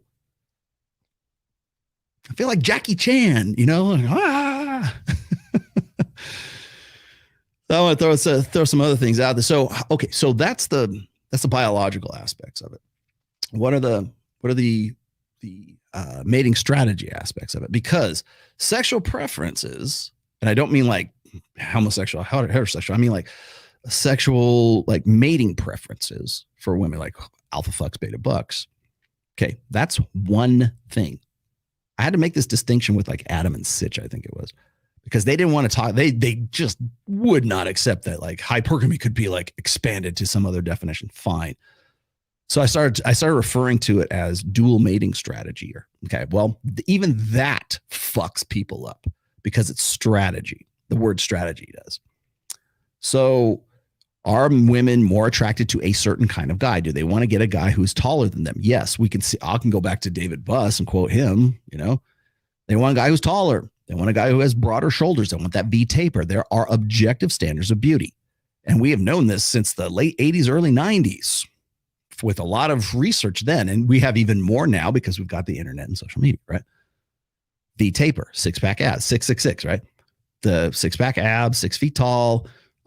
It's got to be good looking, got to have a chiseled jawline. Maybe facial masculinity is like maybe downplayed more than that, but still, you know, ladies, come on, you know, a guy who looks good and a guy who looks fat. It's almost better to be too thin than to be too fat. But they want muscularity, they want height. There's objective beauty standards that are distinct and across the board. They're universal constants. There might be variations of those constants, but those constants are still the same because the machine looks for, you know, survivability. Like you don't like women do not want to get with a guy who has like, you know, an asymmetrical face, right? We look for symmetry. We're very good at pattern recognition. There are objective standards of beauty. So what are those? What are the behavioral manifestations of that? A low voice, a very wide voice. Let's get it on. Tom Jones. Who's a sexy singer? I'm trying to think. Certainly not Michael Bolton. But I mean, think of like deeper, like why are deeper voices more sexually appealing than higher voices? Like when a teenage boy's voice cracks. That's how we know he's entered into puberty, because his testosterone is kicked in. It cracks and it drops. Now he's man. Now suddenly your little boy, mommy, is no man. His voice dropped. That's an indicator of testosterone. Muscularity, protection, provisioning, and parental investment. He better have people want to say, oh, Sexy Sons is not what we thought it was. It's all, you'll notice, I'll tell you the thing that gets me the most here. Now, I want to talk about trends and sort of like Taraban was talking about a little while ago, talking about trends in psychology, who's funding these studies, everything else. You'll always notice that, and I brought this up when I was doing the breakdown of Dr. David Buss, but not just him, but anybody who's been sort of a household name in evolutionary psychology who has sort of turned their backs on or have turned their backs on like, I guess, dual mating strategy as opposed to hypergamy. They do so, but they adopt mate shifting strategy, which is fundamentally based on social constructionism, which is in direct conflict with evolutionary psychology. And I'm not saying that it's not important. I'm just saying that if we look at, the 4 laws of behavioral genetics, we can see that it is not as important. The effect of the genes is larger than the effect of the shared environment. But yet we're going to say that the innate mating strategies of women are inspired by status and wealth and for the long term, yes. But the reason we fixate on that in a gynocentric social order is because that's what plays. That's what sells books. That's what plays to an audience. It sounds better than alpha fucks beta bucks. Women break rules for alphas and they make rules for betas. They don't want to say that because they're not going to, David Buss is not going to write that book. Rollo Tomassi will, but nobody else will. As equally as valid a concept as anything else, but we're talking about dyed-in-the-wool evolutionary psychologists who have made the better part of their life's career on this, are now saying that, oh, well, you know what? Maybe we were wrong about that. Maybe the little ladies were right because, and here's why. You know why they lean towards the beta buck side of the dualistic mating strategy? And that's the only side because of this. Because of the right side of this picture right here. Because that's what plays. That's what they want. Men are pigs. They're horrible. Your body count doesn't matter, ladies. Remember? How about this? Whoa, what about this? Most dudes who on they square and pursuing their business and walking in there and what they supposed to, them is not asking your body count. So you saying body count doesn't matter to a real man? Body count There's a lot of hoop earrings in that audience, just saying. Matters to dudes who not in the count. Ooh. This is gaslighting. This is the gaslighting, not only of himself, but the women here just, yeah, you go, king. Because it plays to that audience much in the same way that this plays to another audience, to a white audience, I guess. Exactly the same way. Oh, Lord. No, we didn't. This has been tonight's conversation. That's what I'm saying. I've never met a man who's had the, and ladies, I'm not saying this like y'all easy. I've never met a man who had the ability to actually be with the woman that he wanted. Because most dudes with the women they got access to, not the women they want. I don't know a lot of men who with the women they want, who be worried about who else she. I got money. I know the spots. I can take you wherever the rest of them niggas take you. I'm confident in what I got. I'm not worried about who else you with. Okay. This guy, and I don't know who the dude is. I forget who gave me this, who sent me this. But this dude right here is the antithesis of Adam 22. This is like the nemesis. Like this is why shit like this is why when Adam allows his wife to go fuck on browsers or whatever it is, this is why he feels like he's in. This guy is secure. You should be secure. It doesn't matter what her body count was, because if you're a real man, you won't think about that. You're on your game. You're on your bag. You're on your everything else. Well, how come if that's the case, it seems to me that Adam 22 is very much on his game, has his bag, can fuck other chicks for sure, knows all the spots, and has a wife such as it is, and gets weirded out and is asking Destiny for advice or relating the fact that he feels a little like this ain't fucking right. There's not like other dudes are fucking my woman. I wonder how he'd be okay. Okay, so where do you draw the line? Well, a real man doesn't ask you what your body count is. He doesn't care because he's on his game, right? Okay, well, what if she's fucking other guys? What if she's advertising herself on Instagram or OnlyFans when you meet her, and that's how she makes her money? And yet, are you insecure in your masculinity because you have a problem with that? Or are you more secure in your masculinity because you're like, that's all right, I don't care if like other dudes fuck her on OnlyFans? These are the questions we have to answer right now. But I want to pull one more thing out here. Okay, I'm going to let him finish real quick because I got to come up to this. Only a dude who not on his square is worried about community. Okay, community property. I don't roll in the community. There's the right ladies to dry yourselves up with. Respect. So all these girls should be wet in the panties because men shouldn't care what your body count is, because they'll be real men and secure in their masculinity if they don't care if you've got 300 or you got 30 or 3 or whatever it is. And you're weirded out, and there's something wrong with you in your masculinity if you have a problem with that. Now, the reason why this is such a popular topic right now, and the reason why this hits the way it does, is because women need an out. They know they can't escape their digital footprint and their sexual past. They don't even want you to talk about it. They don't want, like most guys, we have an innate sexual revulsion to women who are easy. And not because, you have to kind of get past this. It's 2023, right? You're not going to get a virgin bride, most likely. And if you do, you're probably wrong about it. But it's 2023. So the thing is the reason why this narrative plays right now is because women need an out. They need absolution. They need a way to get away from they want a fail-safe for their bad reproductive decisions. That sometimes looks like abortion. That sometimes looks like hormonal birth control. And it sure the fuck looks like body count forgiveness. You know how they have like body fat acceptance, or they have like body positivity? I will guarantee, maybe we'll hit the Overton window on this at some point, but like I would argue that we'll hit at some point. We'll say it'll be like body count positivity, body count acceptance. This is it. And it won't be women doing it. It'll be dudes like this gaslighting themselves. That's what it'll end up being. So when Adam 22 has a problem, and I like the guy well enough, but when he has a problem with, his wife doing browsers or whatever the fuck she was doing, there's a reason for that. Innately, instinctually, he has a problem with that, but he's still struggling with his conditioning. It hasn't been complete. He hasn't been able to make that normative for himself. And he feels weird because guys like this tell him he shouldn't feel bad about that. They tell him it doesn't matter who she's fucking. It doesn't matter what her body count was. And you could say, well, that's retroactive or proactive. Like if she's fucking, it should matter what her body count is if she's cheating on you, is if your arrangement is that in the first place.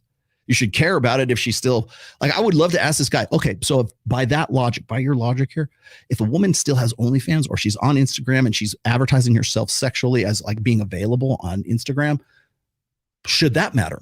Am I insecure in my masculinity for having a problem with her advertising her ass on OnlyFans and Instagram? I would, you know what his answer would be? Yes, she gets to do whatever she wants because you're the man and she wants to follow you and she will give all that up for you. But no, she won't. Not if her revenue depends on it. Not if she's making more money than you are. So she could buy that house. And you want to know why women want $300,000, $500,000 a year from a guy? Because they're, probably pushing more than that themselves, or they think their girlfriends are. Of course they do. I'm worth $300,000 a year. Maybe now you are, but when you hit 36, will you? I don't know.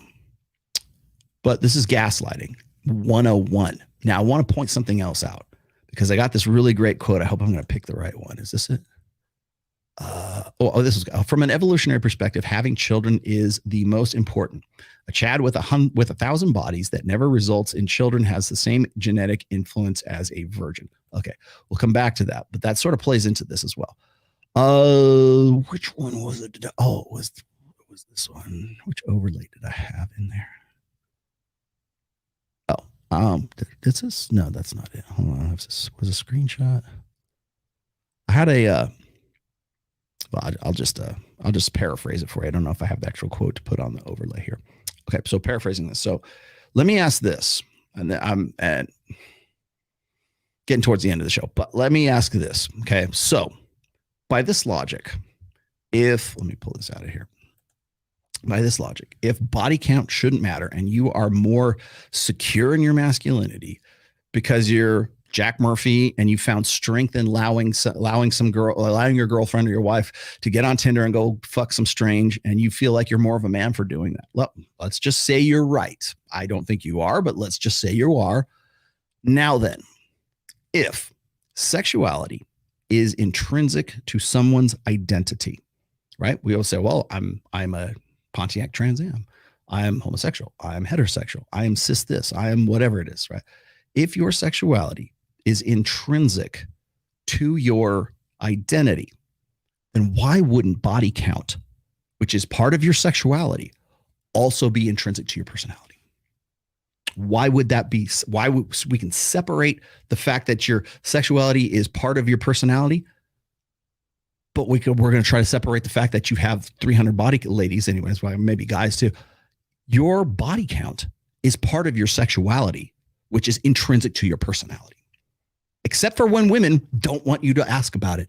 Except when it's something that is whether you're secure or not, when it's a criteria for security in your masculinity, then it goes out the fucking window. Then we don't want to talk about it anymore. No, your body count is part of your sexuality. And if you're going to say that your sexuality is part of your personality or intrinsic to your ego or whatever, because if you're going to say you're this particular gender or you're this particular whatever diagnosis you want to give yourself, if that's part of who you are, then you're goddamn right that your body count, you're goddamn right that your body count matters. Even men too. At least in this context, I would say the same thing.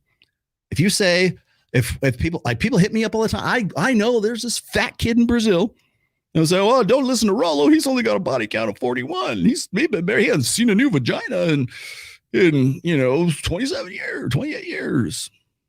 Okay, well, if you think that that's intrinsic to my sexuality, and your body count is 300 or 500 or what is it now, 1,600? Who even knows, right?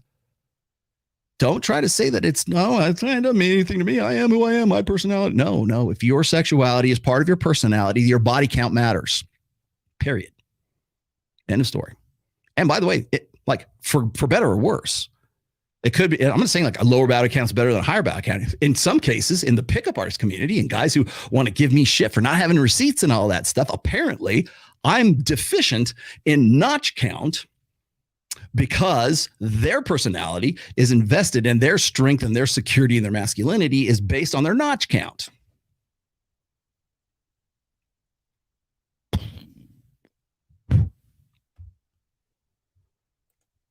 Mic drop. Thank you. All right. Like that? There you go. So I can hardly wait for Myron to pick up on this one, because I know people are going to pick up. That's going to be a clip right there. Glenn, make that a clip.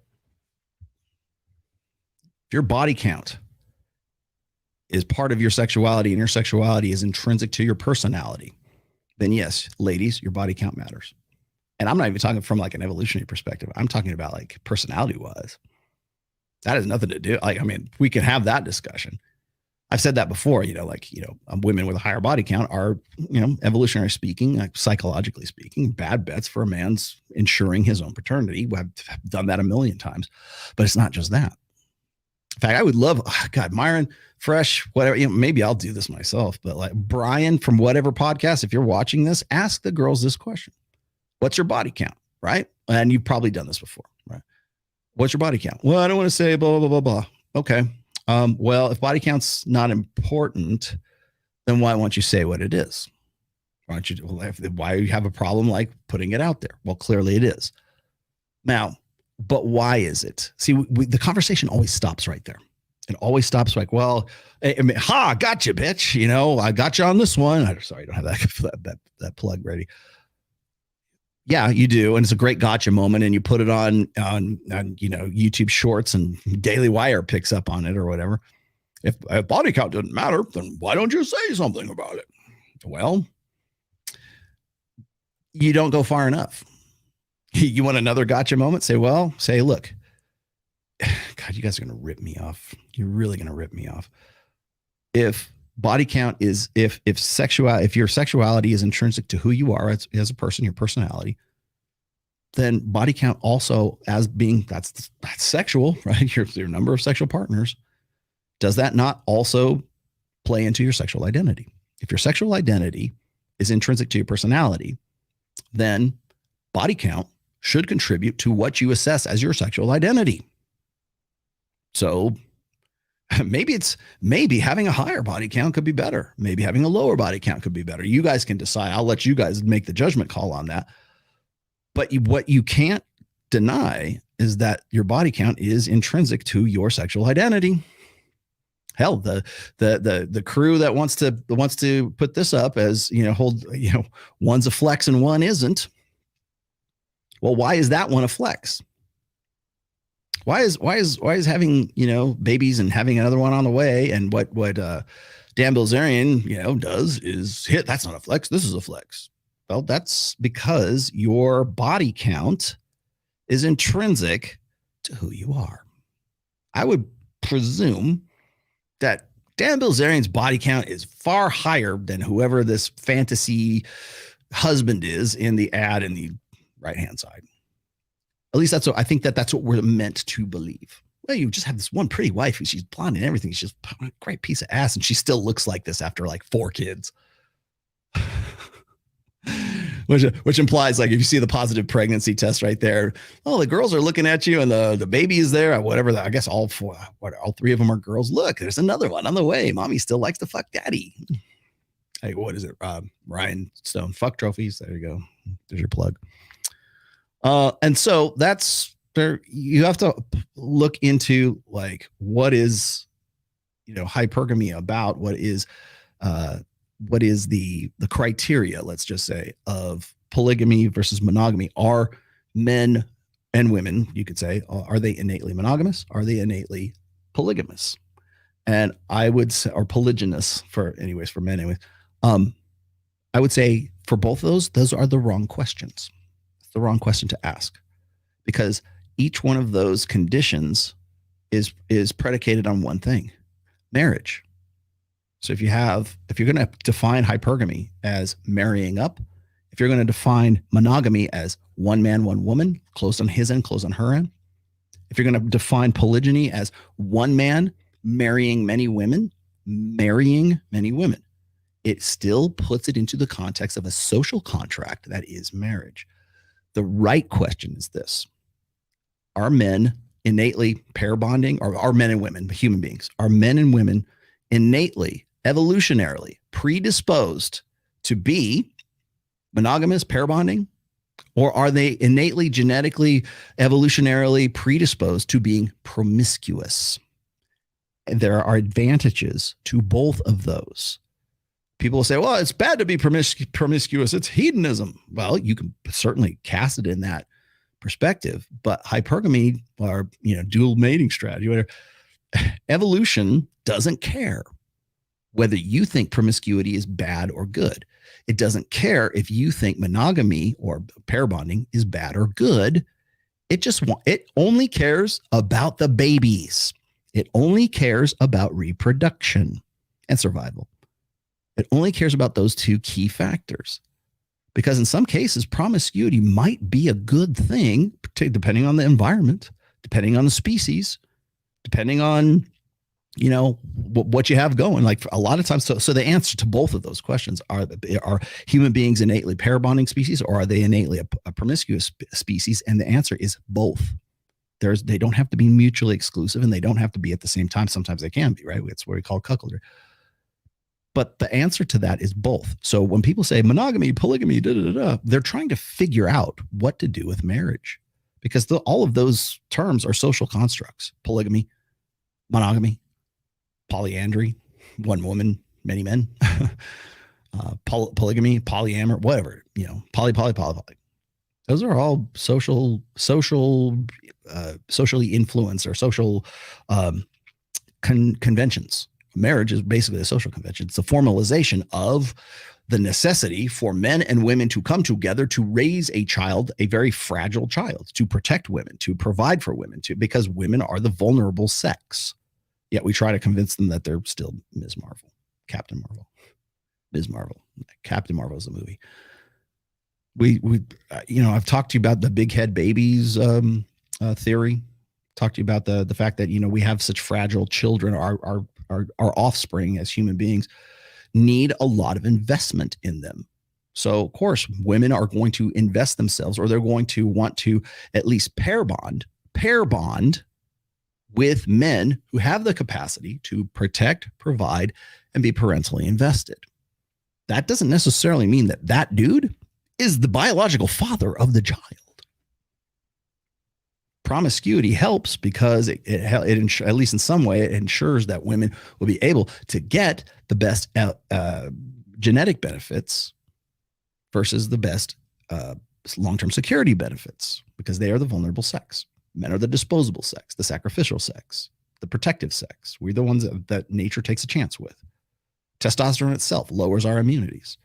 In fact, that's one of the things, this is a theory, of course, but the idea that, one of the reasons why muscularity is sexy, of course, is, have capacity for violence, protection, but also it's a cue for testosterone, like high testosterone, which of course is maybe, women don't, the animal that is the human species doesn't actually intrinsically know that, but there is, like, testosterone puts men at a greater risk for bad decisions too, but risk taking, but also for pathogens, for immunity system too. More testosterone, lower immunities. So depending on what it is, but again, that's neither here nor there. Like, it's not like women can consciously acknowledge that, but they're still seeing muscularity is sexy. Physical prowess is sexy. It's arousing anyways. So how do women go from their innate sexual preferences to having a strategy to achieve those preferences? That's where hypergamy comes in, at least in the Rollo Tomassi sense. Alpha fucks, beta bucks. It doesn't happen concurrently. Well, sometimes it does, but it doesn't happen concurrently, usually. The reason why it happens, a cuckoldry, whatever we're going to call about, is because a woman cannot ensure the best genetic benefits and the best long-term security benefits in the same guy. That's one reason, theoretically speaking, that estrus is hidden in human beings. There's hypergamy once again. There's ovulatory shift once again. What else do I go ahead and give me another research? Let's have dueling research.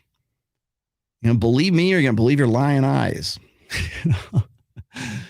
So Anyways, let me see if I can get to the rest of these comments here real fast. I think I got a few that are starred here left. This was a good one. I held on to this one. I feel like women are allowed to wear makeup. Allowed. They wear makeup, but men are not allowed to display interests, allowed to approach. No, you are. Don't let anybody tell you what you're allowed to and what you're not allowed to do. Right? Is this a form of women's hypergamy, filtering away beta males? Yes. I think what you're getting on about. Oh, thanks for that, man. I think what you're getting. Oh, geez. I think what you're getting on about is the idea that women will make rules for alphas or make rules for betas and break rules for alphas. It's that cartoon, right? Remember that cartoon where the woman who is like in the office and like the good looking guy comes in and hey, Susan, looking great today. And he looks like he's all dressy sharp. He looks like Tristan Tate. Blah, blah. And she's like, oh, you're so kind. I love you. Right. And then this big fat ugly guy, same thing, same girl in the next frame down. Hey, Susan, looking good. Right. She's like on the phone. Hello, HR, help. This is sexual harassment. Right. That's in a way, yes, it's certainly a sexual filtering. It means don't come. You want to know why we have laws against quote unquote harassment on like the streets of what, London or something? Like you're not allowed to look at a woman like a beat longer than you are, else you're going to go to jail for like a hate crime or something like that. I'm not saying it's specifically about that, but it sends the message that if you're a creep or you don't have your shit together or you're not good looking, that if you go and you make these approaches, then you're going to be punished, fined, taken to jail, criminalized. It sends that message. I'm not saying that's the implicit reason for it, but it sure as shit sends that message. So another question, how come women/government say men can't speak on women's issues because they don't understand, but we allow women to invade male spaces? Because men think that by doing so and by allowing that they're going to get laid, that they are in some way more advanced. It's essentially, it's an extension of what's called sneaky fucker game. It's the male feminist adaptive strategy, mating strategy for men.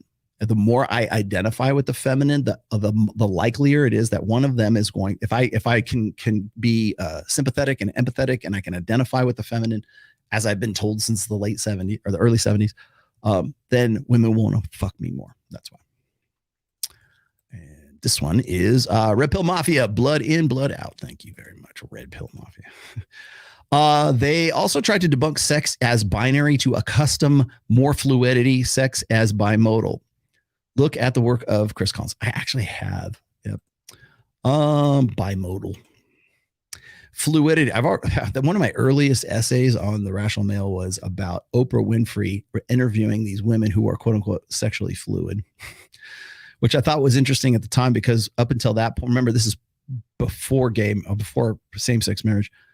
And the idea was that these women who were divorcing their husbands at like 36 or 40 or whatever, they start getting with really masculinized, like butch lesbian women. So they're looking for the man that their husband could never be, but they're not real. They come up with this gaslighting of themselves saying like, oh, I just discovered I was after 2 kids and I got married and I got rid of this beta husband that I was actually homosexual. No, you're not. You're sexually fluid and you're still looking for the same thing you hoped your husband would be able to provide in a butch lesbian.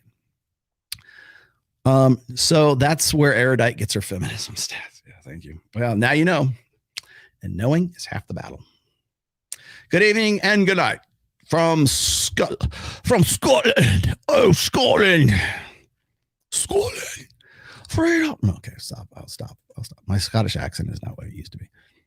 Hey, have you heard of Aiden Paladin from World of Warcraft? She does hour-long videos, unlike the 4-hour and 36-minute video you're doing, Rollo. Breaking down research papers on psychology and some of the issues. Not really red pill overlap, just content you might find interesting. I'll look her up. Aiden Paladin. With a name like Aiden Paladin, how could you go wrong? There you Tell go. these bitches to Big go Mo. to hell. Word on the street says Rollo's Rockstar 20s was the hot guy in the foam cannon party. And dude, I've already admitted that was me, like in several times before. That's why I keep using that saying, what is this? He has this OCD about guys in foam cannon part. Rollo can't be red pill. He's married. He can't be married. You know what I'm talking about too, right? Okay.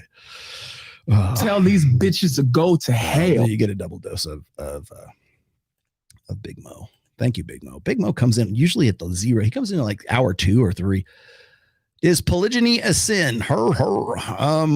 Depends on what testament of the Bible you're reading. Rollo, give examples of dread game to do in an LTR. Okay, dread. Thank you for your very weak super chat there.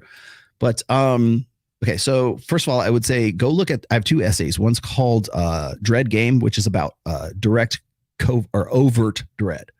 It's like almost like ultimatums, like, bitch, if you don't shape up, I'm going to do these things, but not like saying it, but like implying it. And then there's passive dread, which is far more effective. Passive dread I will never tell you to do active dread game. I'll only tell you to encourage and to go with passive dread when the opportunity arises.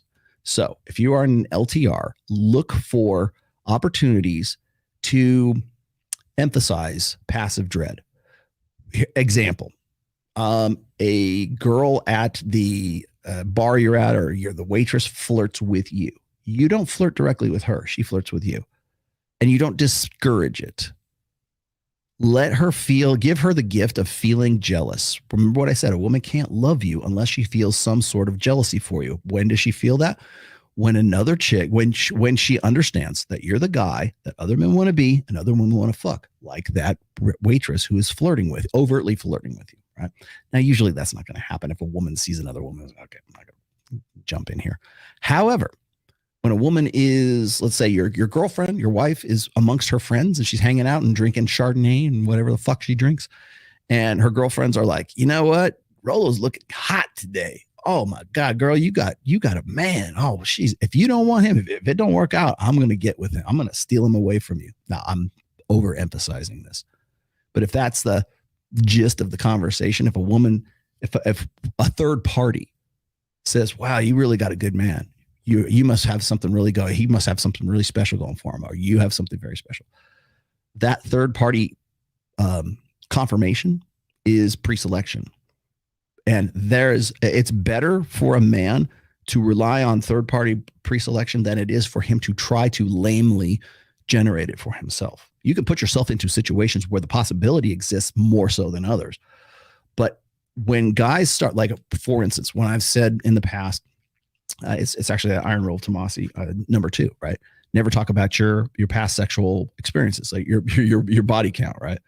Well, why wouldn't you talk about that, Rollo? Well, for one simple fact, when guys lead with their wallets, it turns into a transaction. You turns your relationship with that woman turns into a transactional rather than validational relationship.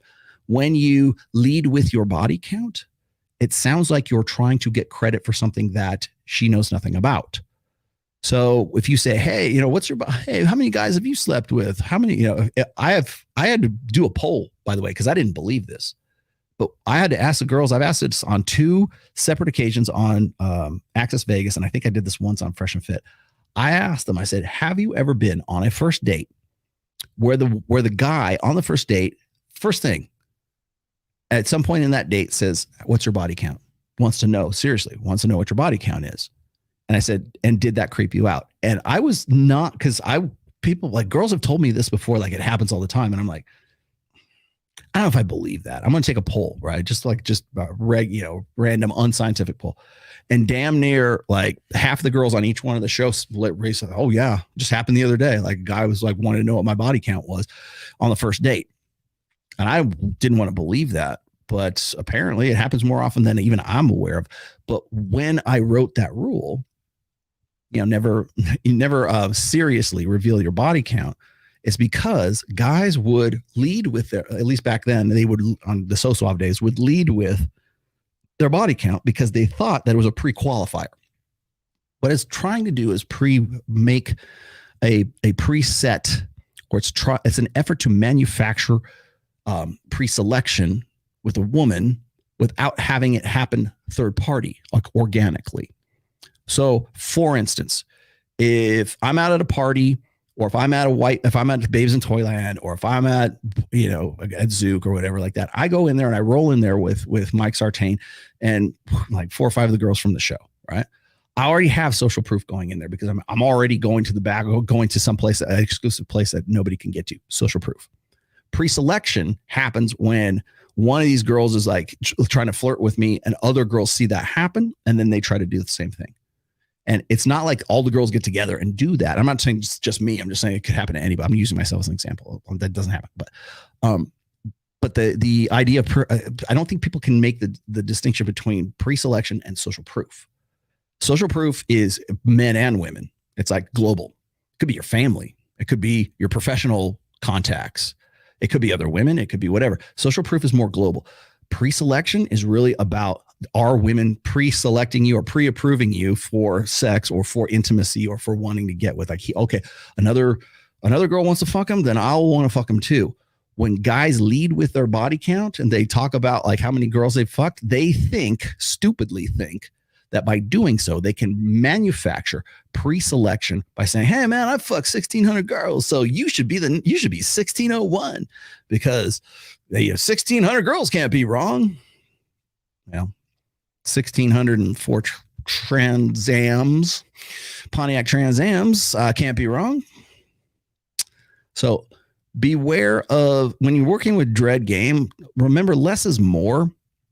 Allow it to happen rather than make it happen, I guess. Maybe that's a better way of putting it, because pre-selection is better when it's organic. Can you put yourself into situations where pre-selection is more emphasized? Absolutely. But when you try to do it yourself, I'm not saying you can't, but first of all, most men don't have the patience or the skill to do so, but it's almost better if it's an organic, natural thing that you happen to like steer the ship into the waters of pre-selection rather than like, crash it and drag it up to your boat kind of thing. So, bear that in mind. I also, while we're on this topic, the other thing I was looking, I was recently talking to not a client, but a friend of mine was talking about how he was really, it's like fucking up the date. Like we said, sometimes all you have to do is just like be there and you're already in. You got the pre-approval, you got the pre-selection going, and all you have to do is not fuck it up. One of the ways that guys fuck it up is they try to do too much of a good thing. What does that mean? Well, for instance, let's just say you're witty and you're funny and you're charming. You throw off a joke about something, like some particular topic. She laughs naturally, organically laughs. Oh, you're so, she's laughing or shit. What you should not do is try to retell that joke again or try to go back over that same territory again. Because what it's saying is it's sort of tacitly giving away the game. So if you said something that makes her laugh, don't revisit it. Let it move on to another thing. Like make her laugh with something new, right? Because if you do so, like you have one topic and you made her laugh talking about this one topic and you try to like do variations of that same joke over and over again, she might laugh the second time, but by the 5th time, she's like, okay, this guy only has he's a one-trick pony. He only has one line. He thought that worked because I laughed. And so now people don't think that women pick up on this shit, but as we said before, women are better at communication, and they are. They are better at communication, at least sub-communications, innuendos, covert communication. And so by retelling that same joke or recovering on that same like sort of aspect again, if you keep going back to the same watering hole, then they'll see the jig is up. Something doesn't smell right. A truly witty guy doesn't go back to the same joke. He comes back like a good like stand-up comedian doesn't retell the same joke over and over and over and over again, like in the same bit. Right? Let's see. I intuited red pill at the beginning of the pandemic. Only recently found the red pill. Red pill puts words to so much that I experienced 10 years of marriage. Yep. Thank you very much, my friend. At the end of the day, people just don't want to admit that we behave just like animals. We do. The machine is an animal. We don't have to be animals. We're more than animals, but we are also animals. think people like misconstrue that about me. Like I say, oh, Rollo, it's so predeterministic, and he doesn't believe in free will, and he thinks we're all just animals, we're like wild beasts. Yes, but we're also capable of writing sonnets and painting masterpieces and writing the great American novel and curing cancer and coming up with great. We're more than that. We are animals, but we're also more than animals. So when people I think people mistake that. They want to characterize me as, oh, he's just a hedonistic, evil son of a bitch. Dude, you know nothing about me. Like, ask me. I'm happy to talk about it. Don't make, and I'm saying you did, but I'm just saying, don't make presumptions. Okay, so that's that. Thank you. And nice hat. Thank you very much. I wonder where I got it from Thor. Let's see. Yes, I think hypergamy. Real definitions are women who want men at the best of every single regard. Yeah. Like financial, physical, mental, and money, muscles, and game. Maximize as best you can all three. Is 5 an acceptable body count number? She is 25. I don't know. Is it? You tell me. What do you plan to do? What's your goal? Is 5 acceptable? There'll be guys in the chat, right? I have my other screen right here. There's guys in that other chat right now that will go, no, only a virgin is acceptable if you want to achieve this kind of greatness. I don't know. Is it? Here's the beauty of this. You get to tell me. You tell me, bro. I just work here. For what? Acceptable for what? For marriage? Do you want to get married? Do you really want to jump into that? Do you want to get married in the United States today? Do you want to take that risk? Because that's what it is. It's an all downside risk for guys. And I'm not saying you shouldn't take it, but you should know the risk for sure. But is 5 an acceptable body count for what? Bringing her home to mom? Introducing her to your dog? For what, man? Acceptable number for what? What's funny is, here we are at the end, so I can be a little flippant here. For what? But also, like, if you don't believe in marriage, if you think, hey, marriage is fuck, I'm never getting married, Rollo, fuck that shit. If you're the same guy who's telling me that like tattoos are a red flag for women, and yet you're not going to get married, like, why do you care? If anything, tattoos on a girl and you don't want to get married, that's a green flag, man. Game on. Tats, yes. She looks like a suicide girl and she's got big old titties and everything like that. Why wouldn't that be? I'm joking. But seriously though, in this case, it's like, why would that be an issue? Oh man, that's like having bumper stickers on a Ferrari or on a Lamborghini. Yeah. But why do you care? You're not going to marry the Lamborghini, right? Because you're against marriage. So that should be a plus. Oh, she's a free spirit. I have no problem with girls. By the way, ladies, I have no problem with tattoos whatsoever. I have a problem with bad tattoos, like Walmart tattoos, right? Like if you have Bart Simpson like tattooed on your thigh, yeah, that might be a red flag.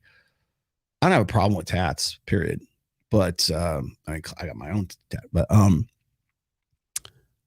I love it when guys are like get holier than thou. I respect for yourself. Remember, I respect myself more than to get with a girl with tattoos. Good luck today. What for? Acceptable for what? Let's clarify. Let's qualify things here a little bit. Okay. So, like, throw me a bone, man. If you and Ryan get married, who's taking whose last name? Well, dung is fun. That would have to be a stipulation. We would have to go to premarital counseling and discuss that. Ryan, I'm sorry, but I'm going to insist that you take the name Tomassi. Or maybe we can like make a hybrid, like Stonemassi. That's what it would be. It would have to be a hybrid between the two of them. We have to find a way to do it. Tomastioni.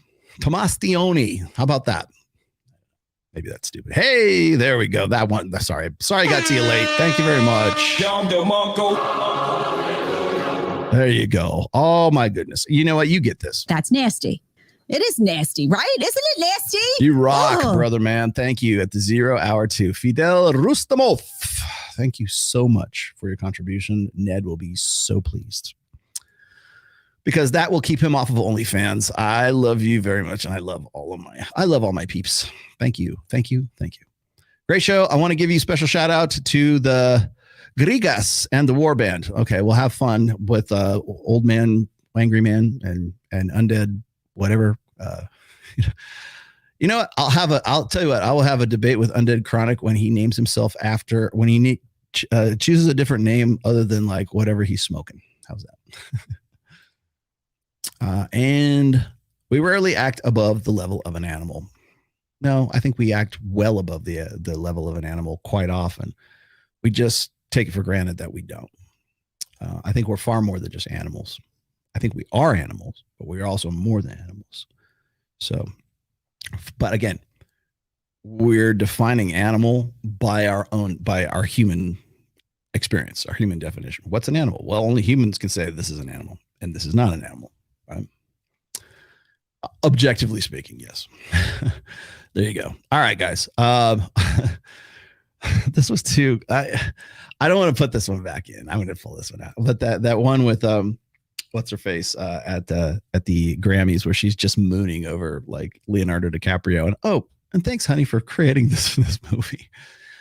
Hypergamy, it's everywhere, man. Alpha fucks, beta bucks is everywhere. You just have to see it. That's why I said it. I'm going to leave you guys with this. You have to just open your fucking eye. What is the red pill? Oh, it's opening your eye. Why do my eyes hurt? Because you've never used them before. I start every book with that quote from The Matrix. Right? Every book, from the first one to the fifth one. Why do my eyes hurt? Because you've never used them before. Start using your goddamn eyes. Start using them. See it around you. I keep saying that, like they always talk about the red pill lens. And once you have it on, it's like the glasses in They Live, right? Roddy Piper puts them on. He sees, oh my God, we've got one that can see. Yeah. Well, the problem with those lenses with the red pill is they don't come off.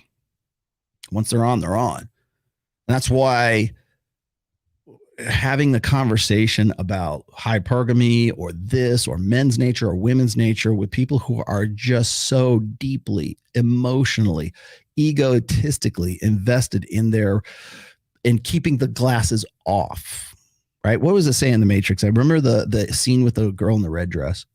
It's like, were you paying attention to me or were you paying attention to the girl in the red dress? But leading up to that, Morpheus is telling Neo, look around you, doctors, lawyers, construction workers, whatever, walking around public. These are the minds that we're trying to free. But these people are so inured, N-I-N-U-R-E-D, inured, so hopelessly dependent on this system that is the Matrix, that they will fight to protect it. They will fight to stay in it. And that was, I really hate the fourth Matrix movie because it's trying to like sort of disqualify all the three that came before, but those themes were built around the allegory of the cave, but are repeated over and over again. I watched this really great series, and you guys might think it's wokesy, but I don't think it is.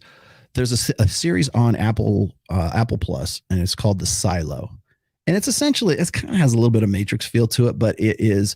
I don't want to spoil it for you, but it is essentially the allegory of the cave as well. Plato's allegory of the cave, which is basically what the Matrix is as well. And the allegory of the cave, of course, is like the guy who actually takes the red pill and leaves the cave and comes back to tell the people in the cave, look, hey, there's really just a fire here and there's people doing these shadows and you're just watching what they want you to see kind of thing. That's going to be a theme, I think, that's going to be replayed certainly in the next 18 months because it's the quote unquote Matrix. Even Tate talked about that. Yeah. I tell you what kills me is like, I ate so much shit over the years for using the term red pill and talking about, I've been talking about the quote unquote matrix since 2002 on So Suave. You can go, I will go find you those posts. I've been doing that for over 20 years, right? And now it's like, it seems just like natural. Like nobody thinks it's cringe anymore. Everybody kind of, I mean, maybe at least on the side that actually like wants to use that as an analogy, don't think that analogy is cringe, but a lot of people thought it was cringe back then. But the statements and the lessons taught by the Matrix, taught by the allegory of the cave, are still applicable today. One thing they don't tell you about the allegory of the cave is the guy who goes out of the cave, sees that there's an outside world, and then comes back in the cave to tell the people that there's an outside world and all this is bullshit, and here's the mechanics of it and everything else.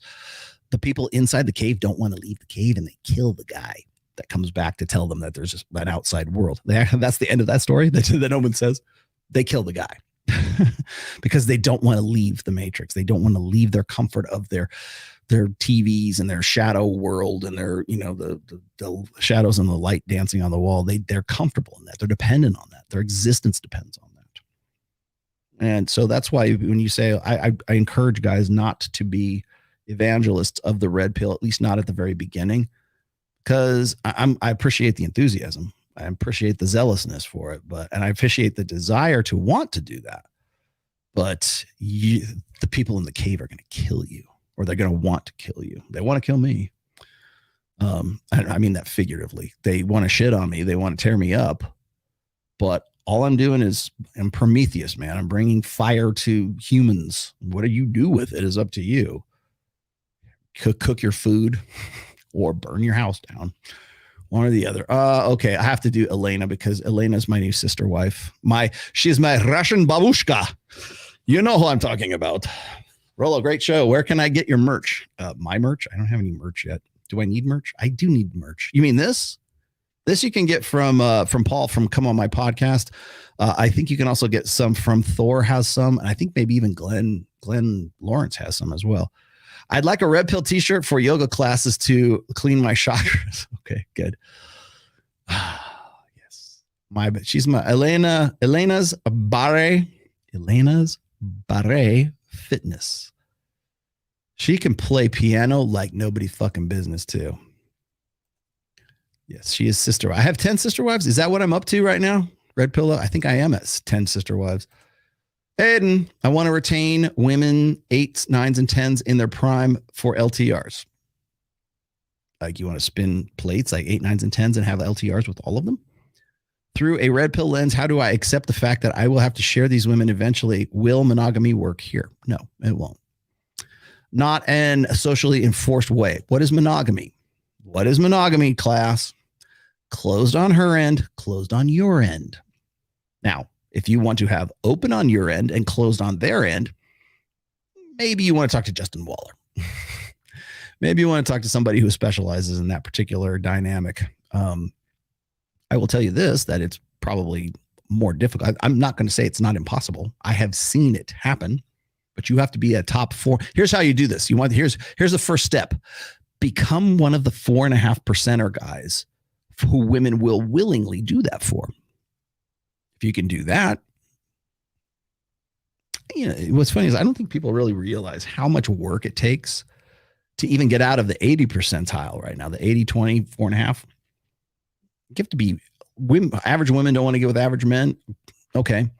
They'll settle for, people threw this at me just recently. I'm glad I remembered this. People threw this at me just recently. They say, Rollo's wrong about that. Average women and average men are getting together all the time. Like what's Alex from Date Psych or something like that. Here's some stats, right? Oh, okay. You might be right about that, but that's not saying that average women won't settle for average men when their conditions lead to get them to the point where they're like, well, it's this guy and he better shape up and he better be a good bet for the future. And he's average and he kind of, I don't know if he's going to make it, but I'm going to get with them anyways. That's not that average women won't settle. I didn't say they didn't want average men. That doesn't say they wouldn't settle for them, particularly when their conditions change.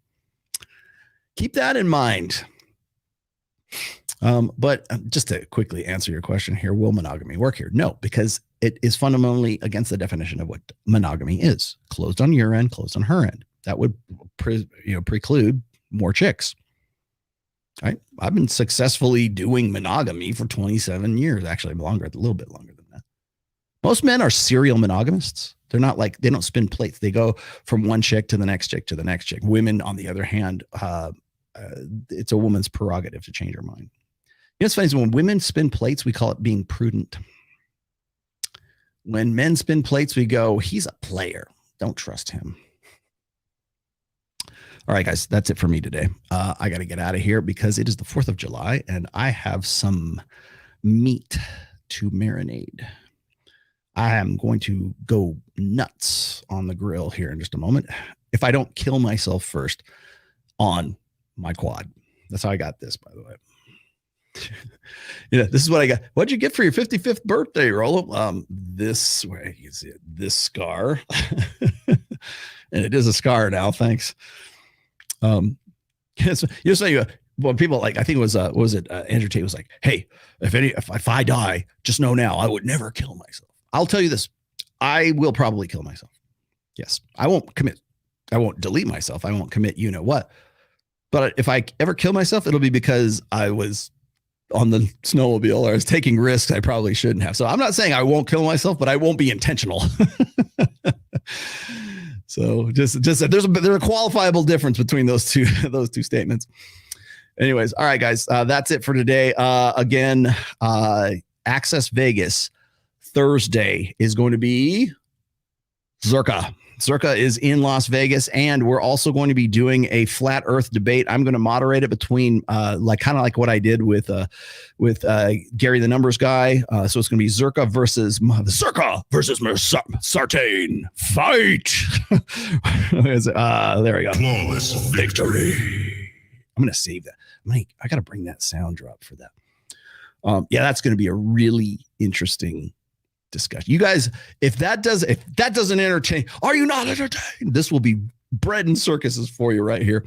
And then we're going to have Zerka on Access Vegas on Thursday with the girls. I'm going to try to do, like, ladies, if you want to be like, if you're watching this and you follow me on Instagram and you want to be on Access Vegas, hit me, and you want to be on with Zerka, hit me up now. I think we might do a preview, kind of like a reel or like a sizzle reel or something like this to announce this on Instagram and make a bigger deal out of it, because who's watching now? 762 of you. Zerka will be on with us. And we are going to have some fun. Mike Rashid, possibly on July 13th, depending on when we can confirm him. We got Andy. Is it not Andy? No, it's Adam Lyons, not a sauce. Adam Lyons, old school PUA. We got him coming in too. Hopefully we will have Sharp from No Jumper, either the 13th, depending on Mike Rashid's schedule when we can confirm him, but it'll be somewhere between the 20th and the 13th. Every week of July, with the exception of the last Thursday, we'll be there. Now, the 25th, the 26th, the 27th, and the 28th of July special. You guys stuck around. You're my diehards, so you get this. We are going to be Mike Sartain and myself. We're working it out right now. Mike and we might go on whatever podcast it's been talked about. We might be able to go do that like on the 25th, I think. So we'll be in Santa Barbara, because we're going to be at Babes in Toyland on the 26th or 27th, I think. Mike has some other things that he's doing out there. So we'll be down in Los Angeles. We'll be making the rounds. I'm considering doing a meetup in LA during that. It might be a MOA thing, but if I can pair it with my own people, if they want to meet me in LA, we can do that. So whatever podcast, Mike and myself, we're going to do Babes in Toyland. And then we are hopefully, this is why I need my Camaro ready to go. I'm going to jump in the Camaro, the bitchin' Camaro, and race back to Las Vegas, because we have round 2 of the Wet Republic bikini contest, which I was unfortunately not able to attend on Friday, but I will be there on I want to say it's the 28th. So that's going off on that day. So we do have some other things that are coming up, and then I will be gone for at least a week and a half, possibly 2 weeks, but I will be in Tahoe. I'll still be doing this stuff, but I will be doing it remote from Lake Tahoe, and I'm going to be doing lots of stuff. I'm hoping to have Justin Waller up there. If Sterling Cooper wants to come up to Tahoe, I'm going to do that. I know Miguel from Dollar Cost Crypto and Cultivate Crypto are going to be there. I'm doing my damnedest to get Mike up there for a weekend. So I'll have Mike Sartain with me in Tahoe. I'm trying to do a Tahoe sort of whirlwind tour. I want to do Access Tahoe, essentially. CJ Sparks, if you want to come up to Lake Tahoe, please do come. We would love to have you on that show. If I can find a place and a location in Tahoe to do it, I'm going to. Lake Tahoe is my place. I grew up half my life in Tahoe, between LA and Tahoe. My mom lived in Tahoe, died and is buried in Tahoe. So I know everything about it. I'm considering doing a high-end event in Tahoe. So this is kind of like proof of concept. Got that coming up very soon. I'll give you more information on that as the weeks progress. However, we have some really great guests that I don't have confirmed, and I can't really bring them up just yet, but like the ones that I do, you already know, Zerka, Sharp. If Adam 22 wants to come out, I know Adam and Flacco wanted to come to Vegas, so we can do Access Vegas with them. Access Vegas is now the podcast, is now the hub for the West Coast, which is exactly what I wanted it to be this time last year. Success. You think I don't do shit? There you go. Nobody works harder than Rollo Tomassi, my friends. Anyways, and then don't forget, the week of August 3rd, in that week somewhere, Mike is going to be out at Valuetainment with Adam Sosnick debating Nick Fuentes. Look forward to that one as well. So, guys, with that, thank you guys for watching. Thank you for all your super chats. Thank you for all the love. Have a really good, and I hate to say this, have a safe 4th. No, actually, take some risks, man. Have some fun. Go take your quad out. Go do Roman candle battles like you used to do when you were 14 years old in an alleyway on 4th of July. The sparklers, fuck that. Get them Roman candles out. Have some fun. Go out there. I don't drink, but you guys can drink it up and go put some meat on the grill. Have some fun. If you don't live in this country, just do it anyways. Make the 4th of July a fun thing to do. But anyways, I love you guys, and I will see you very, very soon. Goodbye.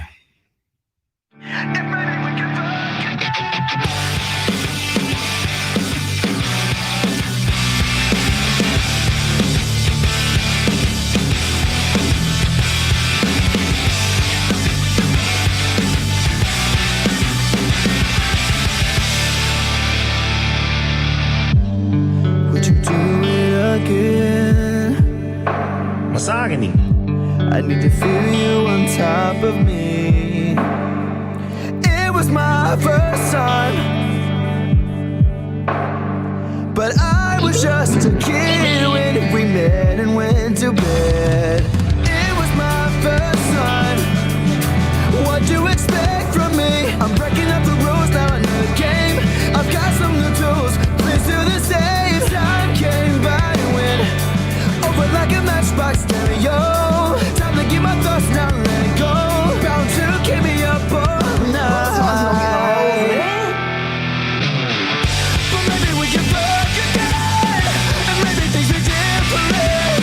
Goddamn, baby, one more again. Won't you put it on me one more again? I need to know if maybe we can fuck again, then maybe things are different. Goddamn, baby, one more again. Maybe then I could have the best in my life. Oh, gnarly. The best in my life.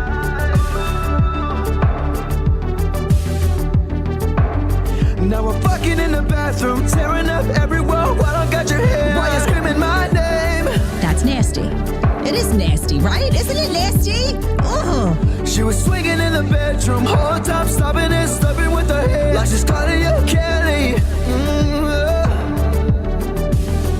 So baby, run me, ride me up and down like a pony, turning up my song, getting messy, working up and down on your body. Run me, ride me up and down like a pony, turning up my song on your body. Baby, we'll get down to it all night. But maybe we can fuck again, and maybe things are different. Goddamn, baby, one more again. Won't you put it on me one more again? I need to know if maybe we can fuck again, then maybe things are different. Goddamn, baby, one more again. Then I can have some more life. The Sitting Podcast has been a production of the National Mail. Registered trademark. All rights This is 2023. Don't steal my stuff. All right, all right, all right.